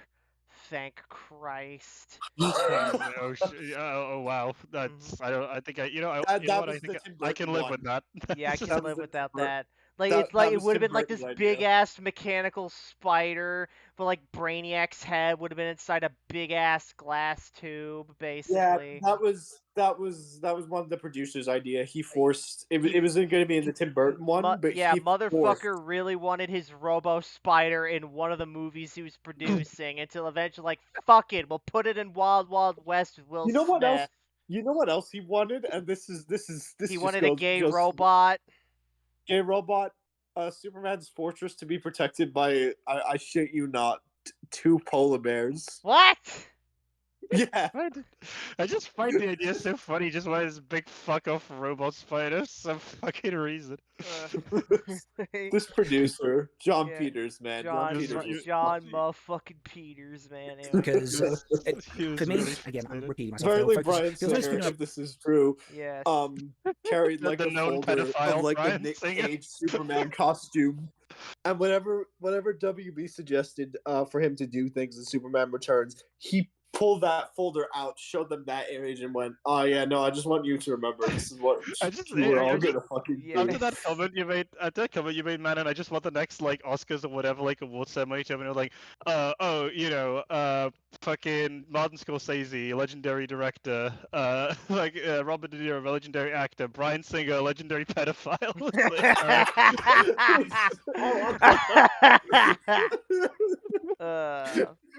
I want that now. Famous pedophile. Yeah. Singer. Yeah. Legendary pedophile. And the Academy Award for Best Pedophile of the Year goes to... Anyway, Brian. The nominations are Bryan Singer, Sean P. Diddy Combs, fucking Kevin Spacey, and the other guy I forgot. I don't know. They show Kevin Spacey and it's just him pointing a fucking like a gun at the camera guy saying, "Actually, no, not Kevin Spacey." Yeah. I love how I said Kevin Spacey and then I just remembered, oh fuck, he was Lex Luthor. God damn it. God damn it. Yeah. He was like, "Sir, are you a pedophile?" Wrong. Anyway, and then it's later found out he's like, "Oh shit, I actually kind of am." Anyway, with Richard Pryor. Oh yeah, everyone talks about it. Yes. Places where I felt it missed the mark because for me, again, I'm repeating myself. There it was Richard Pryor's film, and missing one of the things that we love. So, this is the 9th live action film to have Superman. So we got to have some variety here, we don't have to have it because this is like whatever the night film Superman is in. Because if people, just took his logic of what he's saying here and ran with it, so to speak, right? It can be used to justify completely bastardizing the source material to whatever. So, we need. I see a Gamer Geek in comments, and I feel bad for your editor, lol. I am the editor. I edit my own video. Fuck yourself in the future. That's being a small YouTuber. That's a great free. Can you both fuck yourselves, please? Yes, please. Kill yourself. I almost said each other. Then I'm I like, don't think they need to kill please. themselves. I just think they need better opinions. All right. I said fuck. No, I said fuck themselves. Fuck yourself. I'm like, wait, okay, no, whatever. don't do that. I had kill yourself as well. That was probably Backseat. Ant. As cathartic as it would be if you killed yourself, please don't kill yourself. We need you for the lols. We need you for the lols. We gotta milk you for the lol cow you are. Anyway, moving on. Add the IGN bitch too now. Yeah, plus Lil Miss. We can add Lil Miss bitch to the mix. Yes. Anyway. Oh God, it is. Look at his crazy eyes there. No, you shouldn't change anything. It should be exactly what I want. Oh yeah. Shad is the crazy one. Meanwhile, you put on a fucking plague doctor mask earlier. Yeah, sure, pal. Yes. Make of Superman 4. Anthony putting on that mask. I don't know why. It made me think of like the fat guys in like Plague Doctor suit who like the Gangster's Paradise Plague Doctor meme. If any of you have seen that. Yeah. The guy walking around with the I just thought of that. When he put that fucking mask on. God bless. I'm saying variety is useful in a movie franchise. Like, no, diversity is not. Bad. But anyway, he's saying not necessarily. Yes. Like if you and like I don't know how that's contentious to say. Like, listen, I'm probably one of the most lax people on adaptation you'll ever meet. But like, if you deviate completely from the source material, surely That's it's agreeable that you're gonna. Well, surely you're gonna agree that. Well, no, even if it wasn't, you can surely agree that's it's worth criticism. Yes. Move.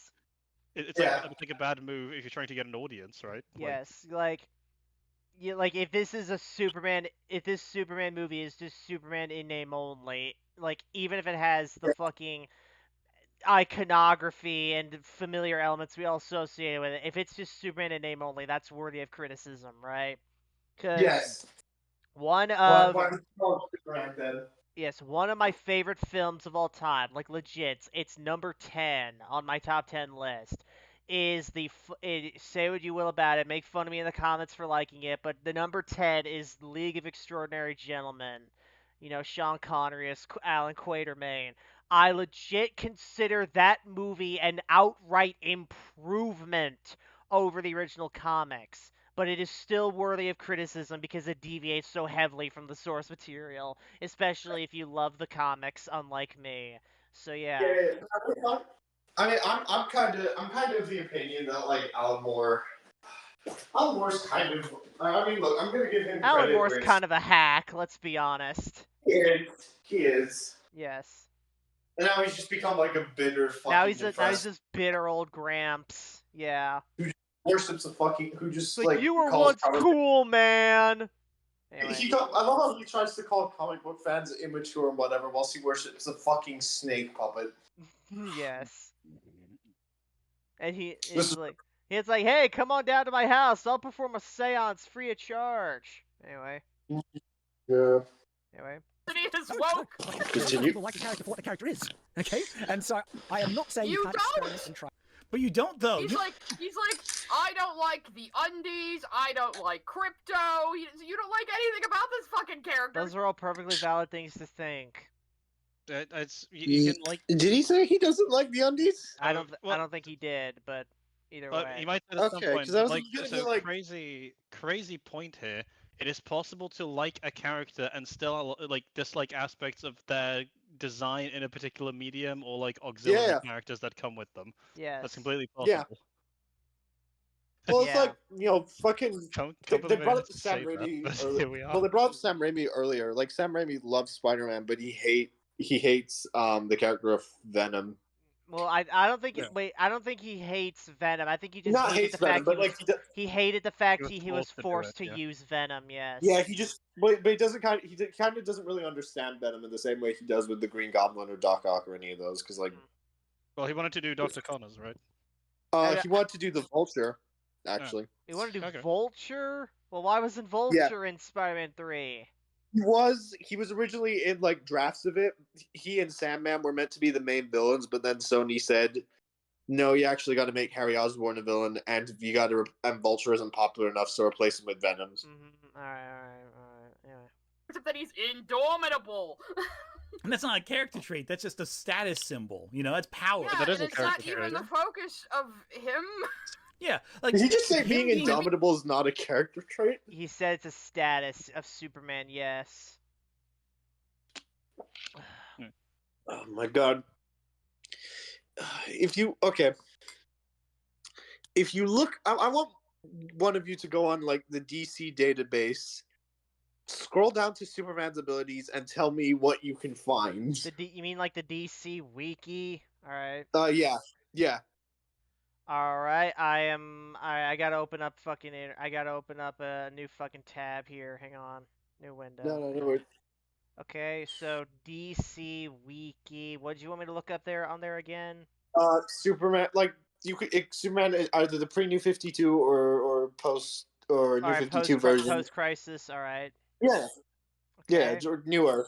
Okay. Now go down to his ability section, not his powers, abilities. Okay, all right. Abilities. Okay, all right. So all right, folks. You can't see it at home, but I've got it right here. So abilities: Kryptonian physiology. That gives him solar radiation absorption, and a part of that, he gets superhuman strength, shockwave projection, superhuman speed. And a part of superhuman speed, he gets molecular acceleration, intangibility, phasing, superhuman agility, superhuman reflexes. So back to his solar radiation, he also gets superhuman stamina, accelerated healing, flight, heat vision, invulnerability, longevity, self-sustenance, super breath, and he has superhuman senses. His superhuman senses include superhuman hearing, super smell, supervision, and he has different types of supervision. He has electromagnetic spectrum vision. Yeah, he can even see souls. Telescopic vision, microscopic vision, and I do know he can see souls, X-ray vision, and thermal vision. All right, and then go to what he can do, abilities, as in when I say abilities, I mean things that aren't powers but he can do. Just if you scroll down past that, it should be list of abilities he has. Oh, I looked up his freaking post-Crisis version. I'm looking up his post-New 52 version here now. Okay. Yeah.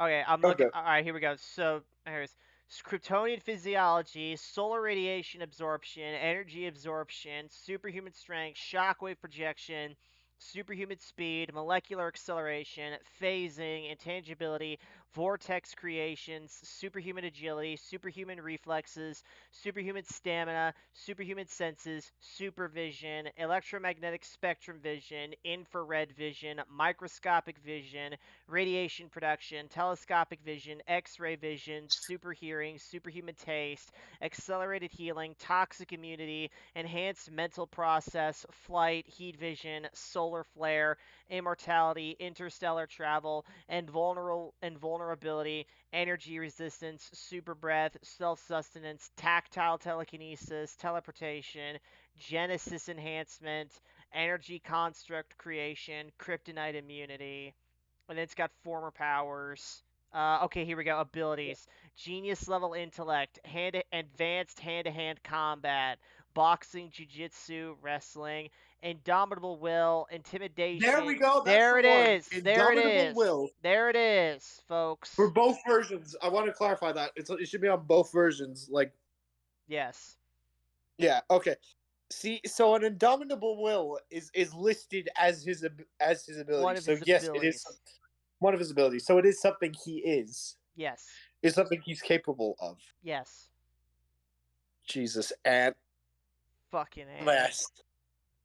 I I really regret the fact that the only liquid I have in front of me right now is water. Unstoppable. Exactly. Him being an unstoppable force is not a demonstration of characterization.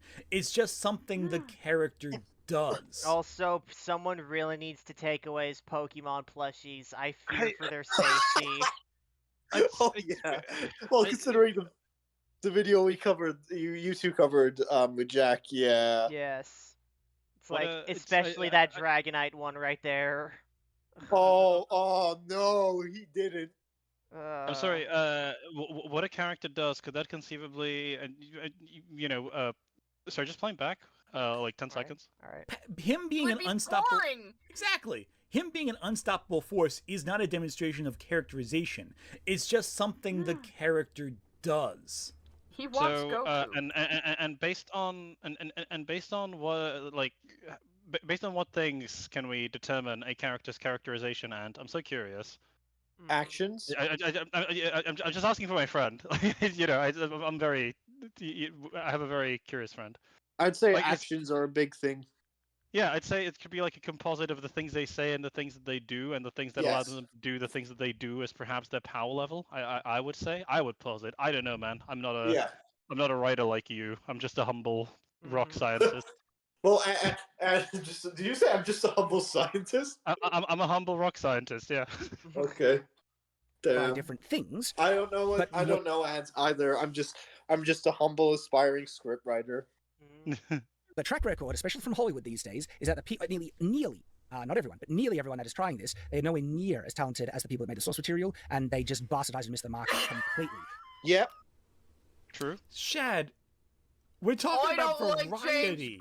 I don't like James Gunn, so he's less talented than a comic book author. Yeah, to say nothing of the fact that one of the heads of DC. He didn't say that about James Gunn. Yeah, he didn't specifically say James Gunn. He just said a lot of people do that. And in terms of James you want Gunn variety, might be one of those he didn't say that. Yeah, and in terms of you want variety, okay, that's fine, man. He wants something that's more closely like classic, right? That's also fine. Yes. It doesn't mean that either of you need to say that the other wants to marry Sue or whatever. Videos for a while was Jeff Johns. Jesus Christ. Who wrote these characters for years. I don't get what he didn't say that about it. He didn't say that about James Gunn. He just meant that in general. Yes. Like I don't know what Shad's stance is on James Gunn as a filmmaker. I know he was a bit nervous for his DC state, as he mentioned on Friday Night Tights, but I don't know other than that. I imagine it's positive because I mean James Gunn's made pretty good movies in general. Yeah, he's made Guardians. He's made The Suicide Squad, which is one of the best DC films I think ever made in the last few years. I think it's the best one, probably. I think it is. Between that or the Batman. Yeah, that's a good choice too. Peacemaker, which is like just fine. No. Yeah, I mean I like it, but yeah. Yeah, I think we. Also, I think Shad, you don't get to talk about James Gunn's talent after I've seen the movie. Let's get back to the cringe. I'm just like it's almost half. Also, Shad. Oh no, I was just gonna say it was almost half 11. She's talking. Sorry, just James Gunn's talent after I've seen the movie you made. I'm just like I find it very funny how all I say. Shad, you don't get to talk. Hold on. About James Gunn's talent after I've seen the movie you made. What movie? Wait, Shad made a movie? I think he was making. I don't know if he made the full movie, but it was the Shadow the Conqueror thing. He was making like a production of it. I don't know if he actually got to finish the movie or if it was just like he made like a part of it or something. It probably wasn't very good. But like, okay, so number one, James Gunn's made duds as well. Just so we're clear, he's made Guardians 3. For one. No, please don't mind me with that. He's made Guardians 3 as well. He's I made like Guardians 3. I think it's shit. But anyway, that's a discussion. But actually, no. I like one thing. Well, two things about Guardians 3. But in any case, he's made not great movies as well as good movies. Slither, I think was kind of fucked. And like Shad's individual, like Shad's one movie and his ability as a filmmaker as compared to that one movie, doesn't mean that he has nothing insightful to say about James Gunn like James Gunn's talent or James. Yeah, I'm right? Sorry. I hate. I'm saying this as someone who's done a master's degree in script writing, and I'm about to say this honestly. Anyone who says, "Oh, well, you can't judge it because you can't make one of yourself," that is That's bullshit. Horseshit. Yeah, no, you can still review something and look at it and go, "Hey, that's bad." Yeah. Even if you haven't made one. Yeah. Yeah. I mean, Grant. Also, they can't say. Admittedly, though, they can't say that to me because I've made a few scripts, just haven't had them published. I'm just like I find it very funny how all I said was some variety is neat, and he's acting like I said something egregious. Because he is assuming political motivations for that he's assigning to you that you didn't even say. Exactly. All I said was, hey, let's have some variety. All these other Superman films do this, and I know that because I've watched them all. He just heard diversity. Diversity, woke mom. Yeah, I'm in danger. No, and okay, now she's strawmanning him now. Yeah, yeah, never said that. Yeah, and what he said was, I think we've deviated. We're now at a point where we deviated significantly from a conventional understanding of Superman with the last 3 outings technically that he's had with the Zack Snyder 3 movies. Let's go back to something more classic and more lower stakes. And you're taking umbrage with that and saying that he wants to marry Sue. Yes. Yeah, which is not what he's saying. No. Yeah. I don't know. He's not really listening to what people how they interpret that. Me neither. He's just twisting the words around. It's not even a good rebuttal in that sense, is the problem. To the point where so many of us are saying, just be more accurate source material. You have this great blueprint, all right? We like it for what it is. We don't want variety that then makes it different to the things that we love. Wait a second. But you hate the undies. But you hate the undies. But he's never read the comics. How do you know what the source material says? In another video. Did he say he hates the undies? I don't remember him saying that. I have no fucking clue. I don't think if he said that. I'd be surprised if he did because even if he did, so what? Whether or yeah, not that's still subjective. I mean, it's still subjective, but my point was more the other films he mentioned that he quite likes. Most of them would have Superman with undies on the outside. So yes. But it's whether or not he's read it is immaterial. He's appealing to a classic interpretation of Superman as per those those other films he cited. And if we can agree, and I think they both agreed that those are valid classical interpretations, we would have to go. We could also go through the movies, but I'm pretty sure they would meet their criteria that they outlined for what's a core element of Superman.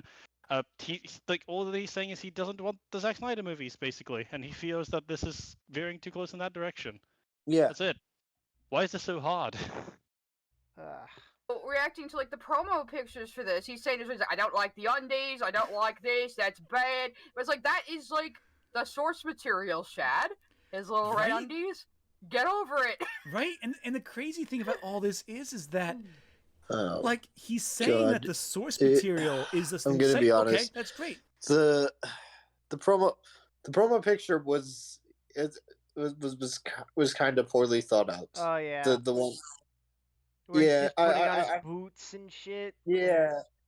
Yeah, I think they should. I think the first promo picture should have been the other one of him in the suit already. Mm-hmm. I think that should have been the first image you sell it with, not him putting on the boots. Yeah. James Gunn's using the source material. Yeah, Crypto is in the source material. Crypto's been around since 1955. What other agony is in store? I doubt you knew that fucking year off the top of your head. You Googled that shit, bitch. What did she Google? She Googled what year Crypto debuted, and she got 1955. It's you did not know that off the top of your head, since by your own admission, you don't care about Superman. So yeah, she probably did Google. I don't even know. I don't even know. Okay, if she did or she didn't, but it just doesn't matter. This is all completely besides the point of what Shad is trying to say. Yeah. And the thing is, Shad's talking about the source material, about the comics, but he's never read the comics. Mm-hmm. Even in the other video, after the other movies. Again, you're fucking yourself. His source material are the other movies. That is his source material. That's what he's referring to. He's saying he wants them to be more like those films because they thought they were good. Yes. Yeah. I reacted to. He pulled out. He pulled out what I thought was a comic at first, talking about the New 52. Of course, all things had to be the New 52.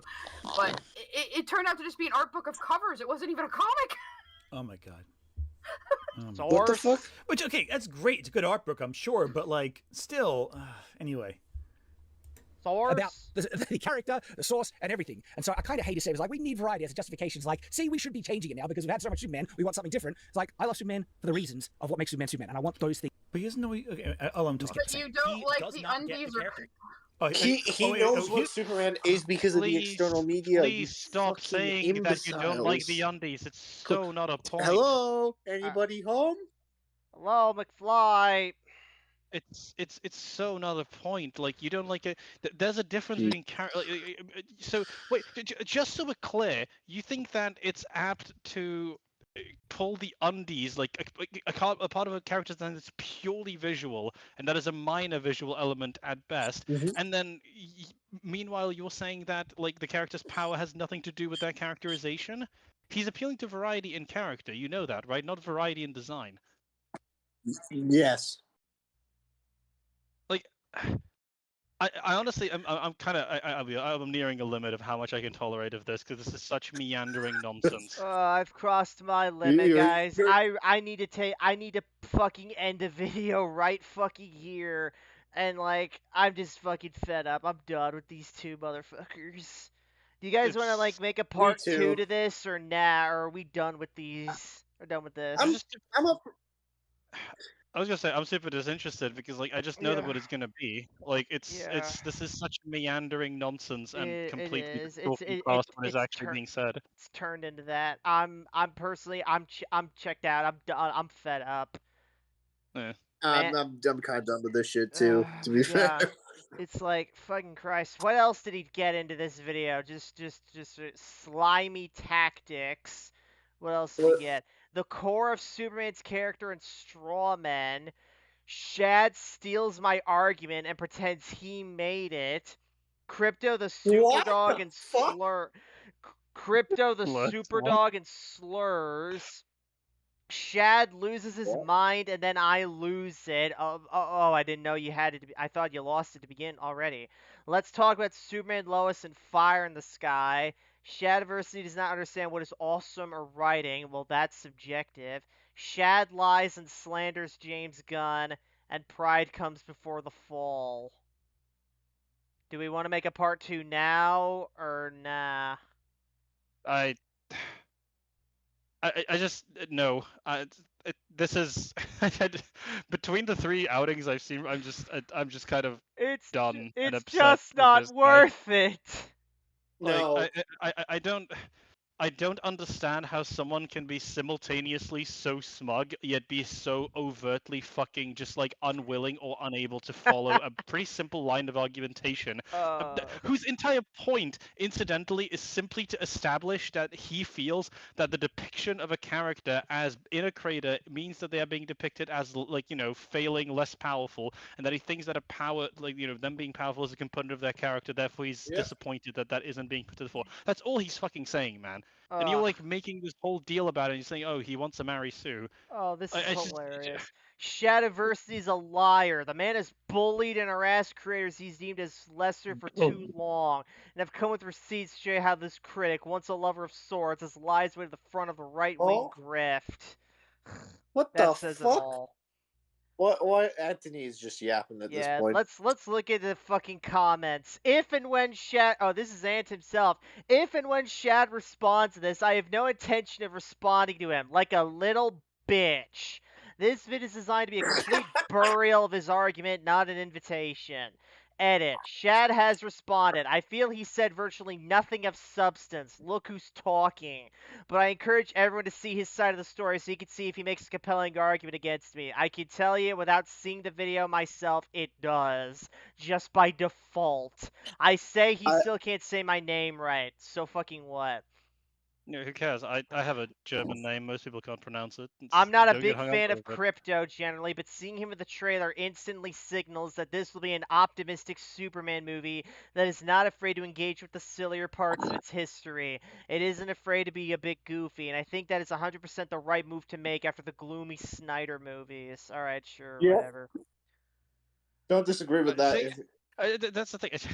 I don't even think that it's objectionable for Ant to say that he likes the trailer. I just don't understand why he needs to go to. I like the trailer. I ain't making a video on Shad going, "Hey, that's a shit he take." wants to marry Sue. That is literally the exact thing Socrates spends a lot of time ridiculing people for in a lot of Plato's works. People who, because they're experts in one field, assume expertise in other fields and then make truly ignorant claims with the confidence of an expert. Humans truly don't evolve. Nowadays, my favorite example is Jordan B. Peterson. Yep. Honestly, one of my biggest YouTube plot twists and reveals was finding out that Shad is actually Draw with Jazza's biological brother. Okay, why is that a twist? What? I don't see what the problem is. Who the fuck is Draw with Jazz? His brother. He's an art YouTuber. Oh, okay. Oh, wow! It took me a moment to realize Shad put the Daniel Green review into his own video, and it wasn't you showing it for context because he just offhandedly referenced it. Oh, good job. Do you want?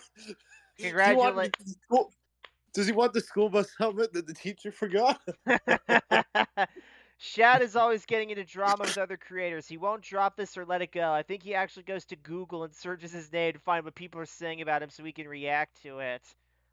Oh wow. He Googled it himself. So what? I did that when I was 10. I find it amusing how much Shad insists that nobody wants Crypto in the film. He doesn't. Mainly because I don't like Superman at all. But when Crypto showed up, Wait, one second. Sorry, that's an interesting remark to me on the grounds that I just went to the ladies that's accompanying Anthony in this videos channel, and one of her most recent videos is "Grow Man Rages About Crypto the Superdog." So I guess that there are people who are very upset about Crypto. Mainly because I don't like Superman at all, but when Crypto showed up, I instantly decided that I have to see this in the theater. Wow, you fucking consumer. Seeing Guy Gardner's dumb haircut was also a factor, lol. I used to watch Shad when he focused mostly on castles and weapons, but when he did a video on historical female armor, the way he doubled down on boob plate is practical actually, and treated female critics like idiots completely turned me off to him a while for the Princess Peach thing. Wow, you're a thin-skinned little bitch. When I heard about that, I just laughed. The writing was always on the wall. He's always been a self-absorbed, frail, egoed chauvinist. It's just gone from background noise to impossible to ignore. What? How the fuck is he a chauvinist? I don't know, dude. I'll read one more. I just realized Shad is criticizing the teaser for doing exactly what he did with the main character of his book. He started his fantasy novel series with his main character being being old and frail and wanting to exit server. You mean kill himself? Kill himself, yeah. Very negative first impression towards protagonist of your series there in his first ever appearance, Shad. Well, keep in mind, Jan, I take it that what Shad was doing with his character was different than Superman.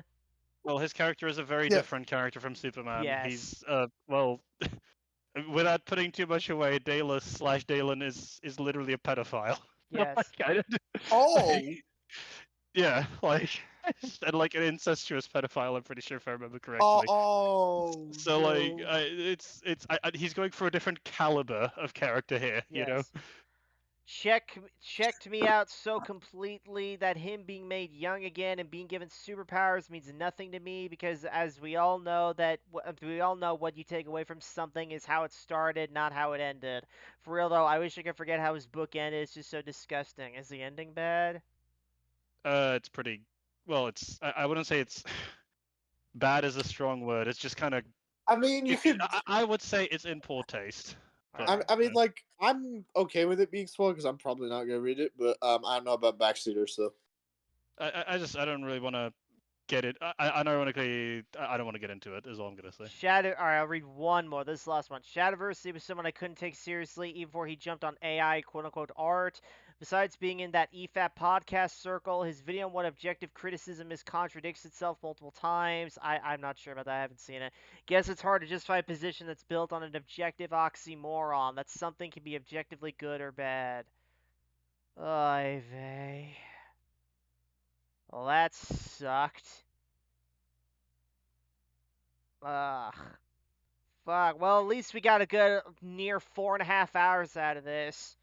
So if you guys watching home, if you guys enjoyed this video, please give it a thumbs up, comment below what you thought of the video, subscribe if you want more videos like this, and we'll see you guys next time in the backseat. Take care.